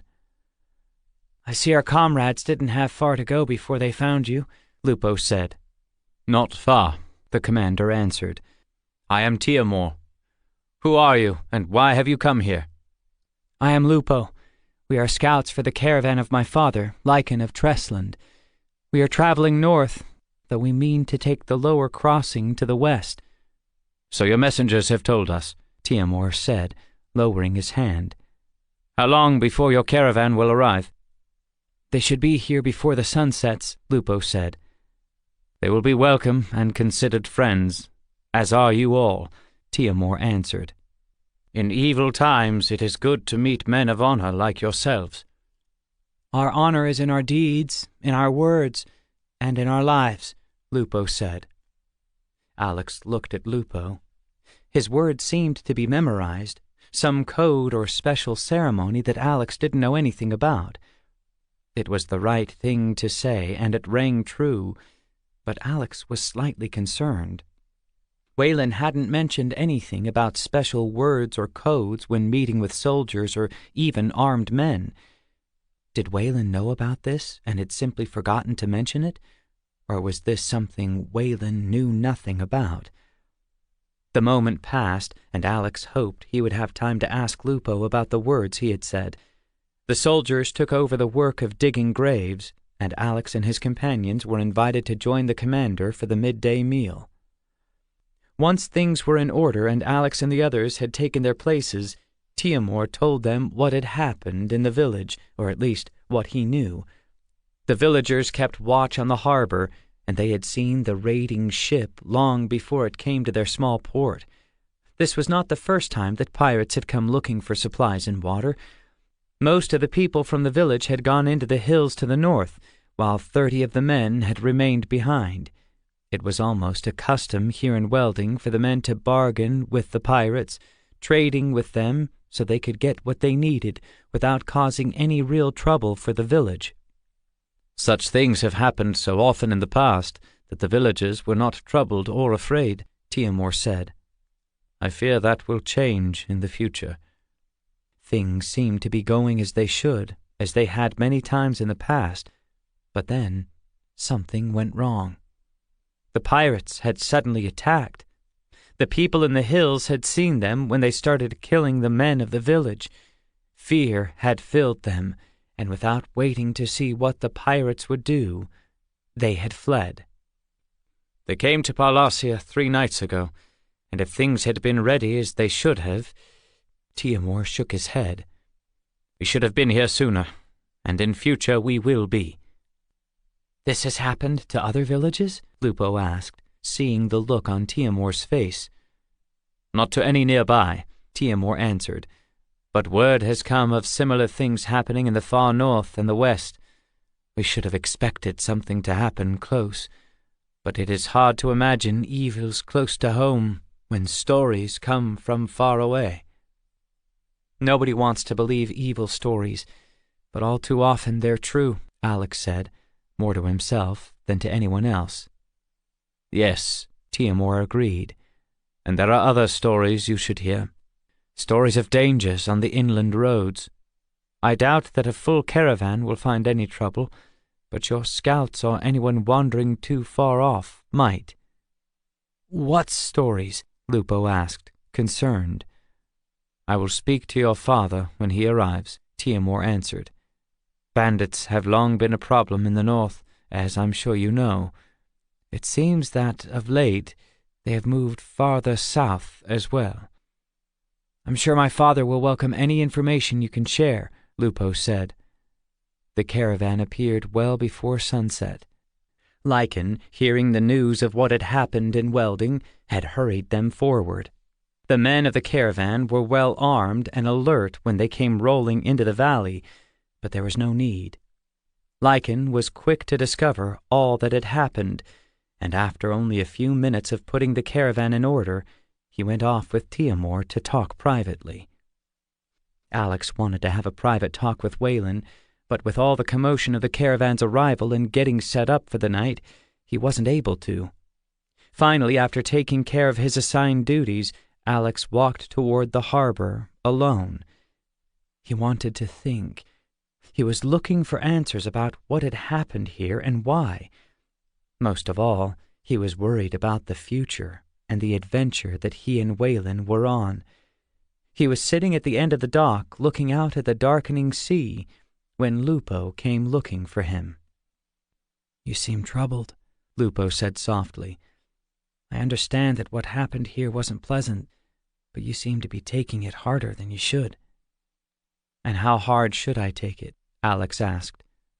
"Well, Lupo started and stopped. "I just mean that, well—" "What?" Alex asked. "Speak your mind. I won't be offended." "Today was bad, I know that. Still, it seems to me that you've been in a dark mood for many days now, and the further north we've traveled, the darker your mood seems to get," Lupo said. "It's like you're waiting for something you hope will not come." "Are my thoughts so open to you?" Alex asked in surprise. Alex thought that he had been hiding his feelings. He believed that his concerns about the future, about Wayland, and about his eventual meeting with Jabez were known only to himself. You don't hide your worries as easily as you think, Lupo answered. I don't know what your troubles are, but I can see them in your face. I can hear the echo of them and the laughter you use to hide them. Today was bad, but it is not the cause of my troubles. It is the future that worries me, a future that I cannot see or even guess at. Only an oracle can see the future, and even they cannot see all. Don't let the unknown drag you down in worry. Look to the future with hope. I have hope. It's just that you're thinking of adventure. I suspect that since I told you of my dream to become an adventurer, you've had some thoughts about your own future as a merchant. Alex was surprised by Lupo's guess. It wasn't what he had expected his friend to say, and it missed the truth completely. Still, he couldn't tell Lupo what was really bothering him, and the thought of becoming an adventurer was as good a cover story as anything. Being a merchant seems a dull life, Alex said. I wish I had some idea of what my future holds. I thought as much. Perhaps I can help you. Have you become an oracle, able to predict my fate? Alex joked. Nothing as grand as that. I do, however, know of something that might help. It is a place we will pass as we travel to the west, a place that many people claim is magical. What place is that? Alex asked, interested. A cave. There are some who claim that if you sleep in this magical cave, you will have visions of your future. Some who claim, Alex repeated. Do you make this claim? Have you slept in this cave? I've promised not to name those I know who believe, and I know that the cave doesn't bring visions to everyone. You've tried it yourself, haven't you? The last time we passed this way, Lupo admitted, I had no visions or dreams. Still, those who claim to have seen their future seem happier for it. Perhaps you will have the dreams and find the answers you seek. I don't suppose there is any harm in trying, Alex said, his mind catching on a new hope. If such a place as this magical cave was along their path, it might be useful for his current quest. He didn't know if he would find any answers, but there was a chance that he might. It's at least 10 days before we get there. The cave is hard to find, but I'd be willing to guide you if you want to try it. Alex agreed, even though his reasons why were not what Lupo thought. Lupo seemed happy to have helped his friend, and that helped Alex feel happy as well. Later that night, when most of the caravan had gone to sleep, Alex had a chance to talk with Waylon. At first, the old wizard simply listened to what Alex had to say and his thoughts about what had happened at Welding. Alex still thought that Jabez was somehow involved, but he still hadn't determined how. It's just a small village, and far away from the land Jabez is trying to control, Alex said. I don't see why he would care about such a place. Of course he cares about this place, Waylon answered, as if it was all perfectly clear. You're not thinking like an evil wizard, Alex. You're not thinking of how the Brotherhood works and gains power. What do you mean? You were in Niza, and you saw how things were done there. Lies, rumors, mistrust, those are the weapons of the Brotherhood. That is how they divide people, make them afraid and unsure of who they can trust. That's true. Still, the east side of Midland is a long way from Westland. Why would Jabez already be spreading his lies and rumors here? It's never too soon to spread the seeds of doubt. Never too early to kindle the fires of fear that he will use to his advantage later. I have no doubt that Jabez is behind this trouble, and a great deal more, unless I miss my guess. Is there nothing we can do? Can't we at least warn people about what Jabez is up to? Who would we warn? Who would believe us? As you said, Westland is far away. The troubles there are not the troubles of Midland. Few in Midland would believe any such warning of a coming evil. and those who might believe us are not in a position to do anything about it."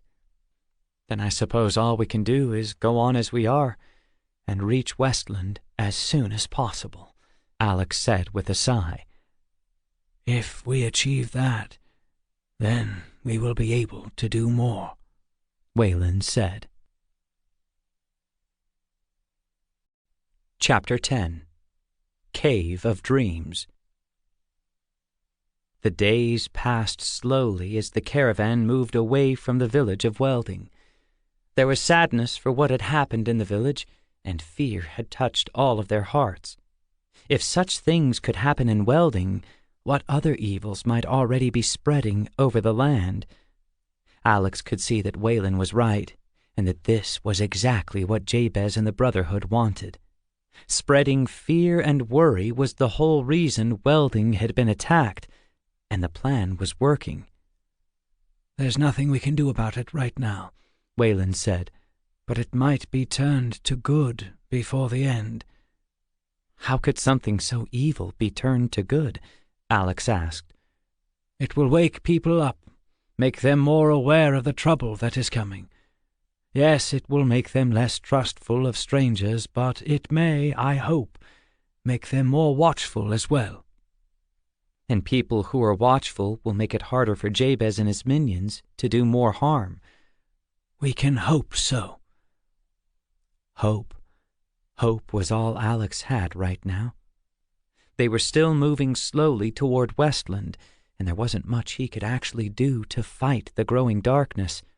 Jabez remained free to act as he wished, a fact that troubled Alex more and more as the days passed. It seemed unfair. Jabez should be afraid.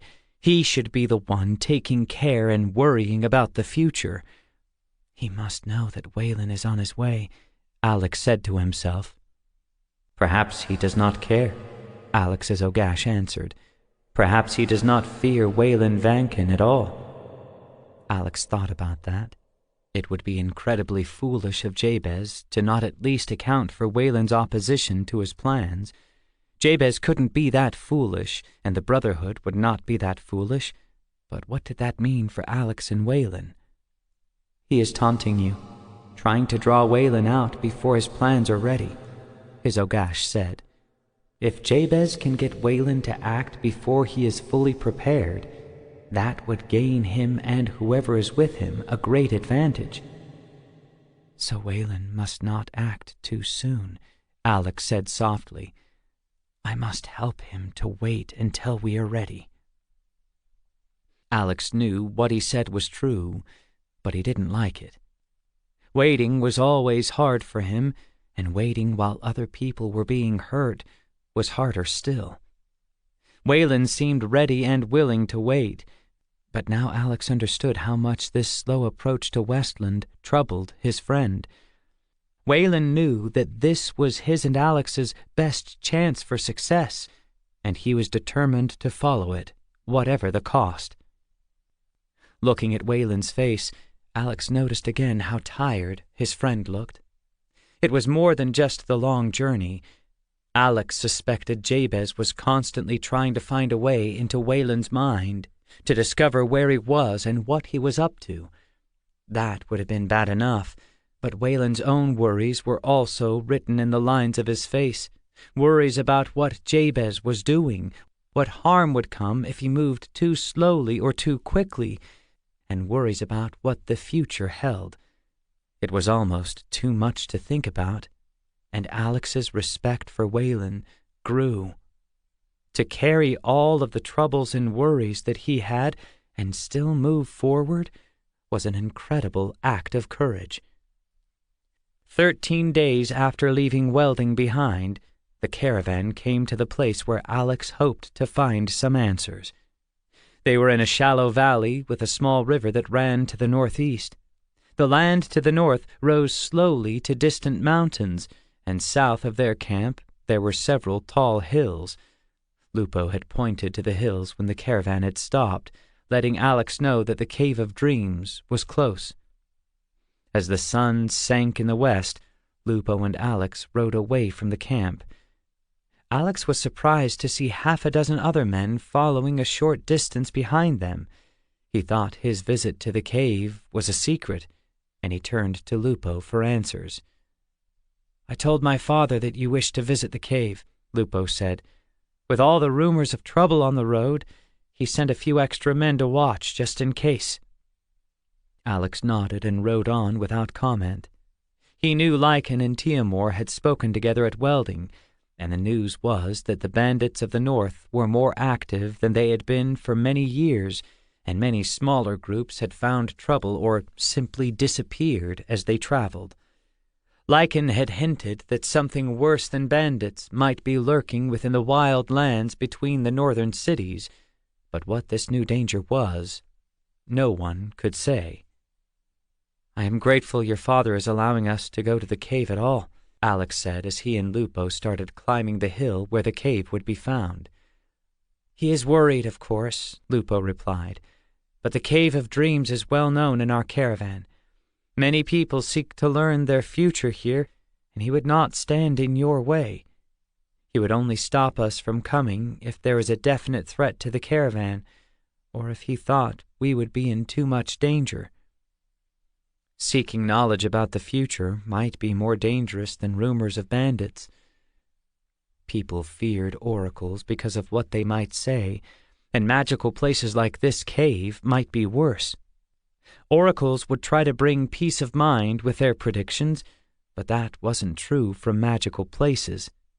If the cave worked, if Alex was lucky enough to have a dream or a vision, it would show him truth, but it might not be easy to understand. An oracle might at least try to explain their predictions, but this cave would explain nothing. "Here," Lupo said, stopping his horse and climbing out of the saddle. "Here's the path you must follow. I can go no further." Alex climbed off his horse and looked up the well-used but slightly overgrown path ahead of him. A chill ran through him, and he felt strangely reluctant to follow the path alone. He unsaddled his horse and picked up the bundle he'd prepared to take with him. Most of it was firewood, but there were also a few small tokens he'd gathered from people in the caravan. He'd been told to leave these items at a small shrine in the cave as an offering of thanks or as a wish for luck. "I suppose I should go," Alex said. "If there's any trouble, call out. I may hear you and be able to help." "If there's any trouble, it will be yours, and I will not be able to help you in any way," Lupo answered. Alex nodded and started up the path.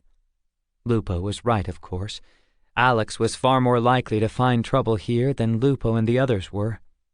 His reluctance to follow the path grew stronger as darkness started to close in around him, but he shook it off and continued to climb. The path was steeper and more difficult than it had looked. Alex climbed for a long time before he suddenly came to a wide, flat space on the hillside. Ahead of him was a dark opening, much darker than the night that had fallen around him. He moved forward, pausing to look around at the entrance of the cave, and then conjured a faint weir light to guide him into the darkness. Wayland might not have approved of the weir light, but Alex didn't think such small magic would be noticed. There was also the fact that he couldn't see anything inside the cave, and he needed some form of light if he didn't want to wander in blindly. The cave, Alex discovered, was not deep. It went straight into the hillside for 8 or 9 yards and ended at a small altar with a deep fire pit just in front of it. The altar was covered with small trinkets like the ones Alex had brought with him.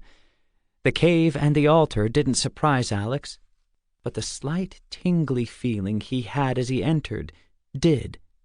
He mostly felt the tingling in his hands and feet, and he recognized it as the same feeling he'd had the times he had visited an oracle.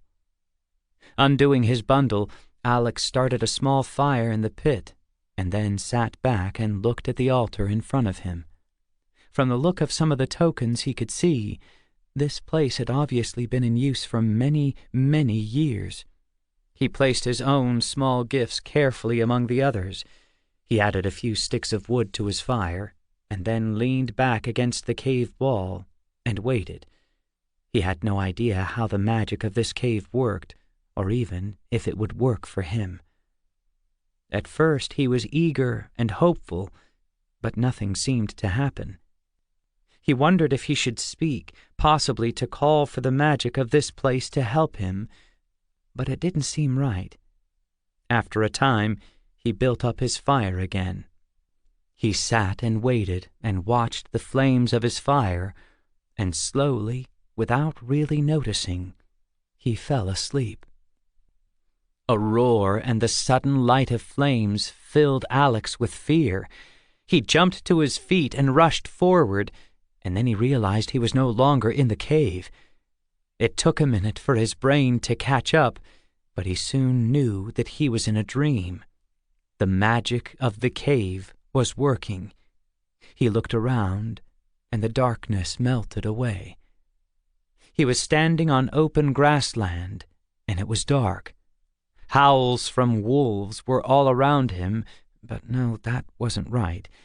It wasn't wolves, exactly, and there was language in those howls.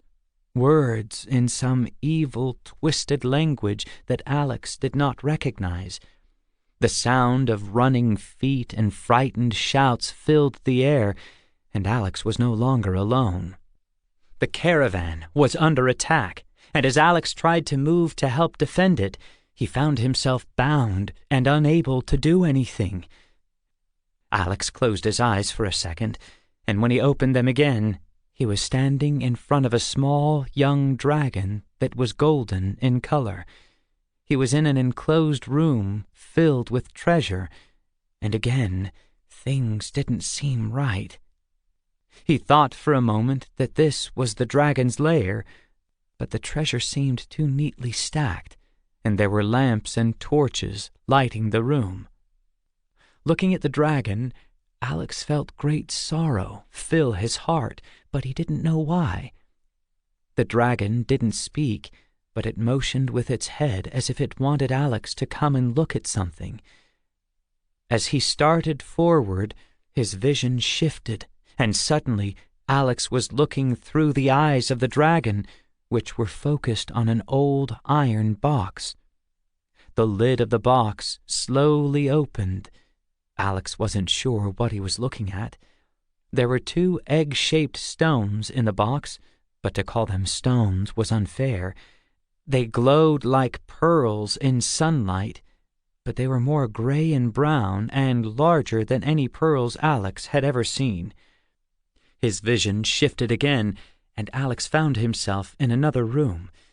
The light here was dimmer, coming only from low-burning torches. Goblins stood in a group in front of what looked like a stone throne on which sat a man with a staff. The name Jabez came into Alex's mind, and a mix of fear and hate filled his heart. A man walked to Jabez's side, leaning toward him and whispering something that Alex could not hear.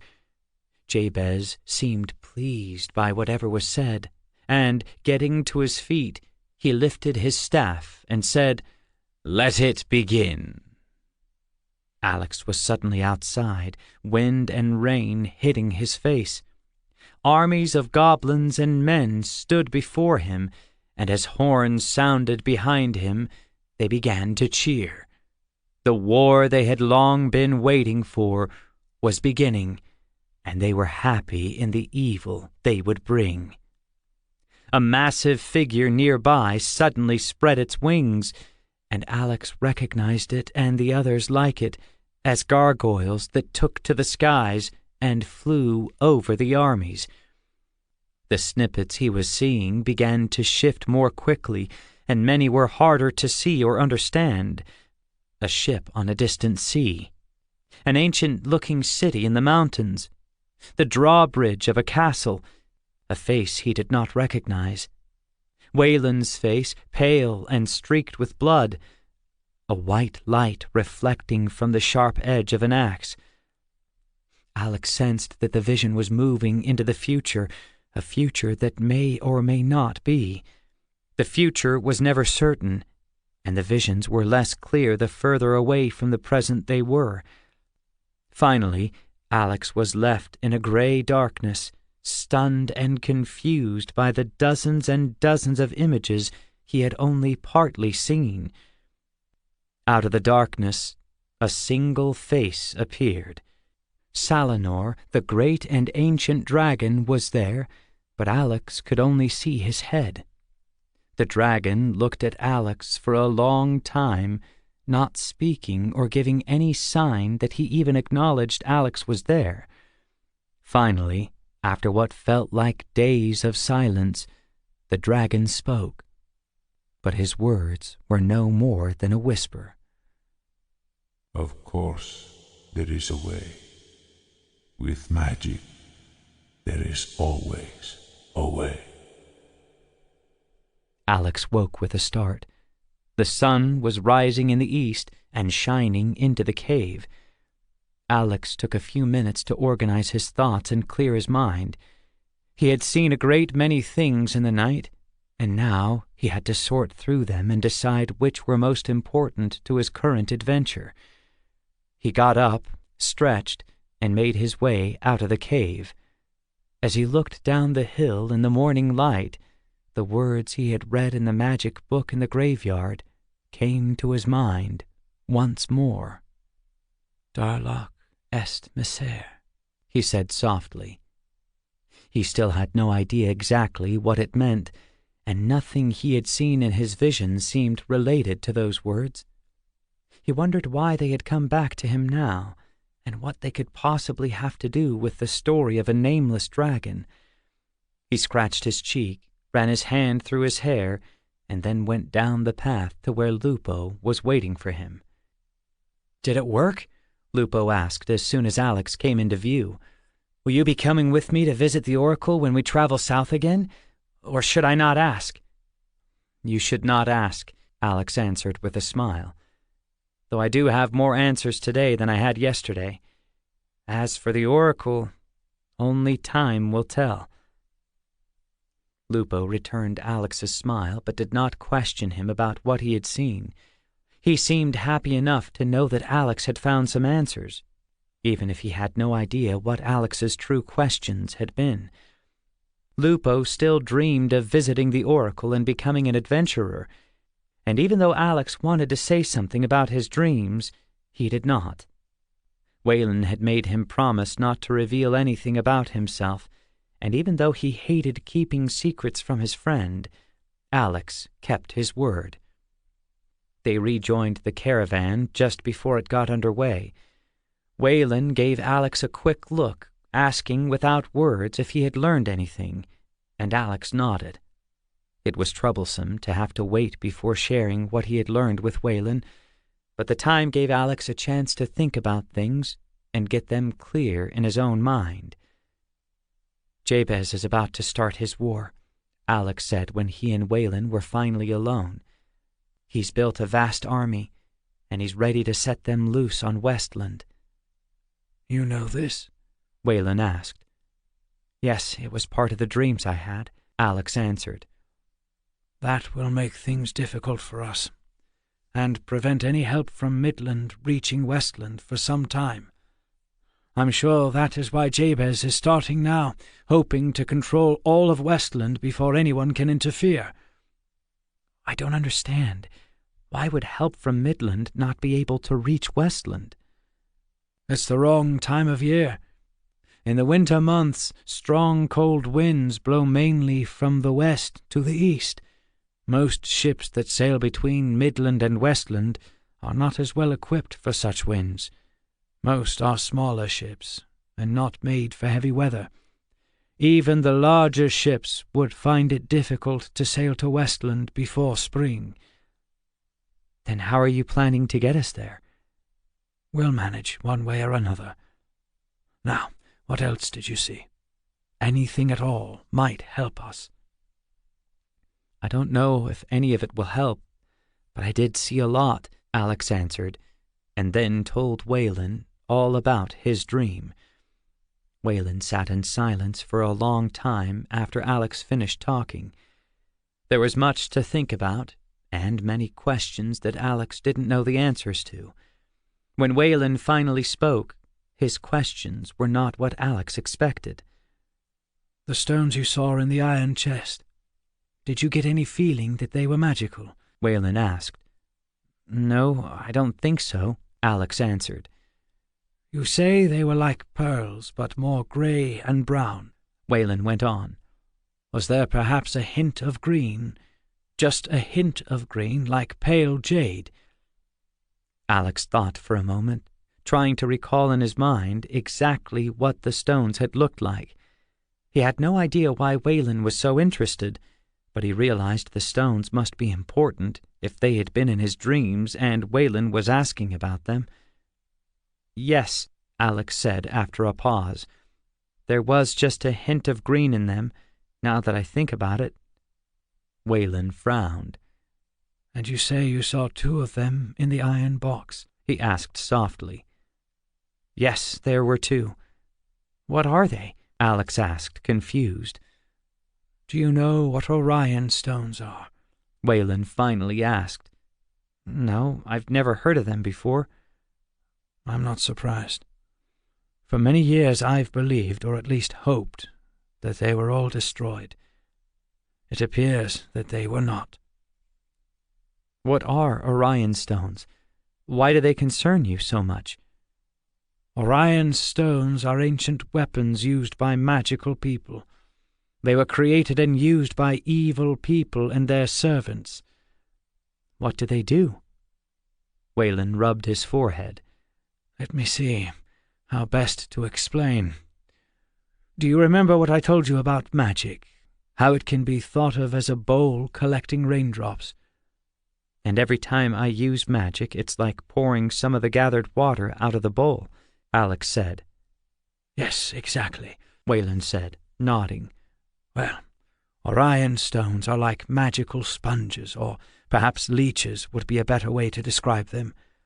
When you use magic against someone who is carrying one of the stones, the stone absorbs your magic until your bowl is left dry." "But that's not possible," Alex said, shaken by the idea. "Oh, it is," Wayland said. "What's more, after your magic is gone and you are dead, the holder of the stone can break it and steal your power for himself." "What if your magic is gone, but you aren't dead?" Alex asked, thinking over Wayland's words. "Then, if you can break the stone, I believe the magic would return to the rightful owner." "I don't know. I might believe the stones could drain someone's power, but I don't think you could really give that power to someone else. I don't think it would work." "I hope you are right. Personally, I think it probably refreshes the stone holder's own power, refills their magical bowl, as it were." "Yes, I think that is more likely." "Well, let's make sure we don't find out what will happen if the stones are used against us. Whether they will or will not steal a person's magic, I don't think either of us wants to find out firsthand how they work." "At least we know Jabez has these stones." "Yes, and if we get the chance, we should take them away from him." "You mean if I get the chance? So after I sneak into the castle and find the Axe of Sundering, then I should also steal these stones?" Alex said, half smiling. "Well, if the opportunity comes up," Wayland said, returning the smile. "And if you do get the chance to take them, you should keep one for yourself. It would only be fitting if Jabez's own weapon was used against him." "What if Jabez is carrying the stones when we turn up?" Alex asked. "If that happens," Wayland said, "then I think the both of us will be in a great deal of trouble." "Well, as long as we know," Alex said. Chapter 11. Fear in the Dark. Now that Alex and Wayland knew Jabez was starting his war, the caravan seemed to move at a snail's pace. It was as if extra hours had been added to the daytime, and the nights were filled with waiting and restless sleep. It felt to Alex like the caravan hardly moved at all, even though he knew that the wagons were moving at the same speed they always had. Everything seemed dull and gray. Alex knew that a great many things were in motion, and that the fate of Jarro hung in the balance.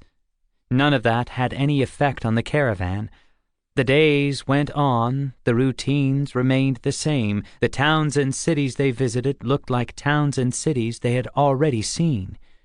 2 weeks after Alex's visit to the Cave of Dreams, something changed, though Alex was slow to notice it. The caravan was settling in for the night, circling the wagons, lighting watchfires and preparing the evening meal. Alex felt tired after a long day of travel, and then a shiver of fear ran down his back. Sitting up straight, Alex looked around slowly. He looked at the caravan that he knew so well, and then at the green valley where they were spending the night. Nothing looked out of place. Nothing looked threatening or dangerous in any way. He tried to focus his mind on what might have caused him to shiver on this warm evening. He could find nothing, no cause, and for some reason that scared him more than the strange moment of fear had. For a moment, Alex wasn't sure what to do. Something was wrong, he was sure of it, but he had no idea what it was. He considered using his magic for the first time in a long time. Just a little magic to search the land around the caravan for danger. Just a little magic that no one would ever notice. He was about to turn his magic loose when Waylon suddenly appeared. The look on the old wizard's face was enough to stop Alex cold. "Do nothing," Waylon said quietly as he walked up to Alex. "Whatever you're thinking, no matter how right it might seem, do nothing." "You felt it as well, then," Alex said, matching Waylon's quiet tone. "Oh, yes, I felt it," Waylon said. "I've been around long enough to know it for what it is as well. We'll talk about this after the evening meal." Waylon walked away, leaving Alex with more questions than he'd had before.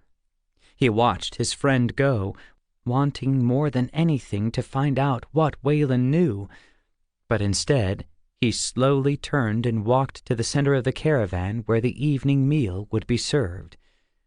Alex forced himself to eat, though food was the last thing on his mind. He talked with his friends, laughed at their jokes, and acted as he was expected to act. It was all for show, and all Alex was really thinking about was what had happened and what might be about to happen. He was sure something important was looming, and Waylon knew, or at least guessed, what it was. Again, the thought of using his magic came to him. Just a little magic to find out what was happening. Just a little magic that nobody would notice. It might be important. The lives of his friends in the caravan might depend on his knowing what was going on. People could die if he wasn't ready to act. "Do nothing," Alex's Ogash repeated. "Listen to Waylon and do nothing." Alex forced down the desire to use his magic.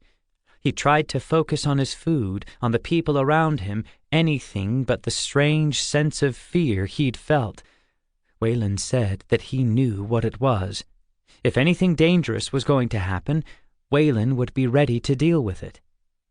Except Waylon has been distracted, Alex thought. Could this be some new attempt by Jabez to find Waylon? Some magical attack on Waylon's mind so Jabez can find out where he is? Looking down the long table at Waylon, Alex couldn't see any sign of worry or fear. In fact, he couldn't see any sign of anything on Waylon's face. He didn't look distracted. He didn't look as worn or tired as he had before. Somehow, Waylon looked at peace, rested, relaxed, without a care in the world, and certainly no sign that danger was close. A new thought came to Alex's mind, one that he tried to push away but could not. What if Jabez had broken through Wayland's defenses? What if Jabez had been able to overcome Wayland? What if Jabez was somehow controlling Wayland? No, Alex's Ogash said firmly. Wayland is not so easily defeated, and you would know if Jabez was in control. You would know if Wayland had lost this battle. Yes, Alex whispered to the plate in front of him. Yes, I would know. It seemed to Alex that the meal lasted for hours. Even after everyone had eaten all they could, nobody wanted to leave the tables. Eventually, people began moving away, gathering around the large campfires in groups, unwilling to leave the light and their companions for their beds. Alex stayed near the campfires for a short time as well, but soon slipped away, hoping to find Wayland and answers to his questions. It took Alex some time to find Wayland. At first, he wandered aimlessly around the camp, not really looking. When he realized what he was doing, Alex shook himself. Fear touched him again, but this time he ignored it. He focused on finding Wayland and moved off into the darkness. Strangely, the night seemed darker than it should have been. The moon had not come up yet, and though it had been a clear day, no stars could be seen. Alex paused for a moment, looking up at the night sky. He turned and looked back toward the campfires, noticing how distant they seemed to be. It felt like he was looking down a long tunnel, and the campfire at the end of it was so very small. "That's not right," Alex said softly, rubbing his eyes. "No, it is not right," Wayland answered, stepping out of the shadows. "It's not right at all, and I'm afraid there is nothing we can do about it." "What do you mean?" Alex asked. "You said you knew what this was, and now you say we can't do anything about it. Wayland, what's going on?" "A test," Wayland answered with a sigh. "An evil test that we must not fail, no matter the consequences." "I don't understand. Explain what is happening," Alex demanded. "This is the work of evil men," Wayland said. "Of warlocks. Clearly they are working for Jabez and for the Brotherhood that he serves. They have filled this valley with their spells, with fear and doubt. Their magic is at work all around us. You see how the members of the caravan huddle together near the fires, afraid to leave one another, afraid to go alone into the night." "Yes, but—" Alex started. "No," Wayland cut him off. "You are thinking we can break the spells of fear, that we can drive off any warlocks that might be near or destroy them. Normally I would agree with you, Alex. Normally I would say yes, but tonight we must not. Tonight we must let things be and hope for the best." "What?" Alex asked. "Why? Why should we let evil reign tonight? Why shouldn't we break this magic with our own?" Alex paused, then shook his head in understanding. "Oh, yes," Wayland said, nodding his head slowly. "You see the answer even as you speak. This evil is trying to draw us out, to find us. They want us to break their spells with our magic. They want us to protect those we travel with. But if we do, we will be revealed to them, and we cannot let that happen." "What do you think will happen?" Alex asked, knowing that Wayland was right, and they must do nothing. "I don't know," Wayland answered. "Perhaps nothing except for a fearful night with little or no sleep for our friends. If we are lucky, that's the only price we'll pay." "But you don't believe that?" Alex said. "No, I don't. I think we have more to fear than simple spells and darkness," said Wayland. These warlocks will have something more than just this planned. Something they think will draw me out, force me to show my magic." Wayland's voice had grown soft and distant, as if he were studying something in the distance and not really thinking about what he was saying. "Wayland?" "Promise me, Alex," Wayland said urgently. "Promise me that you will only use magic to save yourself. No other reason, only to save yourself if you must." "Wayland, I don't think—" "Promise!" "I promise. Only to save myself if I must. No other reason," Alex said reluctantly. Wayland relaxed visibly. "You must think all of this is only the foolishness of a worried old man." "I don't think you are foolish," Alex said, trying to sound reassuring. "Well, we'll soon find out," Wayland said, his eyes searching the darkness around the camp. "As I said, maybe nothing will happen. Maybe it will just be a hard night for the caravan, and tomorrow we can move away from this evil place." After watching the darkness with Wayland for a time, Alex walked back to the campfire.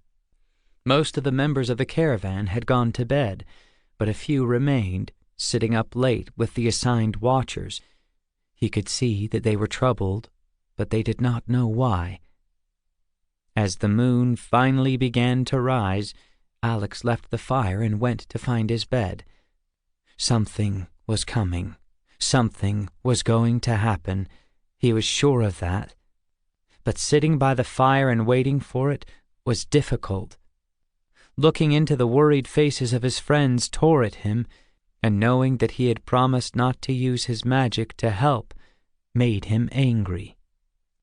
Alex had fallen into a half-sleep when the attack finally came. He could hear sudden shouts that were full of fear, but his body was slow to move.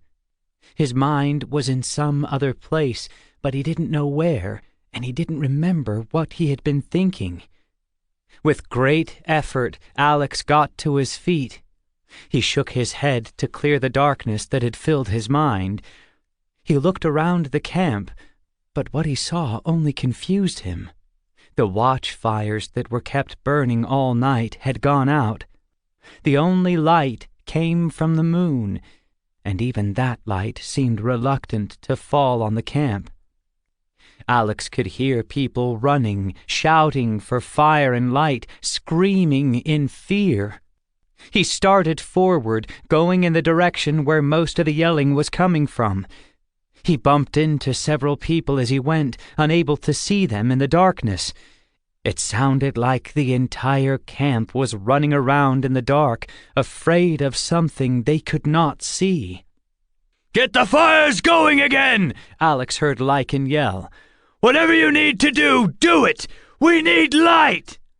"Attackers on the north side!" an unknown voice called. "Bows are useless in this darkness.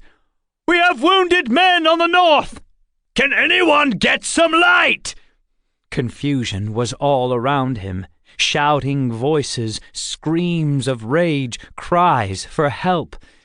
Alex spun around and around, unable to tell which direction was north, unable to help those who needed him. For an instant he considered letting loose his magic, relighting the fires and breaking the magic that was being used against the caravan. Then the instant passed, and he did nothing. His promise to Wayland held him, bound him to do nothing. "It's what the enemy wants, you know," Alex's Ogash whispered. "They want you to use your magic to show your power, and then they will have you." "Magic is not my only weapon," Alex answered. He turned slowly, listening to every sound, and then moved in the direction where he thought he heard fighting. He may not be able to use his magic, but he still had a sword, and he was more than willing to use that. The darkness seemed to lift as he moved, or at least Alex could see more than he had before. He dodged running men and women, scanned the camp for trouble, and finally found what he was looking for. The attackers were in front of him, only a few dozen yards away, but Alex froze in his tracks when he saw them. They were as tall as a man, but their bodies were covered in long, dark hair. They had sharp, bloody claws instead of hands, and their eyes glowed red in wolf-like heads. Alex had never seen creatures like this before. One of the foul creatures had knocked someone to his knees and was lifting its clawed hand to finish him off. Through the darkness, Alex could see the man on his knees was Lupo. Blood flowed from a deep cut on his cheek. Alex ran. Forgetting to draw the sword at his side, he slammed into the creature at full speed. It felt to Alex as if he'd hit a tree. He tumbled through the dirt for several yards, scrambled to his knees, and looked up into the face of the wolf creature he'd hit. The creature was faster than Alex. It was still on its feet. Alex didn't know if he'd knocked it down or not. A low growl came from the creature, and the back of its hand slammed into Alex's jaw. Alex felt himself lift off the ground, spin head over heels in the air, and slam back into the dirt. For a moment, Alex was dizzy. He was afraid he might pass out, which would be the worst thing that could happen. He had to save his friend. He tried to get up, but his mind wasn't sure which direction was up. He tried to see where his enemy was, but everything was blurred. He knew he was in trouble. The creature was too fast and too strong. He'd been a fool to run at it the way he had, and now he was helpless. His foolishness might have just cost him his life, and Lupo's. No! A harsh and powerful voice echoed in Alex's mind. Suddenly, Alex found himself standing upright, facing the wolf creature in front of him. His skin seemed to ripple under his clothes, hardening into armor. The darkness around him melted away, and he could see as clearly as if it were midday. He looked down at his hands, but they were not hands. Now they were the miniature claws of a dragon. Alex looked back to the enemy in front of him, prepared for battle. The wolf creature was frozen, its nose lifted as if sniffing the air. Suddenly it let out a whine of both fear and pain. Its eyes dimmed and grew wide. Its muscles went stiff. Alex set his feet, expecting an attack. Then the creature dropped to all fours and ran away. Surprised, Alex looked around for more of the creatures, but they were all running away now. Somewhere in the distance he thought he heard a low whistle, but he couldn't be sure. He watched as the last of the creatures disappeared into the night, and then he looked back to the claws that were where his hands should be. Slowly, the claws turned back into hands as he watched. He felt his skin soften, and though he didn't know what had happened to him, he knew that he was his human self again. He looked at Lupo, who was still kneeling on the ground. His eyes were glazed over, and he looked confused. "Alex?" Lupo asked. "Where did you come from?" "I came to help you," Alex said, hoping Lupo had not seen his strange transformation. "I'm glad you're safe. Here, let's get you back to your wagon." Alex slipped his arm around Lupo's shoulders and helped him stand up. As they turned toward the caravan wagons, firelight suddenly broke the darkness as dozens of torches spread out around the camp. Alex looked up at the sky. The moon and stars shone brightly now, and he could tell it was only a few hours before dawn. He let his gaze fall to the ground, and his heart went cold inside of him. There were bloody, wounded people all around. Not just men who had been trying to defend the caravan, but women and even a few children were lying on the ground. Alex did what he could to help Lupo and the others without using his magic or giving himself away. Fortunately, the caravan had several healers and vendors of herbs and potions traveling with them. It was long after sunrise before all the wounded were taken care of, but Alex was sure they were all in good hands.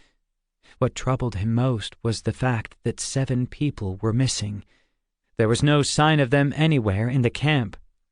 Remembering how quickly the wolf-like creatures had attacked, Alex was sure the people had not simply vanished.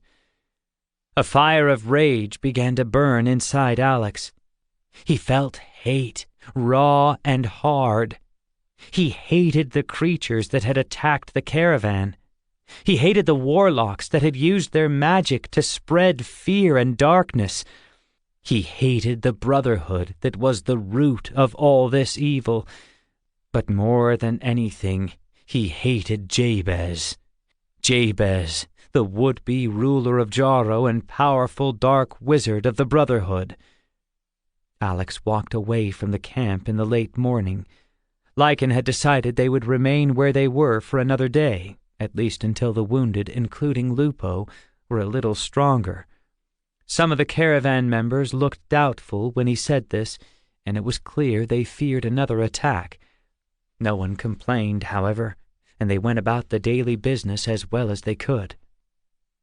For a time, Alex followed the tracks the wolf creatures had left, but he saw no sign of humans among them.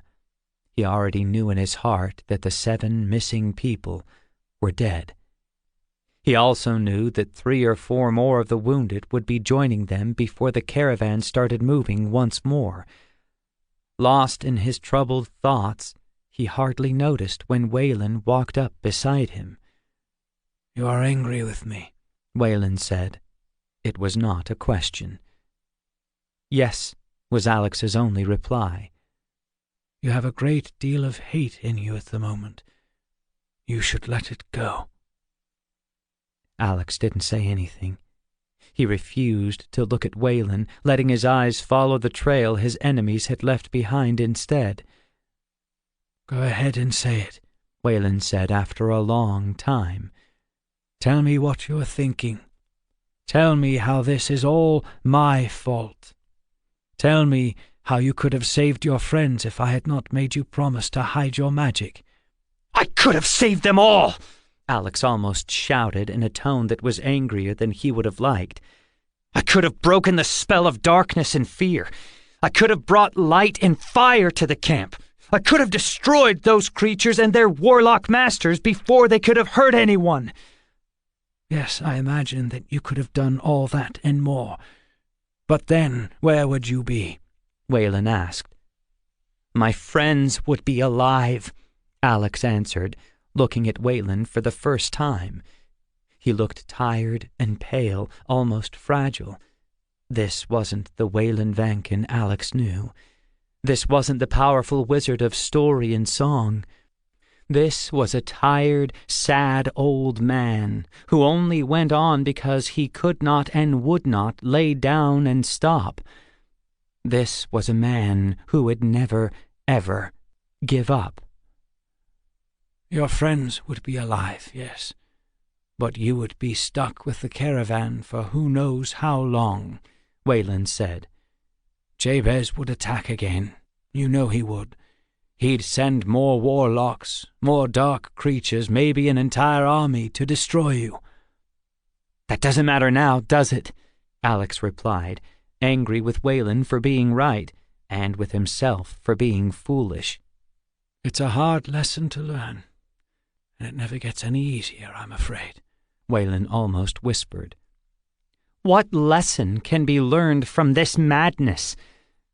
"That you can't save everyone," Waylon answered. He put his hand on Alex's arm. "You saved Lupo.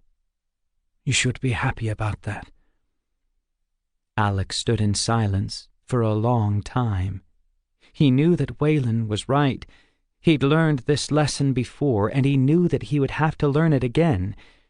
He couldn't save everyone, no matter how much he wanted to, and for some reason that felt incredibly unfair to Alex.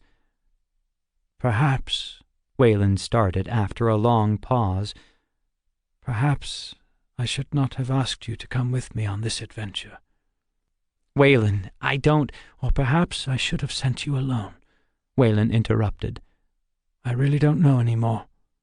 It seems as if all my choices, at least the ones where Jabez is involved, go astray. I'm glad to help, Wayland, Alex said as Wayland remained silent. I'm just tired of all this sneaking around, hiding and pretending to be someone I'm not. It would be so much easier if we could just go to Conmar, deal with Jabez, and put an end to the Brotherhood. We will, Wayland replied. Soon we will reach the east coast of Midland, and then we will make our way to Westland. The time for sneaking and hiding is almost over. What if Jabez already knows where we are? Alex asked. How could he know that? Wayland replied. Neither of us used magic, and we managed to drive the creatures away. I'm not so sure about that. What happened? During the attack, I somehow changed into a dragon. Not my true dragon form, but something different, something in between. My skin turned to armor, and I had talons. I don't know how I did it or why it happened. Wayland thought for a moment before speaking. I don't know how you did it either, but I know I would have felt it if you had used your wizard's magic. This must be something else. Did anyone see you change? I don't think so. Lupo was nearby, but he was injured, and it was dark. Wayland nodded. It could be that because you are the only wizard who is also a dragon, the change may have happened because your dragon side was protecting you. Perhaps that is the answer, and perhaps that is also why the creatures ran away. Yes, if the beasts from last night caught scent of the dragon, it would explain why they ran. Almost all creatures fear dragons. Alex looked to the west, a grim smile on his face. Then let us hope Jabez fears dragons as much as his evil creatures do.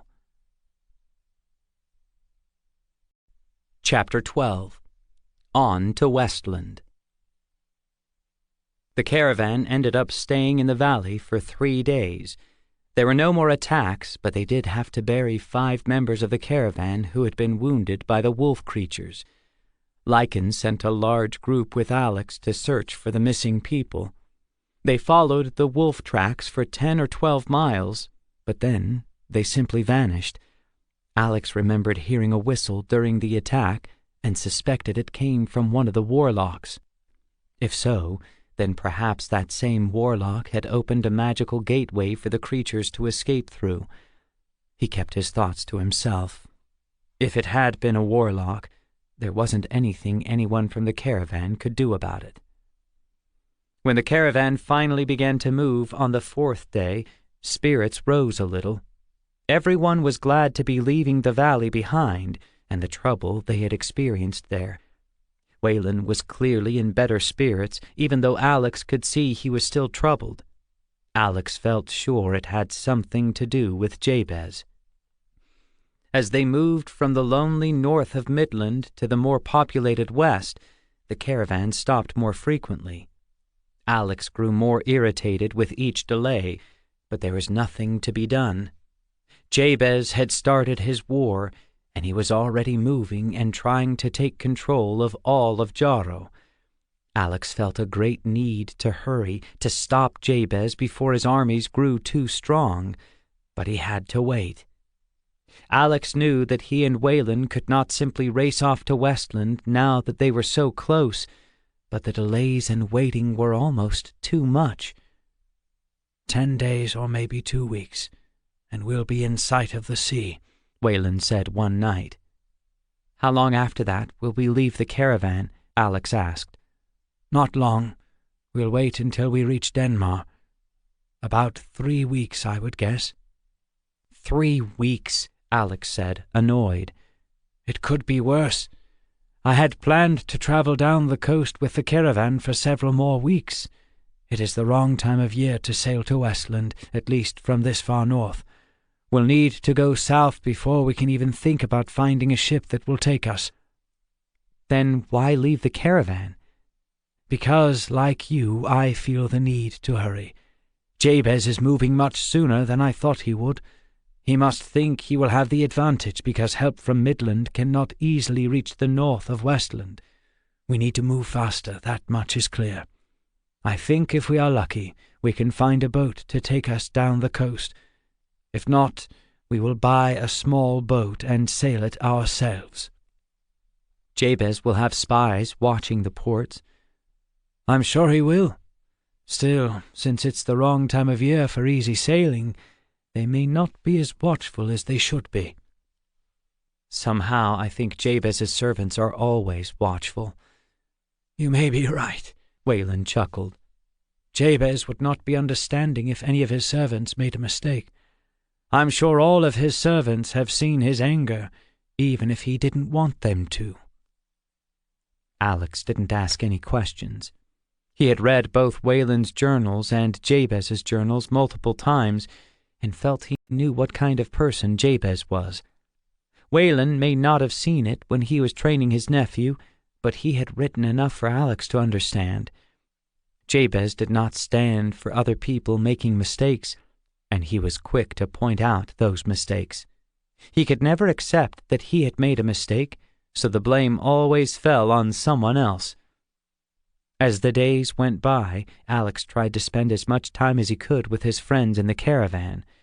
He knew that he would miss his traveling companions and their simple ways. Life in the caravan had been a good experience for Alex, and a lot of fun as well. One evening, as he sat by the fire, Lupo sat down beside him. "Why so glum?" Lupo asked, breaking into Alex's thoughts. "What?" Alex asked, turning to look at his friend. "Just now you were staring into the distance with a vacant look on your face, and you sighed in a very sad way." "Did I? I was just thinking about the adventures I've had traveling with the caravan." Lupo nodded. "I still think you should come with me to visit the Oracle. If you thought traveling with the caravan was an adventure, just imagine what could be waiting for us in another land." "Thank you for your offer, but my future is with my uncle, and I think our path will lead us a different way." Alex nodded to the scar on Lupo's cheek. "At least you have a good story to tell your friends. Lupo and the Battle of the Wolfmen." Lupo touched his cheek and laughed. "Honestly, I don't remember much of that night. Just that when you appeared, the creatures ran away. I think you were the real hero of the battle." Alex waved off the compliment. "A true friend is a true hero, and I count you as one of my truest friends." He slapped Lupo on the shoulder. "Now, tell me about Denmark. It's our next stop, isn't it?" "Ah, Denmark," Lupo said. "A city with a bit of everything, where rare goods from the West are common and the mysteries of the world are revealed. They say that Denmark is one of the few places in Midland where the sea elves will land, though I've never seen one." "I thought sea elves were just rumors and stories." "Oh, no. There are far too many stories for the sea elves to not be real. I do know there is more magic in Denmark than there is in any other city of Midland. There is an ancient library there with magic books in it, or so they say. Many people travel to Denmark looking for magic of one kind or another, though few talk about it openly." "I wonder how many of those looking for magic find it in Denmark." "I couldn't guess. There are wise people in the city, or at least close to the city. They dress as monks and almost never speak." "If they do not speak, how do you know they are wise?" "Simple," Lupo answered with a smile. "They are wise enough to hold their own tongues." "Ah, wisdom indeed," Alex laughed. Alex and Lupo went off to the evening meal together. Lupo was happy to share all the information he had about Denmark. Most of the stories seemed too fantastic to be real, and some were just too silly to be true. Lupo, however, was especially keen to tell the many stories he'd heard about the sea elves. His eyes lit up with excitement as he told the stories to Alex, and even as doubtful as he was, Alex enjoyed the stories. That night, Alex lay in his blankets and looked up at the stars, his mind filled with the stories Lupo had told him. Sea elves. Even the name seemed strange. Where did they live? Could they possibly live on the open sea all the time? They must visit land occasionally, or how else would they get wood to build or fix their ships? Alex soon slipped into dreams about the sea elves, happy dreams that he couldn't quite remember when he woke up. The days went by both too slow and too fast for Alex.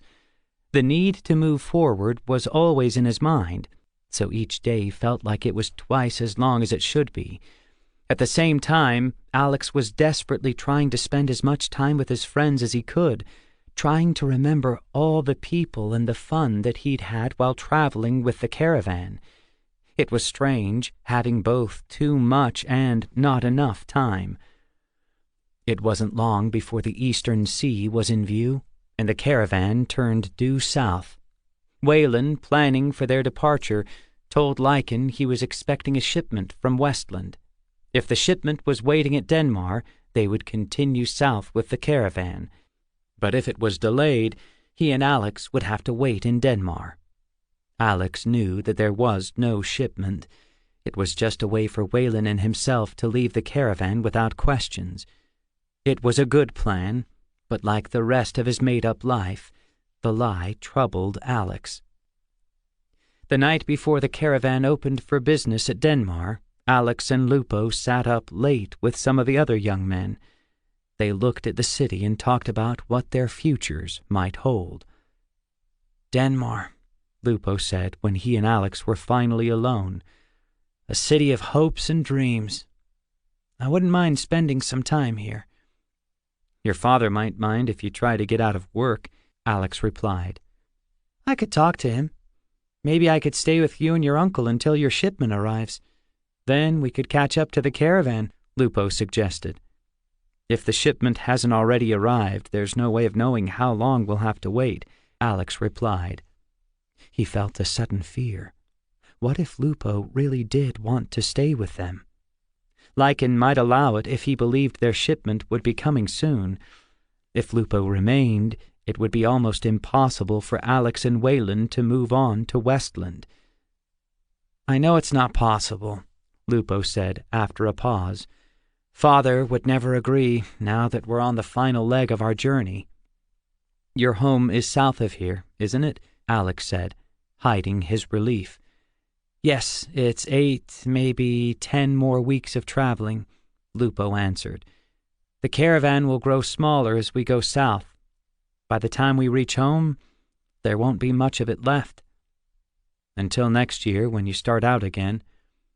And by then, I may be on my way to find an oracle. I must admit, the idea of what the oracle might say scares me a little. They say that the only thing to fear from an oracle is finding out the truth about yourself.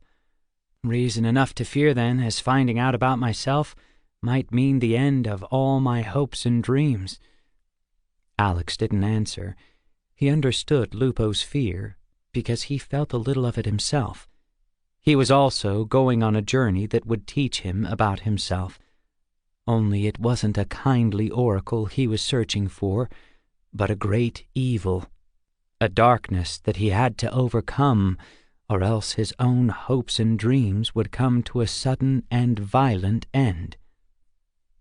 For the first time, Alex thought about what failure might mean. He wasn't thinking about the cost to Jarrow, its people, or all the other known lands if Jabez and the Brotherhood won. He thought only of himself. Failing meant that he would die, or perhaps something worse. He was risking everything to face an unknown power. Why should he risk his life? Why should he risk his own future and happiness for the nameless masses of Jarrow? Why should he risk it all, even for Waylon? A sudden chill ran through him, and Alex shook himself. The questions slipped away, and Alex felt a shadow of darkness move across him. The dark magic went almost unnoticed. Almost. Alex could see now that the doubts came from the west. Jabez was working some magic to spread doubt through all of this land, and his spells had taken Alex almost unaware. Alex looked at Lupo, and he could see the doubt clinging to him like a dark mist. Lupo seemed unaware of anything, even of Alex, as fear and doubt clouded his mind. I will risk everything because of who I am and what I am, Alex said softly. Evil and darkness will not last forever. Doubts, real or imagined, will not stop me from doing what must be done. Alex moved his hand slightly and reached out to touch Lupo's arm. Lupo started as if suddenly shaken awake. I must have dozed off for a moment, Lupo said, rubbing his eyes. It's late, and tomorrow will be a long day, Alex said, getting to his feet. Yes, it will be, Lupo agreed. And for now, at least, the future still holds hope. The future always holds hope, Alex replied, and wished his friend a good night. The following morning was gray. Heavy, dark clouds filled the sky, and it looked as if a storm was brewing. The business of the caravan went on as normal, and Alex spent most of the day helping Waylon sell the goods they'd carried across Midland. Alex noticed immediately that Waylon's bargaining skills had changed. He had always sold their goods at a fair price, and sometimes let people talk him down in price. But now things were different. His prices were lower than they had ever been, and he rarely put up a fuss when someone asked for a discount. It's just a game, Waylon said softly to Alex. We need to get rid of as much as possible before we leave for Westland. I don't fancy paying someone to store these things while we're away, especially since I don't think we'll be needing them again. On the caravan's second day in Denmark, Waylon left Alex in charge of their things and went into the city alone. The story was that he was going to check on the expected shipment from Westland, but Alex knew he was looking for a ship to take them further down the coast. When he returned late that afternoon, Waylon was clearly troubled. The shipment hasn't arrived yet, Waylon said loudly, walking up to the tables where their goods were spread out. Once he was closer, though, he lowered his voice so only Alex could hear him. This isn't good. No ships have come in from Westland for weeks, which is odd considering the time of year. You've told me that delays are part of the business, Alex answered. We've got to get out of here, Waylon whispered to Alex as he pretended to check their goods. Trouble? Jabez's men are in town, watching. At least one of them is a warlock. Did he? No, he didn't recognize me. I didn't give him the chance. But it will be difficult to remain out of sight if we stay here much longer. At least the caravan only has one more day here. We'll leave after the caravan closes tomorrow night. As much as Alex didn't like lying about needing to wait for the shipment from Westland, he was glad Waylon had already established the story. They would be able to leave the caravan quickly and quietly now, without any questions. After the caravan closed the next night, Waylon spoke with Lycan and arranged to trade the few remaining goods they had in exchange for a pair of sturdy horses. Lycan was happy to make the trade, but sad to see Waylon and Alex go. The next morning, Alex and Waylon prepared to head to Denmark to wait for their shipment to arrive. Alex was about to mount his horse when Lupo came running up to them. I thought I'd missed you, Lupo said, catching his breath. You nearly have, Alex answered with a smile. I just wanted to wish you luck, Lupo said. I will remember you, my friend, and hope to travel with you again." "And I will remember you," Alex said. "May all your hopes come true when you visit the oracle, my friend." Lupo smiled, bowed, and then returned to the caravan. Alex watched him go, and then climbed on his horse and followed Wayland toward the city. They didn't actually enter the city, however.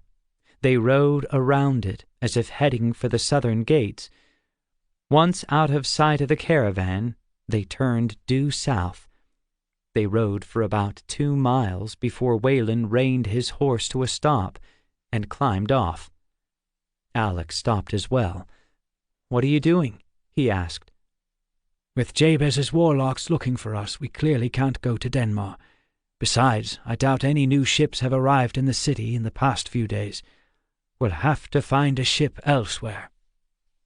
"But we don't dare go to another city looking for a ship," Alex said. "If Jabez has men watching in Denmark, he'll have men watching all the ports."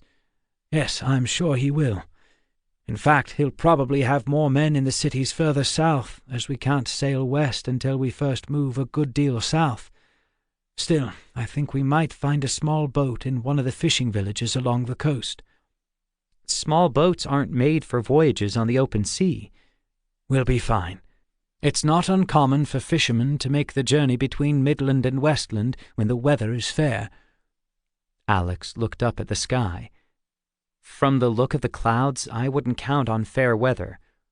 "We'll be fine," Wayland repeated. Alex climbed off his horse. "And what about the horses? We can't just leave them here." Wayland smiled. "Don't worry. I've been around long enough to learn a few tricks that don't even need magic to work. The horses will find their way back to Denmark once we have gone." Alex realized Wayland had thought of everything, or so it seemed. Wayland spoke to the horses in a strange language that Alex didn't understand, and then Wayland and Alex turned to the south. They made good time and were soon walking south along the beach.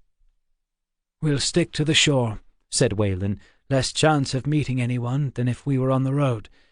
Sooner or later we'll come to a village where we might find a boat." Alex nodded his agreement. While they walked, Alex would look back to the north often, just to make sure they weren't being followed.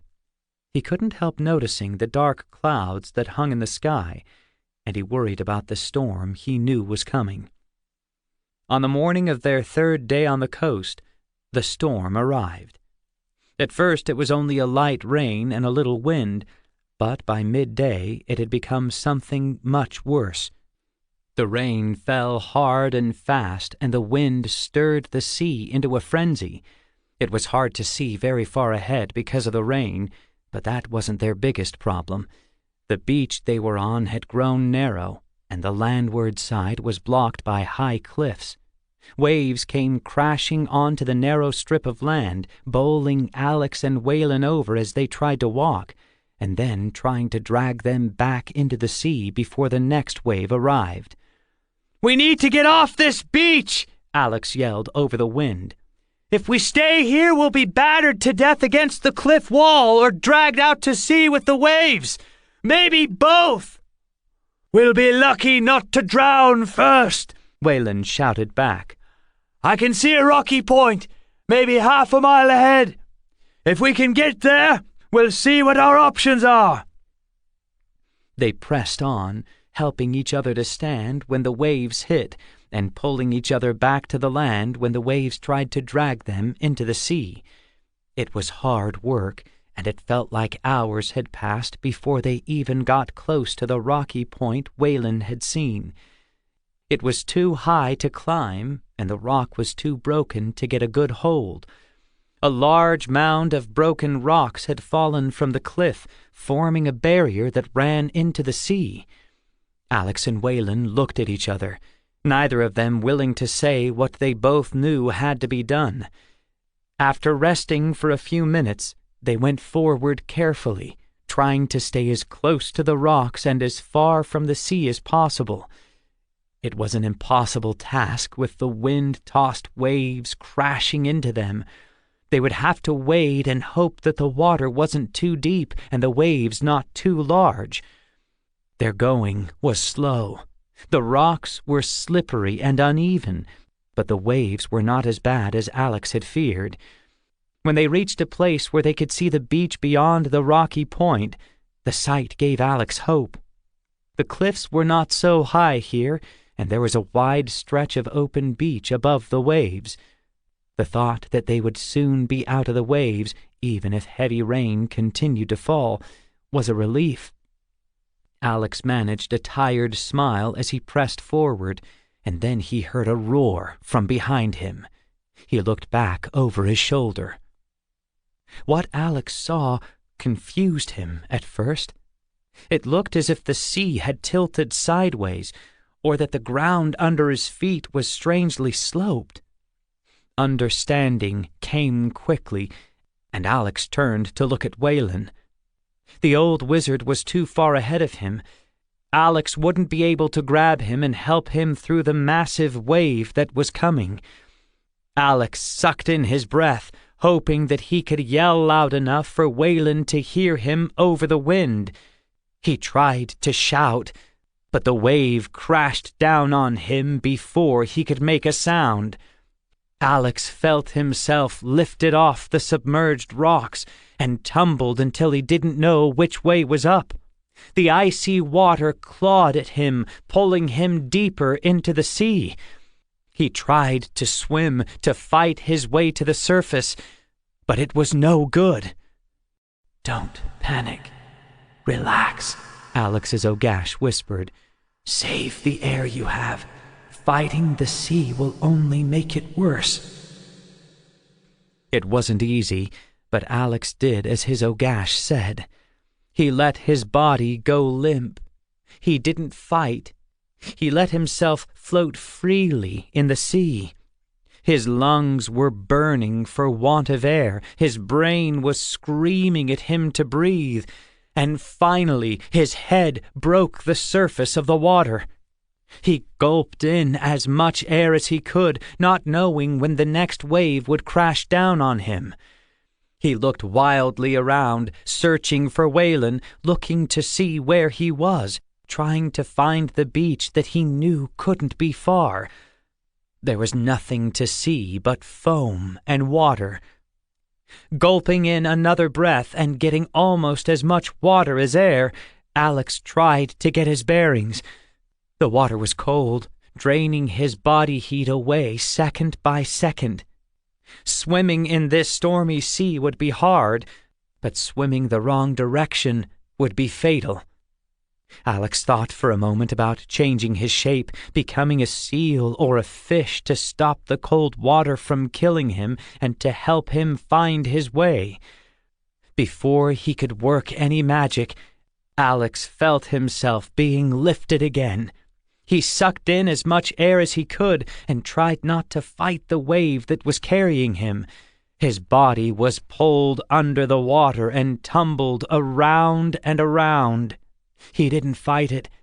He let the sea have its way. The sudden impact with the rocky shore drove most of the air out of Alex. He tried to get more air and cling to the rocks that were under him, but the retreating wave filled his nose and mouth with water and sand. When the pull of the wave grew weaker, Alex lifted his head. He was still in the water, but his knees and hands were on rocky ground. Coughing and spitting, he crawled up the beach until he felt that he could go no further. Slowly, he rolled over and sat up, again looking for Waylon. He saw nothing at first, but after he wiped the water out of his eyes, he could see what might be a man 50 or so yards further down the beach. Stumbling and half-crawling, Alex made his way down the beach. As he got closer, he could make out Waylon's beard and gray hair. His magical disguise had been washed away. Waylon sat up and started coughing violently before Alex got to him, and when he tried to stand, he only flopped back into the water. "Waylon," Alex called weakly, "are you all right?" I'm getting too old for this kind of thing, Waylon answered, and continued to cough. Let's get off the beach for now, Alex said, relieved that Waylon appeared to be all right. Waylon didn't answer but simply nodded his agreement. Helping each other to stand, they staggered away from the water's edge, but only managed to go about 100 yards before they both fell down and had to rest. Alex rolled onto his hands and knees and vomited up what felt like a gallon of seawater. He was dizzy and cold, and he wanted to conjure up a magical fire to warm them. If Jabez or his helpers find us in this, then I feel sorry for them, Alex said grimly. It's not as bad as that. Look there, Waylon said, pointing. Alex looked but saw nothing. He blinked, shook his head, and then he spotted what looked like a rising trail of smoke further up the shore. I think we found a fishing village, and not a moment too soon, Waylon said. Chapter 13. Along the Coast. Alex woke with a start, half rising from the straw pallet where he'd been sleeping. He lowered himself slowly back onto the straw. He'd had a fever for 2 days, and his stomach had been as unsettled as the storm that raged around the small hut he was in. The storm had passed, and so had Alex's fever. He was still weak from lack of food, but he felt much better than he had. Turning his head to one side, Alex surveyed the hut. Glowing coals in the fire pit gave a little light, but a brighter light was already growing outside. There was a bucket near his head, which he'd used more than once, a few rough chairs near the fire pit, a small table next to the back wall of the hut, jugs of water, cups, plates, utensils, nothing special. A second straw pallet was on the opposite side of the room, and as he focused his eyes on it, Alex saw that it was empty. Waylon, Alex said in a weak, hoarse voice. There was no answer and no movement in the hut. Alex wasn't worried. Waylon would be close. He'd hardly left Alex's side since the two of them had arrived here, and he'd been very concerned about Alex's condition after he'd swallowed so much seawater. Now it seemed the danger had passed, and Waylon was out and about, preparing for the two of them to continue their journey. Slowly, Alex got up. He was hungry after his long fast, but more than anything, he was thirsty. He knew that drinking salt water was never a good idea, but he hadn't had much choice when the waves had dragged him into the sea. He tried to stretch the soreness out of his body as he moved to the water jugs for a drink. Ah, good, you're up, Waylon's voice said from the doorway. I was just coming to check on you. I'll need your help today, as I've found us a boat. If you've already found a boat, why do you need my help? Well, it's an older boat, and it hasn't been used for some time. We'll need to make some repairs to her before she'll be seaworthy.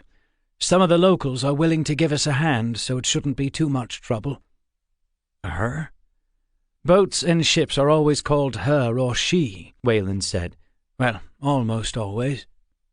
Alex didn't reply. He took another long drink of water and then looked around the hut for something to eat.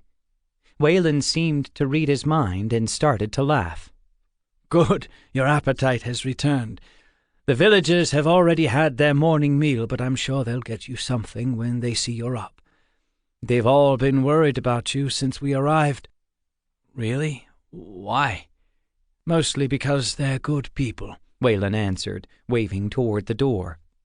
Also because they believe it would be a bad omen if a stranger in need died in their village. Well, I'll try not to die, Alex said with a slight smile. That would be very rude of me. Waylon led Alex to the far side of the village, where the boat he had found for them was waiting. 6 men were already there, checking the sides for gaps and warped boards. Wayland made some quick introductions, but before Alex was allowed to do any work or even to look at the boat more closely, he was being served his morning meal. It was not anything like a normal breakfast, as it consisted of fish stew and bread. Alex was happy just to have something in his stomach, but he paused in his hurried eating to thank the villagers and mention how good the food was. The day's work was not that hard, but it was tedious, hour after hour of pressing tar-soaked rags into every crack and crevice of the boat, letting them dry, and then brushing a layer of tar on top of the rags. The tar had a strong smell that Alex did not like. Some of the villagers, seeing Alex's wrinkled nose, laughed and told him he would get used to the smell soon enough. Late in the afternoon, as the final coat of tar was drying, Alex took a walk around the village. He wanted to see how these people lived, but he also wanted to try something he'd been thinking about. He didn't say anything to Wayland because he was sure Wayland would object to it. He would let Wayland know later, once they were on the move again. With the sun setting behind them and the boat declared seaworthy, the entire village turned out to help Alex and Wayland push her into the sea. When the small craft slid gracefully into the water, the villagers cheered happily. Wayland tied the boat to one of many large rocks along the shore and left her for the night. The villagers had planned a feast to celebrate the boat's return to the sea and to honor their new friends and wish them luck in their travels. The feast was not the grandest Alex had ever been to, but the food was good and there was plenty for everyone. Everyone was happy, and the party went well into the night. When Alex and Wayland finally returned to the small hut they'd been using, Alex realized how tired he was after the long day. "It would have been faster and easier to repair the boat with magic," Alex commented as he dropped onto his pallet. "Perhaps," Wayland said, turning to look into the darkness outside the door. "Faster and easier for Jabez to find us as well." "If he's still looking," Alex said, closing his eyes. "You know he's still looking," Wayland answered without moving. "He's watching and waiting, and we have no choice but to go forward with our plan." "Don't worry so much, Wayland. It will make you old before your time," Alex said and yawned. If Wayland answered, Alex didn't hear him, as he was already fast asleep. As he slept, a feeling of peace filled him, and he dreamed of happy places and friends. Some of the faces in his dreams he did not recognize, but he knew they were his friends just the same. For some unnamed reason that he could not even think of when he woke up, Alex was sure that their mission here in Jarrow would be a success. Alex and Wayland were up early the next morning. With many thanks and calls of good luck and fortune, the two of them sailed out with the other fishing boats from the village. Alex had sailed before, but never in so small a boat.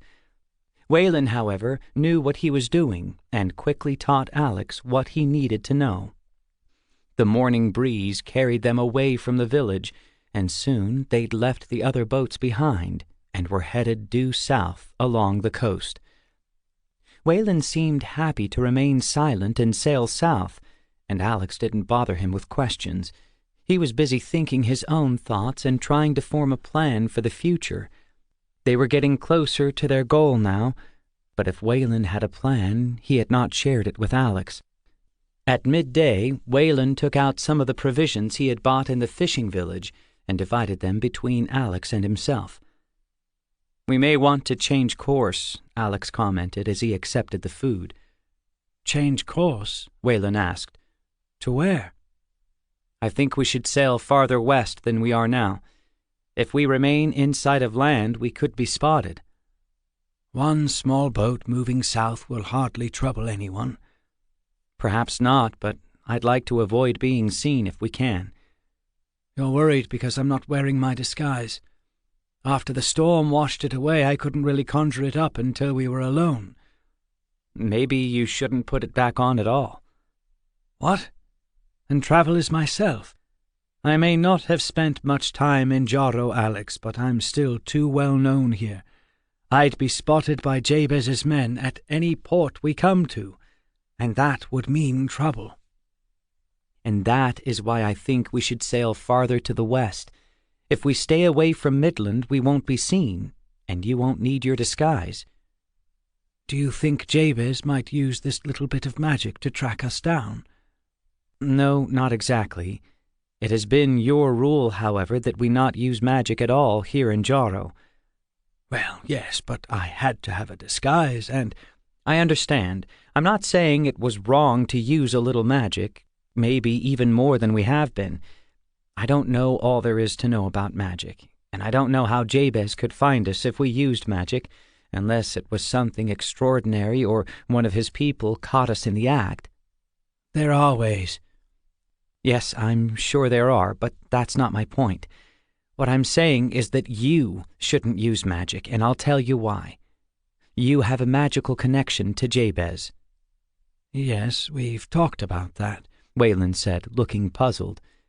And Jabez has been using that connection to try and pry his way into your mind. I've seen how hard you've been working to block his attacks. It is not the easiest of tasks, defending your own mind. I'm sure it's not, Alex agreed. However, I have no connection to Jabez, so I can use magic more freely than you. Perhaps you can, but I wouldn't count on my magical connection to Jabez being the only way he can find our magic, or us. No, I'm sure it's not the only way he can find us, but this is what I'm thinking. I don't believe Jabez can find my magic at all, so long as I don't do anything out of the ordinary, and no one sees me doing it. I don't know, Wayland protested. Even you have a hard time seeing my magic, and you know who and what I am, Alex said quickly. If no one sees me doing magic, I don't believe Jabez will even know I'm here. Maybe not, but I don't like the idea. Let me ask you a question, Alex said before Wayland could continue. Did you notice anything odd or magical when we were in the fishing village? I'm not sure what you mean. Magical? No, I saw no trace of magic at all while we were there. Why do you ask? Well, don't be angry. I had to test my idea to be sure. Test what idea? What have you done, Alex? I used my magic.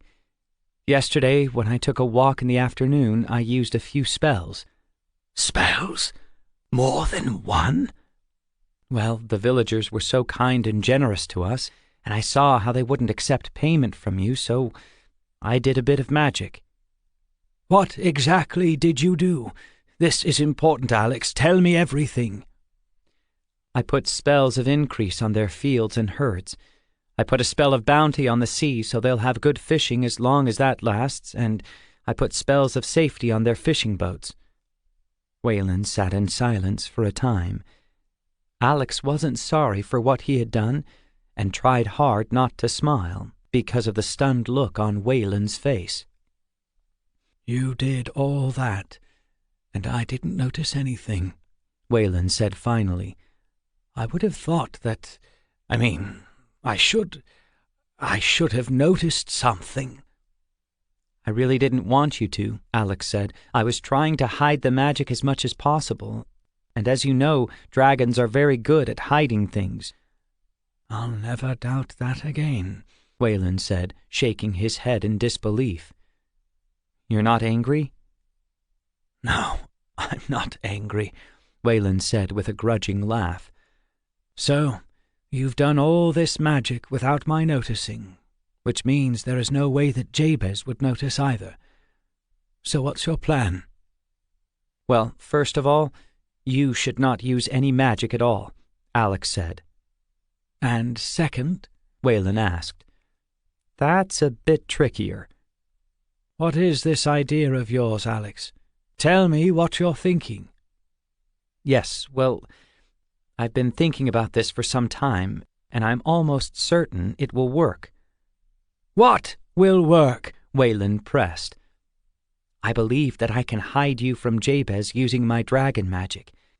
I mean, if you, knowing who and what I am and being close to me, well, What I mean is, if you don't see me using magic and Jabez can't see it either, then maybe I can use that magic to make it impossible for Jabez to see you." "I see," Wayland said thoughtfully. "Do you think it will work? Do you think you can hide me and block the magical connection between Jabez and myself?" "Yes, I believe I can," Alex said confidently. "The link between you and Jabez will still be there, and you will have to continue to guard your thoughts, but—" "But what?" "Well, the connection will be weaker, maybe fuzzier would be a better word, as if you were very far away in a distant land and magic was interfering with the link." "That makes no sense at all, and yet perfect sense at the same time. You don't think Jabez might notice you while you're trying to hide me, do you? If there's any chance of him finding out that you're here, we can't risk it." "He won't notice me. I'm sure he won't." "All right. So if you do all the magic from now on and I'm hidden from Jabez, then what?" "Then we stay away from the shores of Midland. I've done some reading on weather-working magic, and I've found something called the Mage Wind, which I think will help us sail farther west than the winds of Jarrow might allow us to." "Yes, the Mage Wind is a simple spell. I've used it myself many times. It is a bit more difficult if you cast that magic on a large ship, but on a boat this size it should work wonderfully." "Good. Then you can explain it to me if I don't get it right. So, we hide you, sail to the south and west across the sea, and come to Westland unnoticed. Of course, it will mean more time at sea, and we do run the risk of running into another storm, but—" "But nothing. It's a very good plan, and when I do reappear in Westland, Jabez will be taken by surprise." "Let's hope you don't need to reappear before we get to Conmar Castle." They finished their meal, and as they ate, Wayland explained the Mage Wind spell to Alex. Hiding Wayland with his magic was really quite simple, so simple that Alex felt bad for not thinking of doing it sooner. Alex's first attempt to raise the Mage Wind, however, was more than he had planned for. He nearly tore the sail off the mast, and the boat spun around wildly. After a quick magical repair of the sail, Wayland suggested that Alex start slower and then add more power to his spell as he got a feel for it. By the time the sun was setting, Alex had mastered the spell, and their small boat was making good time to the southwest, far from the shores of Midland. "Well, it seems we have some time to talk," Wayland said as the darkness gathered around them. "Talk?" "About our business. For you to ask questions and for me to try to answer them. We have several days with no one around to hear or interrupt, so we should use them." "I'm not sure where to begin," Alex said after a moment of thought. "I don't have many questions about Jabez. Your journals answered most of those." "But you do have questions." Alex didn't say anything for a time as he sorted things out in his mind. Wayland didn't rush him, and sat quietly gazing out to sea. "The biggest questions I have don't really have anything to do with the quest we're on," Alex finally said. "Really? What questions are those?" "Well, before we started this adventure, you told me that the Council of Wizards didn't all agree that there is a brotherhood, or at least they didn't want to believe that something so evil could be happening." "I may have misspoken. What I meant was that while they don't want to believe in something so evil happening, they really don't want to believe that they aren't aware of it happening. There are some very proud wizards on the council, Alex. For something like this to be going on for so long without them noticing, well, let's just say that it wouldn't look too good, and it would wound their pride." "But some of them believed you." "I've managed to convince 2 or 3 of them, yes." "What are they going to do? If we fail on this quest, or if an attack comes in some other land while we're dealing with Jabez, what will they do?" "They will do what they can. but I'm afraid it will be too little, too late to prevent a lot of trouble." "But they are the Council of Wizards. They could summon all the wizards in the known lands to help them if they wanted to." "Ah, I see that I failed in your education," Wayland said with a sigh. "The Council of Wizards is not as powerful as you seem to think." "What do you mean? They're the Council," Alex said. "They fight evil, help train young wizards, and make sure that wizard law is not broken. I swore an oath to obey the wizard laws, Wayland." "Yes, that is true. And we also settle disputes between wizards from time to time and try to answer questions about magic," Wayland said. "What we don't do and can't do is command other wizards to obey us."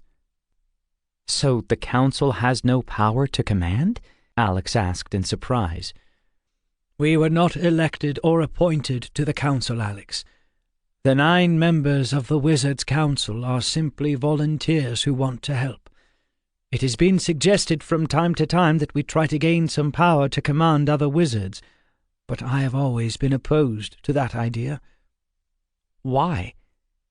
"Because I fear that if the Council was given any power to control the actions of other wizards, we would end up becoming like the Brotherhood we are fighting to destroy," Wayland answered. "Power tends to corrupt, and the temptation to use that power, even for good, could cause a great deal of harm." "Yes, I can see how that could happen," Alex said. "So you think if trouble starts somewhere else, or if we fail here, the Council won't be able to stop the Brotherhood?" "They will do all they can. The problem is that they don't all believe, and by the time they do believe, it might be too late." "Then we must not fail," Alex said. "Well, we must do our best not to," Wayland agreed. "Now that you understand about the Council, what else would you like to know?" "You've given me a lot to think about already. I'm not sure I'm ready for any more answers tonight." "Then rest. You can let the mage wind drop. The winds of Jaro will blow us to the south, and we have to go further south before turning west." Alex moved to the bow of the boat and lay down, but he did not go to sleep. For a time, he thought about what Wayland had told him about the Council of Wizards. He was worried about how little real power they had to fight the Brotherhood. He could understand Wayland's point about power corrupting, and for a short time he wondered about why the members of the Brotherhood wanted power.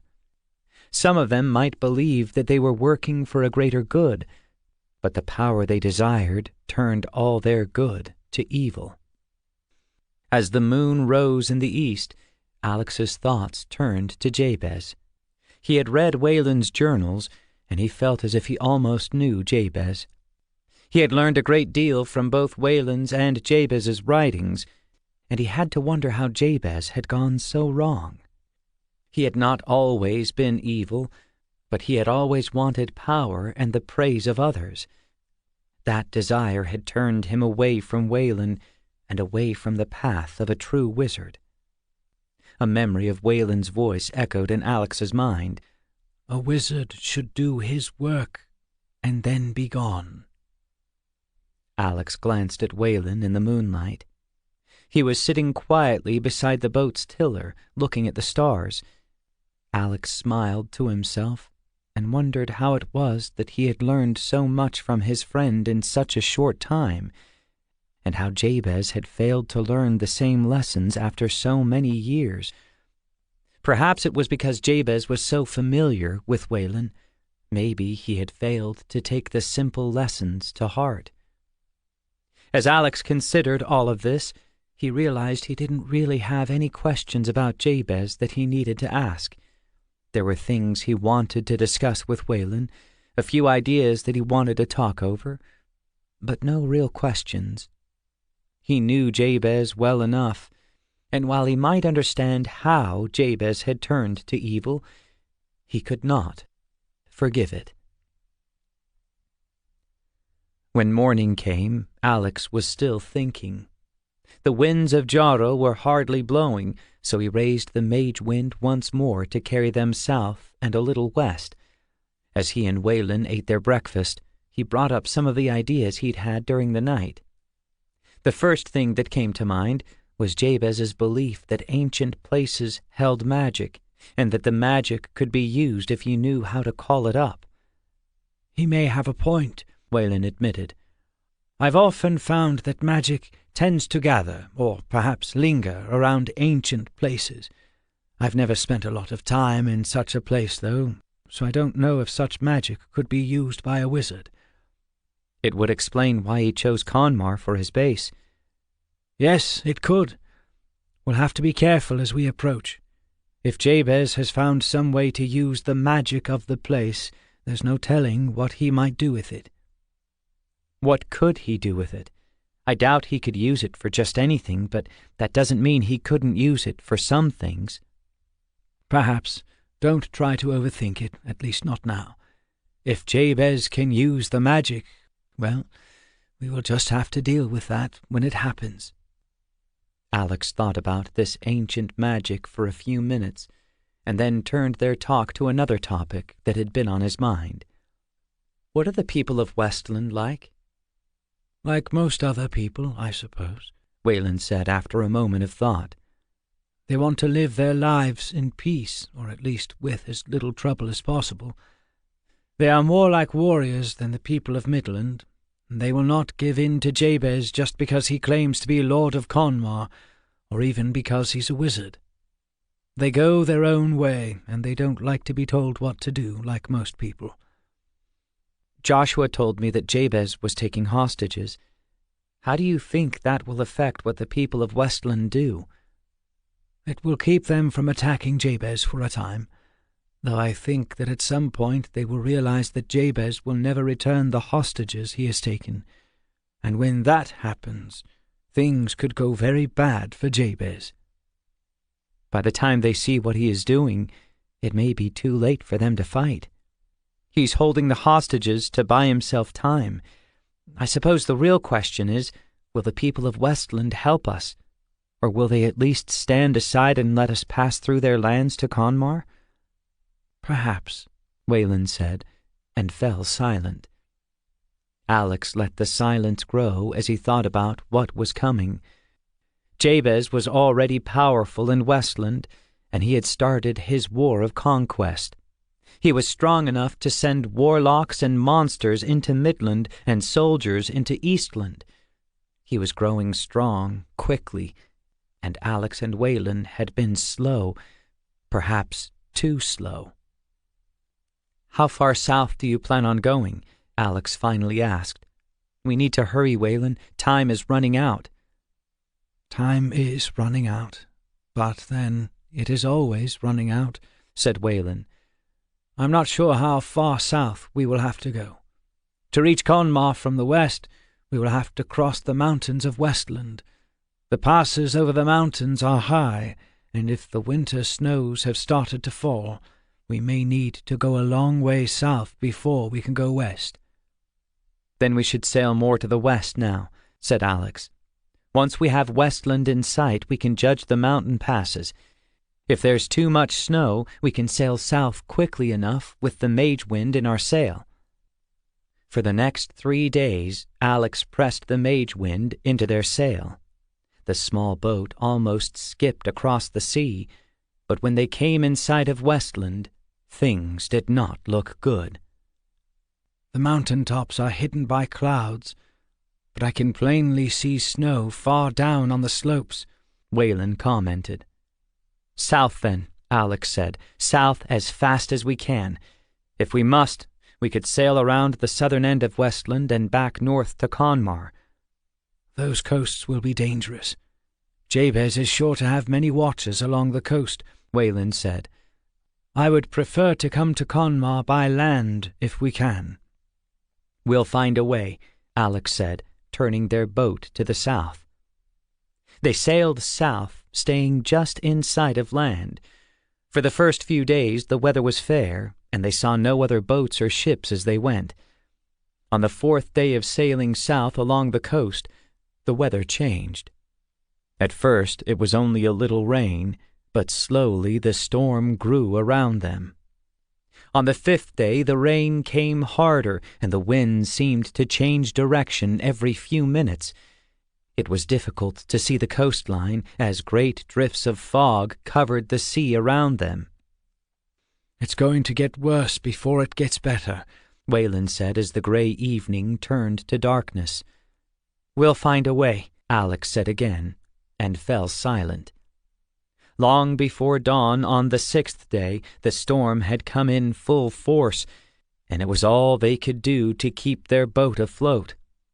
Wayland held the rudder while Alex bailed water and tried to use the mage wind to keep them going south.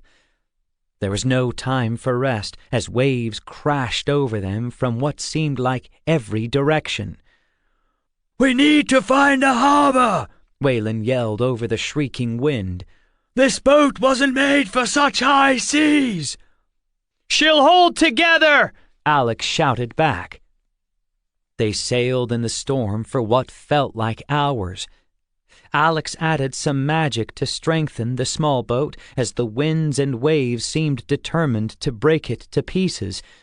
Wayland was right. This boat was not made to sail in high seas. The low sides of the boat allowed almost every wave that hit them to fill it with water, and Alex was only able to keep them from being swamped by using magic. "To the west!" Wayland yelled. "A light to the west!" Alex looked, but saw nothing but waves and fog. A wave crashed over them, nearly knocking Alex down, and for a few minutes there was no time to do anything but keep the boat afloat. When another wave lifted the boat, Alex took a quick look to the west. A beacon could be seen, a bright yellow-orange fire on the shore. "It's a long way off!" Alex yelled. "It might be our only chance!" Wayland yelled back. Wayland held the rudder fast while Alex used the mage wind to fight the wind and sea of Jarro. The timbers of their boat groaned and popped as the storm tried to push them south and east, further from land. Alex redoubled the magic he'd used to hold the boat together, but he could feel the boat tremble like a frightened animal under his feet. Even with his magic, Alex could feel the planks of their boat ripping apart, when suddenly the sea became calm.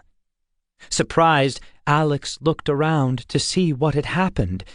The rain continued to fall, but the wind had dropped, and the waves had been left behind. They had sailed past a headland to the north and into a wide harbor where many ships were tied to rocky docks. "We've made it," Wayland said. "Made it where?" Alex asked. "I'm not sure. Before we go ashore, change your sword and take out your staff. We will travel as ourselves here. The time for hiding is over." "Perhaps, but it would be best if you remain hidden from Jabez, at least for now."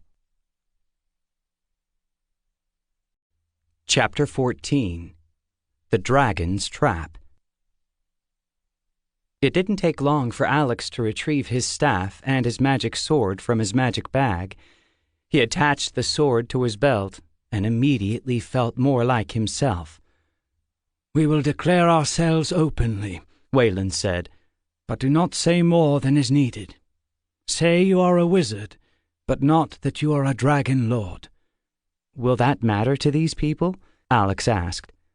"I doubt it, but it would be best to leave some things hidden," Wayland answered. Ready for whatever lay ahead, Alex summoned up a light mage wind and guided their boat toward the docks.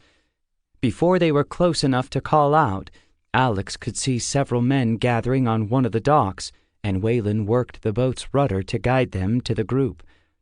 Alex noted that Wayland had been right. These men did look more like warriors than any of the other men he'd seen in Midland. They were alert and looked to be ready for anything. "Well met," a man holding a lantern called as they approached the dock. "I am called Brock. I am the harbour master here." "Well met," Wayland called back. "May we come ashore?" "We'd hardly put you out in a storm such as this," Brock said. "Yet caution demands we know something about you before we welcome you to our city." "We will gladly tell you all we can, but perhaps we can find some place drier to talk," Wayland said. Brock nodded and caught the rope that Wayland tossed to him. Their boat was quickly secured to the dock, and Alex and Wayland stepped ashore. Alex noticed that the men from the city kept their distance, and that at least 3 of the men carried crossbows under their cloaks. "Lucky you made land at all in such a small boat, and in such a bad storm," Brock said. "It was more than luck," Wayland answered in a pleasant voice. "But I do wonder what city we've managed to come to." "We'll talk indoors," Brock said, waving his lantern and starting off down the dock. Alex and Wayland followed, and the men from the city followed them. They left the docks behind and went up through the winding roads of the city. They walked in silence for a long time, and Alex guessed they were several hundred feet above the sea and nearly a mile of winding roads from the docks. "In here," Brock finally said, stopping before a heavy wooden door. Glancing up, Alex could see that the building was some kind of fortress. The men who had followed them from the docks had fallen behind, but Alex knew they were there, and that their numbers had more than doubled. These men were afraid of something, and Alex wondered what kind of trouble he and Wayland had just walked into. Brock led them through the doorway and down a long hall that had no decorations of any kind. At the end of the hallway they entered a large round room with a round table and a dozen chairs around it. Except for the lantern Brock was carrying, the room was dark, but Alex knew it was not empty. Brock placed his lantern on the table, motioned for them to sit down, and shuffled to the far side of the room. "Any trouble?" a soft voice asked. "No, my lady," another, deeper voice answered. Alex, listening with his wizard's ear, could hear the lowered voices plainly. There was trouble here, but he wasn't sure just how much.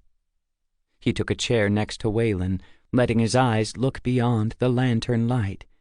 He could see a dozen men standing silently near the wall on the far side of the room. Each man held a crossbow pointed at Wayland and himself. "They have the look of wizards, but I see no magic," the soft voice commented. "Just men, then?" her companion asked. "Doubtful, considering how they arrived here. Use caution. There is something about them, but I cannot make it out," the soft voice answered before trailing off. A large man stepped into the light. "Forgive me, gentlemen, for your long march." His deep voice filled the small room. "You are doubtless tired from your travels and hungry, I dare say. Food and drink is on the way, and then we will find you a place to rest." "I think some talk would be more welcome than food or rest," Wayland said. "When we arrived, I asked what city we had come to, and I've been waiting for an answer for some time now." "You don't know where you are?" the large man asked. "It is not so easy to keep track of where you are in the middle of a storm at sea," Wayland said with a slight smile. "True enough," the man replied, running his hand over his face. "First, however, I will ask who you are, and what your business in Westland might be." "You reveal nothing," Wayland said thoughtfully. "Very well. I am Wayland Vankin, wizard and member of the Council of Wizards." "And you?" the man asked, looking at Alex. "I don't enjoy speaking while under threat," Alex said, looking past the speaker to the armed men behind him. "However, as you appear to be set on this course, I am Alexander Taylor, wizard and adventurer." "Threat?" the man asked, looking from side to side as if no one was there. "Clearly there is no threat here for a wizard, and even less for 2. "Little enough," Wayland said, giving Alex a warning look. come now, sir. Will you not tell us who you are and what city we have come to?" "I am Timold, lord of this city, and before I say more I will ask that you both place your staffs on the table in front of you and move back toward the door," he said sternly. "I had hoped for a friendlier greeting," Wayland commented. "You will be held under guard until such time as the King's Council can decide what to do with you," Timold said. "We don't have time for this nonsense," Alex said, his dragon's temper starting to rise. "Lay down your staffs and move back," Timold repeated. "There is no need for this," Wayland said. "Lay down your staffs or we will use force," Timold almost shouted. "Enough of this!" Alex shouted back. With one quick move, Alex was on his feet, his staff held up and ablaze with a pure white light that filled the room. He magically froze the crossbows, so when the men behind Timold all tried to fire their bolts, they found their crossbows useless. Many of them dropped their crossbows and tried to draw their swords. "Enough!" Alex repeated, raising his hand and freezing the swords in their scabbards. "Alex, be calm," Wayland said. "I'm sure we can make Timold see reason. It will just take some time." "We've wasted too much time already," Alex replied. "I can see Jabez's hand at work here. Fear and mistrust fills this land already. We are not your enemy, Timold. We do not serve the so-called Lord of Conmar. We have come to destroy this evil, or at least drive it out of your lands. If you will not aid us in our quest, then stand aside and let us pass." "You claim not to serve the Lord of Conmar, yet you use magic against us," Timold replied, tugging on his frozen sword. "How can we know why you have come here and who you serve?" Alex could see that his temper was creating a problem instead of helping them find answers. He took a deep breath to calm himself and considered Timold's question. How could he prove that they didn't serve Conmar? "Before I answer, tell us what city we have come to," Alex said. "Knowing where we are might help us to answer your questions." "I don't see how knowing where you are can help in any way," Timold said. "However, I can't see that it can hurt either. You have come to the city of Valora, capital of the southern kingdom of Westland." "Valora," Alex repeated. "There is one among you, Joshua by name, nephew of your king. He will know me, and he will speak for me." "Lord Joshua is not here," Timold said. "He did not return from his quest in the east, and it is rumored that—" "He has been taken by the Lord of Conmar's men," Alex finished for him. "I was afraid this would happen, Wayland. We should have done more for him." "What more could we have done?" Wayland asked. "You know Lord Joshua?" Timold asked, his tone softening. "I met him in Eastland and helped him to escape some men who had come from Conmar," Alex answered. "The three of us traveled together to Midland. He was going to make his way home from there. Wayland and I had made other arrangements for our own travel, and so we parted company nearly 8 months ago." "Your words ring true, and the timing seems right, but—" Timold stammered. "There is a way." A figure in a hooded cloak stepped forward for the first time. It was the softer voice that Alex had heard when they first entered this room. Alex looked at the figure, and he could see magic around it, strong magic that was trying to hide itself and its owner. Alex smiled slightly, because he knew that the voice was too musical for a human. It was the voice of an elf. "True wizards cannot lie if they swear by their staff," the elf said. "We know something of Master Vankin, but his fiery young friend is a mystery to us. Still, if they will swear by their staffs that they mean no harm to your people, that they do not serve the evil in Conmar, you may trust what they say." "Will you so swear?" Timold asked, looking from Alex to Wayland. "Gladly," Alex and Wayland answered together. A wizard swearing by his staff was a simple and powerful test, but it required magic. Alex worried that the act of swearing by his staff would reveal Waylon to Jabez, but he didn't try to talk Waylon out of it. So, after swearing by his own staff, Alex turned all his thoughts on Waylon, working to hide him and his magic from Jabez. He hoped that Jabez was not actively looking for Waylon, but then Alex felt a small flicker of Waylon's magic escape from his hiding spell. Even though it was small, it was like a blazing light shooting across Alex's mind, and he knew that if Jabez was looking at all, he would see the same light. Alex concentrated and with great effort pushed the flash of magic away from Waylon and out across the stormy sea. Alex hoped that Jabez would think that Waylon was somewhere out at sea, and perhaps even believe that Waylon had been lost at sea, but Alex didn't think they would be that lucky. Alex looked up and saw that the hooded elf was watching everything he did, as if trying to see something that wasn't there. He wondered how much the elf might know, and how much she only guessed at. Alex's own magic had hidden Waylon and himself from Jabez, but he wasn't sure it would hide them from a very magical elf who was looking right at them. "We will find you a place to rest, and then discuss what we can do to help you in your quest," Timold said. "Rest can wait. We are farther south than I thought, much farther," Waylon said. "We should talk to your king, Lord Darthon. I'm sure he will have a great interest in our plans." "That will not be possible," said Timold. "Lord Darthon has fallen ill, stricken by some sickness that we do not recognize or know." "What are his symptoms?" Alex asked in concern. "He lies in his bed like a dying man, unable to eat or even speak. His eyes are open, but he is unable to see. Our healers have not been able to do anything for him, and they fear for his life," Timold answered in a troubled voice. "How long has he been this way?" Waylon asked. "He has been ill for some time. For weeks now, he has been listless and distracted, one might say lost in his own mind.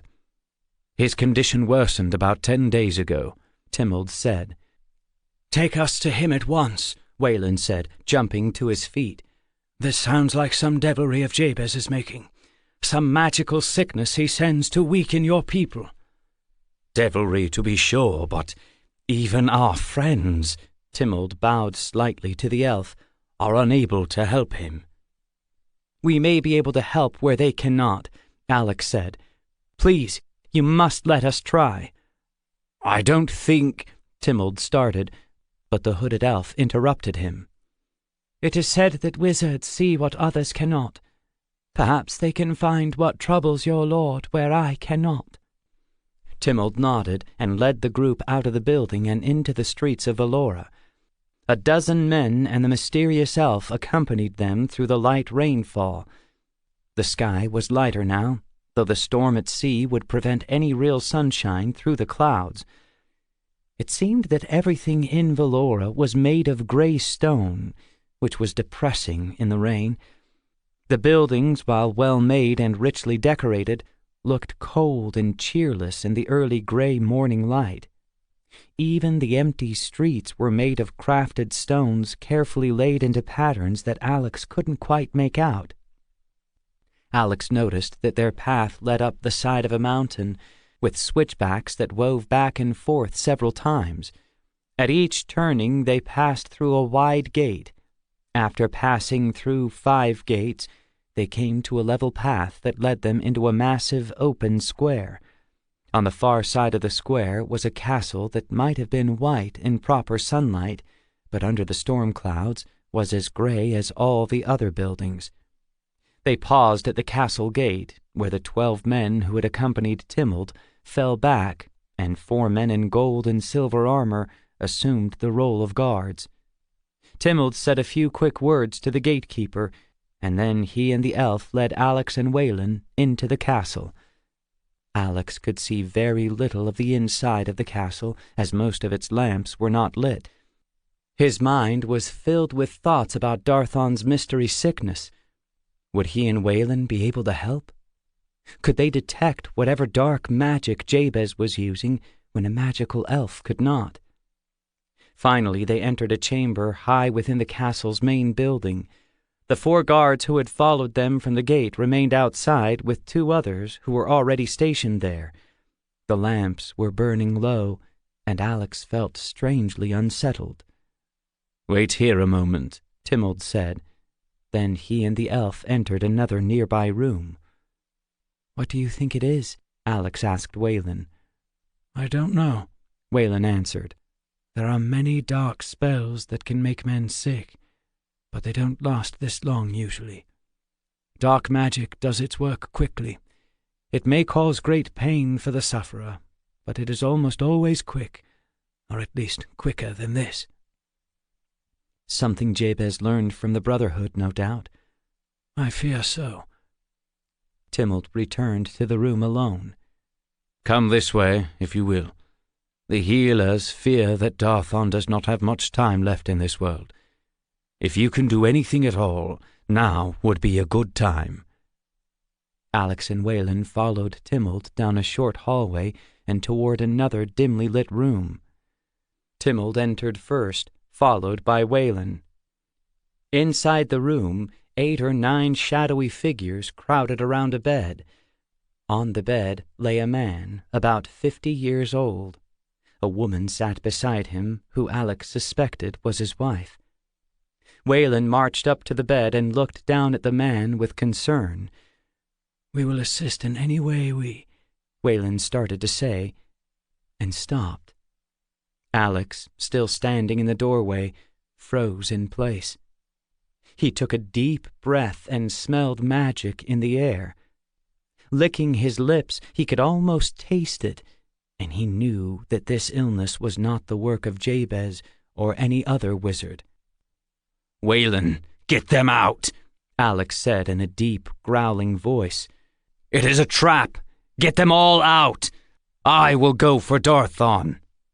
"What? Alex, I don't understand. What do you mean?" "The dragon," Alex answered. "Please, get them out of here." Alex didn't wait to see if Waylon understood him or did what he asked. His mind had already moved away from his body and into a magical place that was both real and unreal at the same time. It was a place created by the mind of a dragon, and Darthon had been trapped there for a long time. Alex blinked a few times to clear his vision and found himself in a wide, shadow-filled valley. Multicolored boulders formed strange shapes like nothing he'd ever seen in the real world. Plants and trees were everywhere, but they were all dead and gray. There was nothing green or living that Alex could see. An empty riverbed snaked through the valley floor, and Alex followed it as he began his search. Walking was difficult, as the rocks in and along the empty river were large and jagged. Clearly no water had ever flowed past them to smooth their edges. Where there were no rocks, there was sand, so deep and soft it was difficult to walk through. It was hot in the valley, but there was no sun above him, and the sky was just another shade of gray. Alex pressed forward, his own will driving him on. Minutes or hours passed, and nothing really changed. Time and distance were meaningless here, and it was only Alex's willpower and magic that kept him moving in the right direction. Obstacles appeared in his path, and Alex made his way around them or over them. He would not be stopped.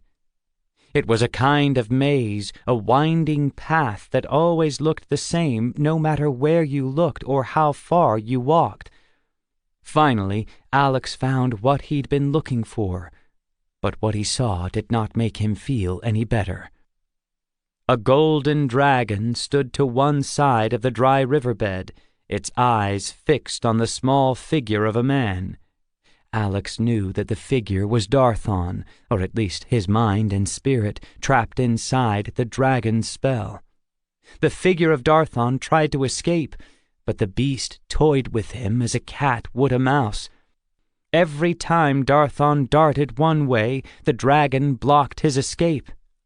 Every time Darthon tried to rest, the dragon would close in and force him to move. "Hold!" Alex yelled, his voice booming through the valley like thunder. It was a command that no mortal, not even a wizard, could give to a dragon. But Alex was more than a man, more than a wizard. He was a dragon lord. The dragon turned to look at Alex. Then it rose up on its hind legs and beat the air with its wings. Fire flared from the dragon's mouth, filling the air but touching nothing else. Alex took a few steps closer and leaned on his staff, watching the dragon. After a time, the dragon settled down, resting on its haunches, ready to spring, but Alex's command held it where it sat. Alex focused his mind on the dragon in front of him. When he was certain it could not attack him in any way, he turned his attention to Darthon. He moved slowly forward, gently speaking Darthon's name. Darthon stood as still as stone, his eyes looking into emptiness, seeing nothing. When Alex was close enough, he reached out and touched Darthon's shoulder, speaking his name once more. I am lost, Darthon mumbled. I have wandered too far, and I can't find my way back again. Your people need you, Alex said, watching Darthon's face. You must return to them and lead them in these troubled times. My people, I must return, but I don't know the way, Darthon answered in a voice that was too tired for words. Remember Valora, Alex said. Remember your family and friends. They are waiting for you. You must go. Must go, Darthon repeated. And you? Will you come to my kingdom? Will you aid us in our time of need? I am already here, waiting for you, Alex answered. He summoned a weir light, and the small ball hovered at eye level. It was the brightest thing in the entire valley, and the dragon roared in anger. Darthon turned toward the light, like it was the sun. Retrace my path, Alex said to the weir light. Lead Darthon home.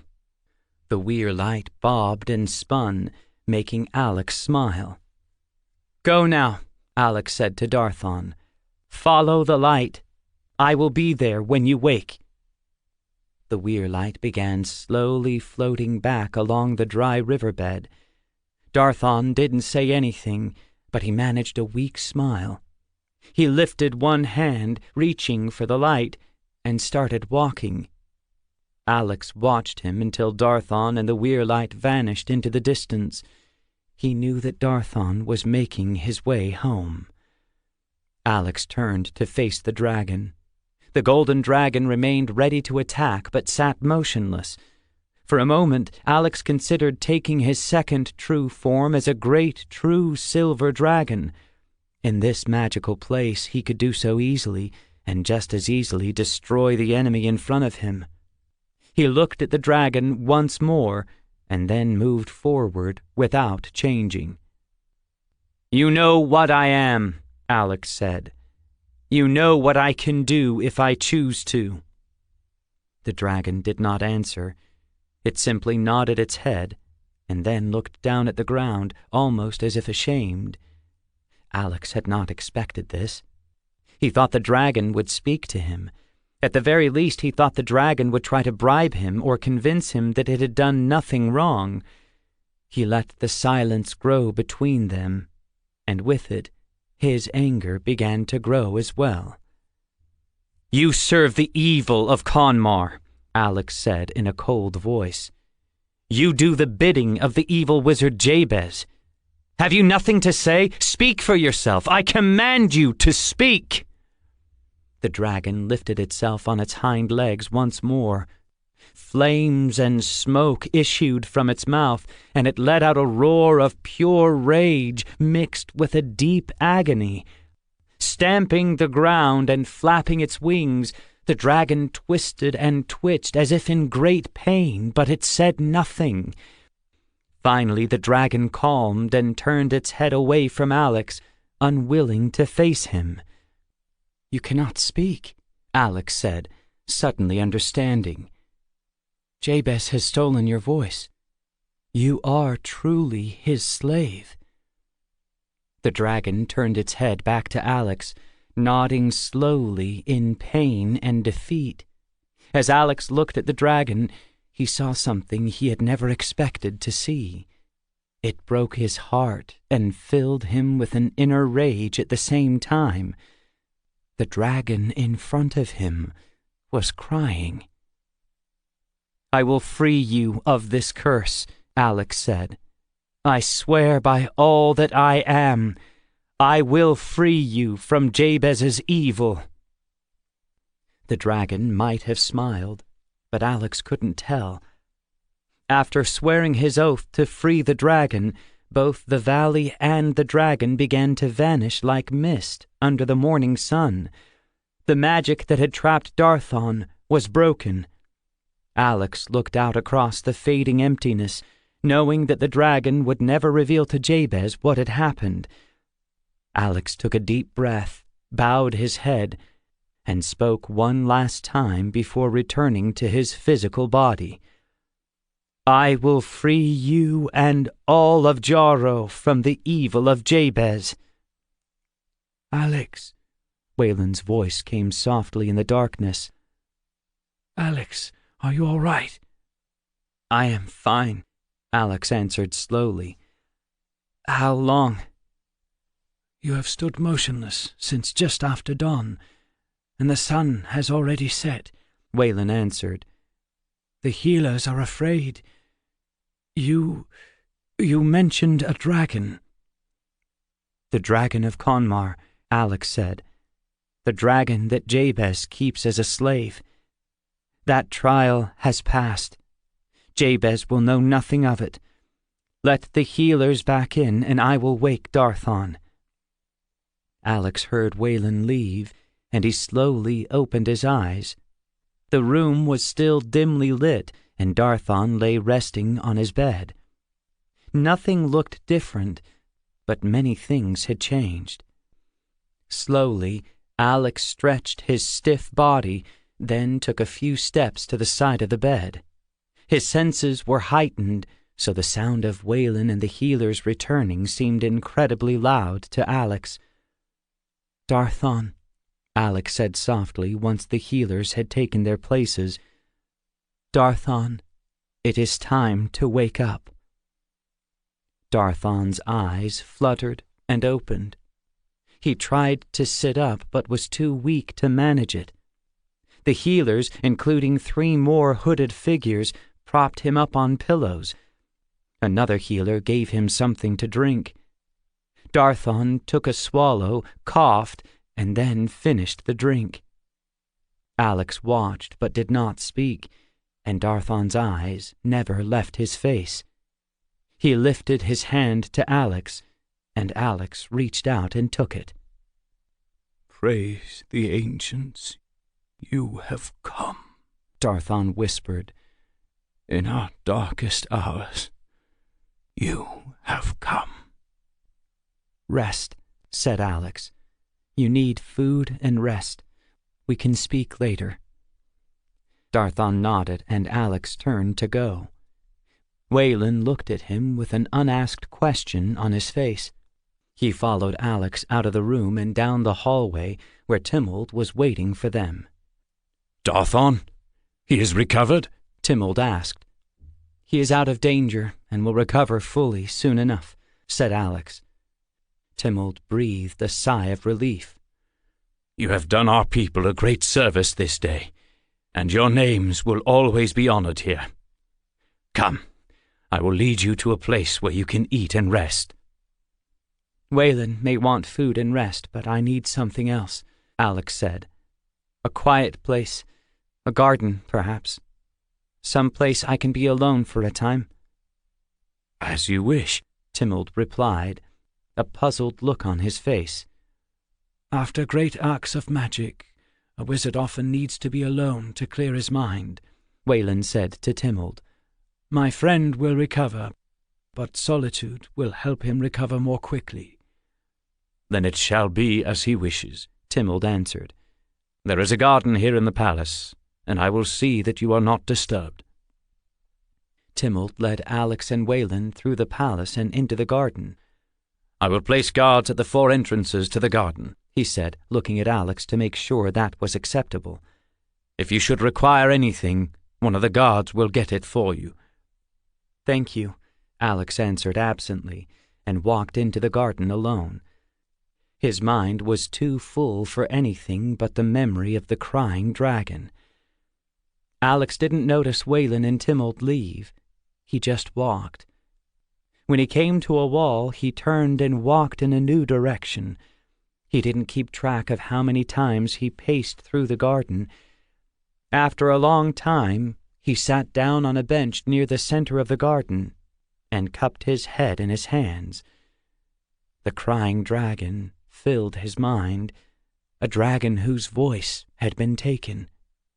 It was so evil that Alex had trouble believing it was true, but he knew that it was.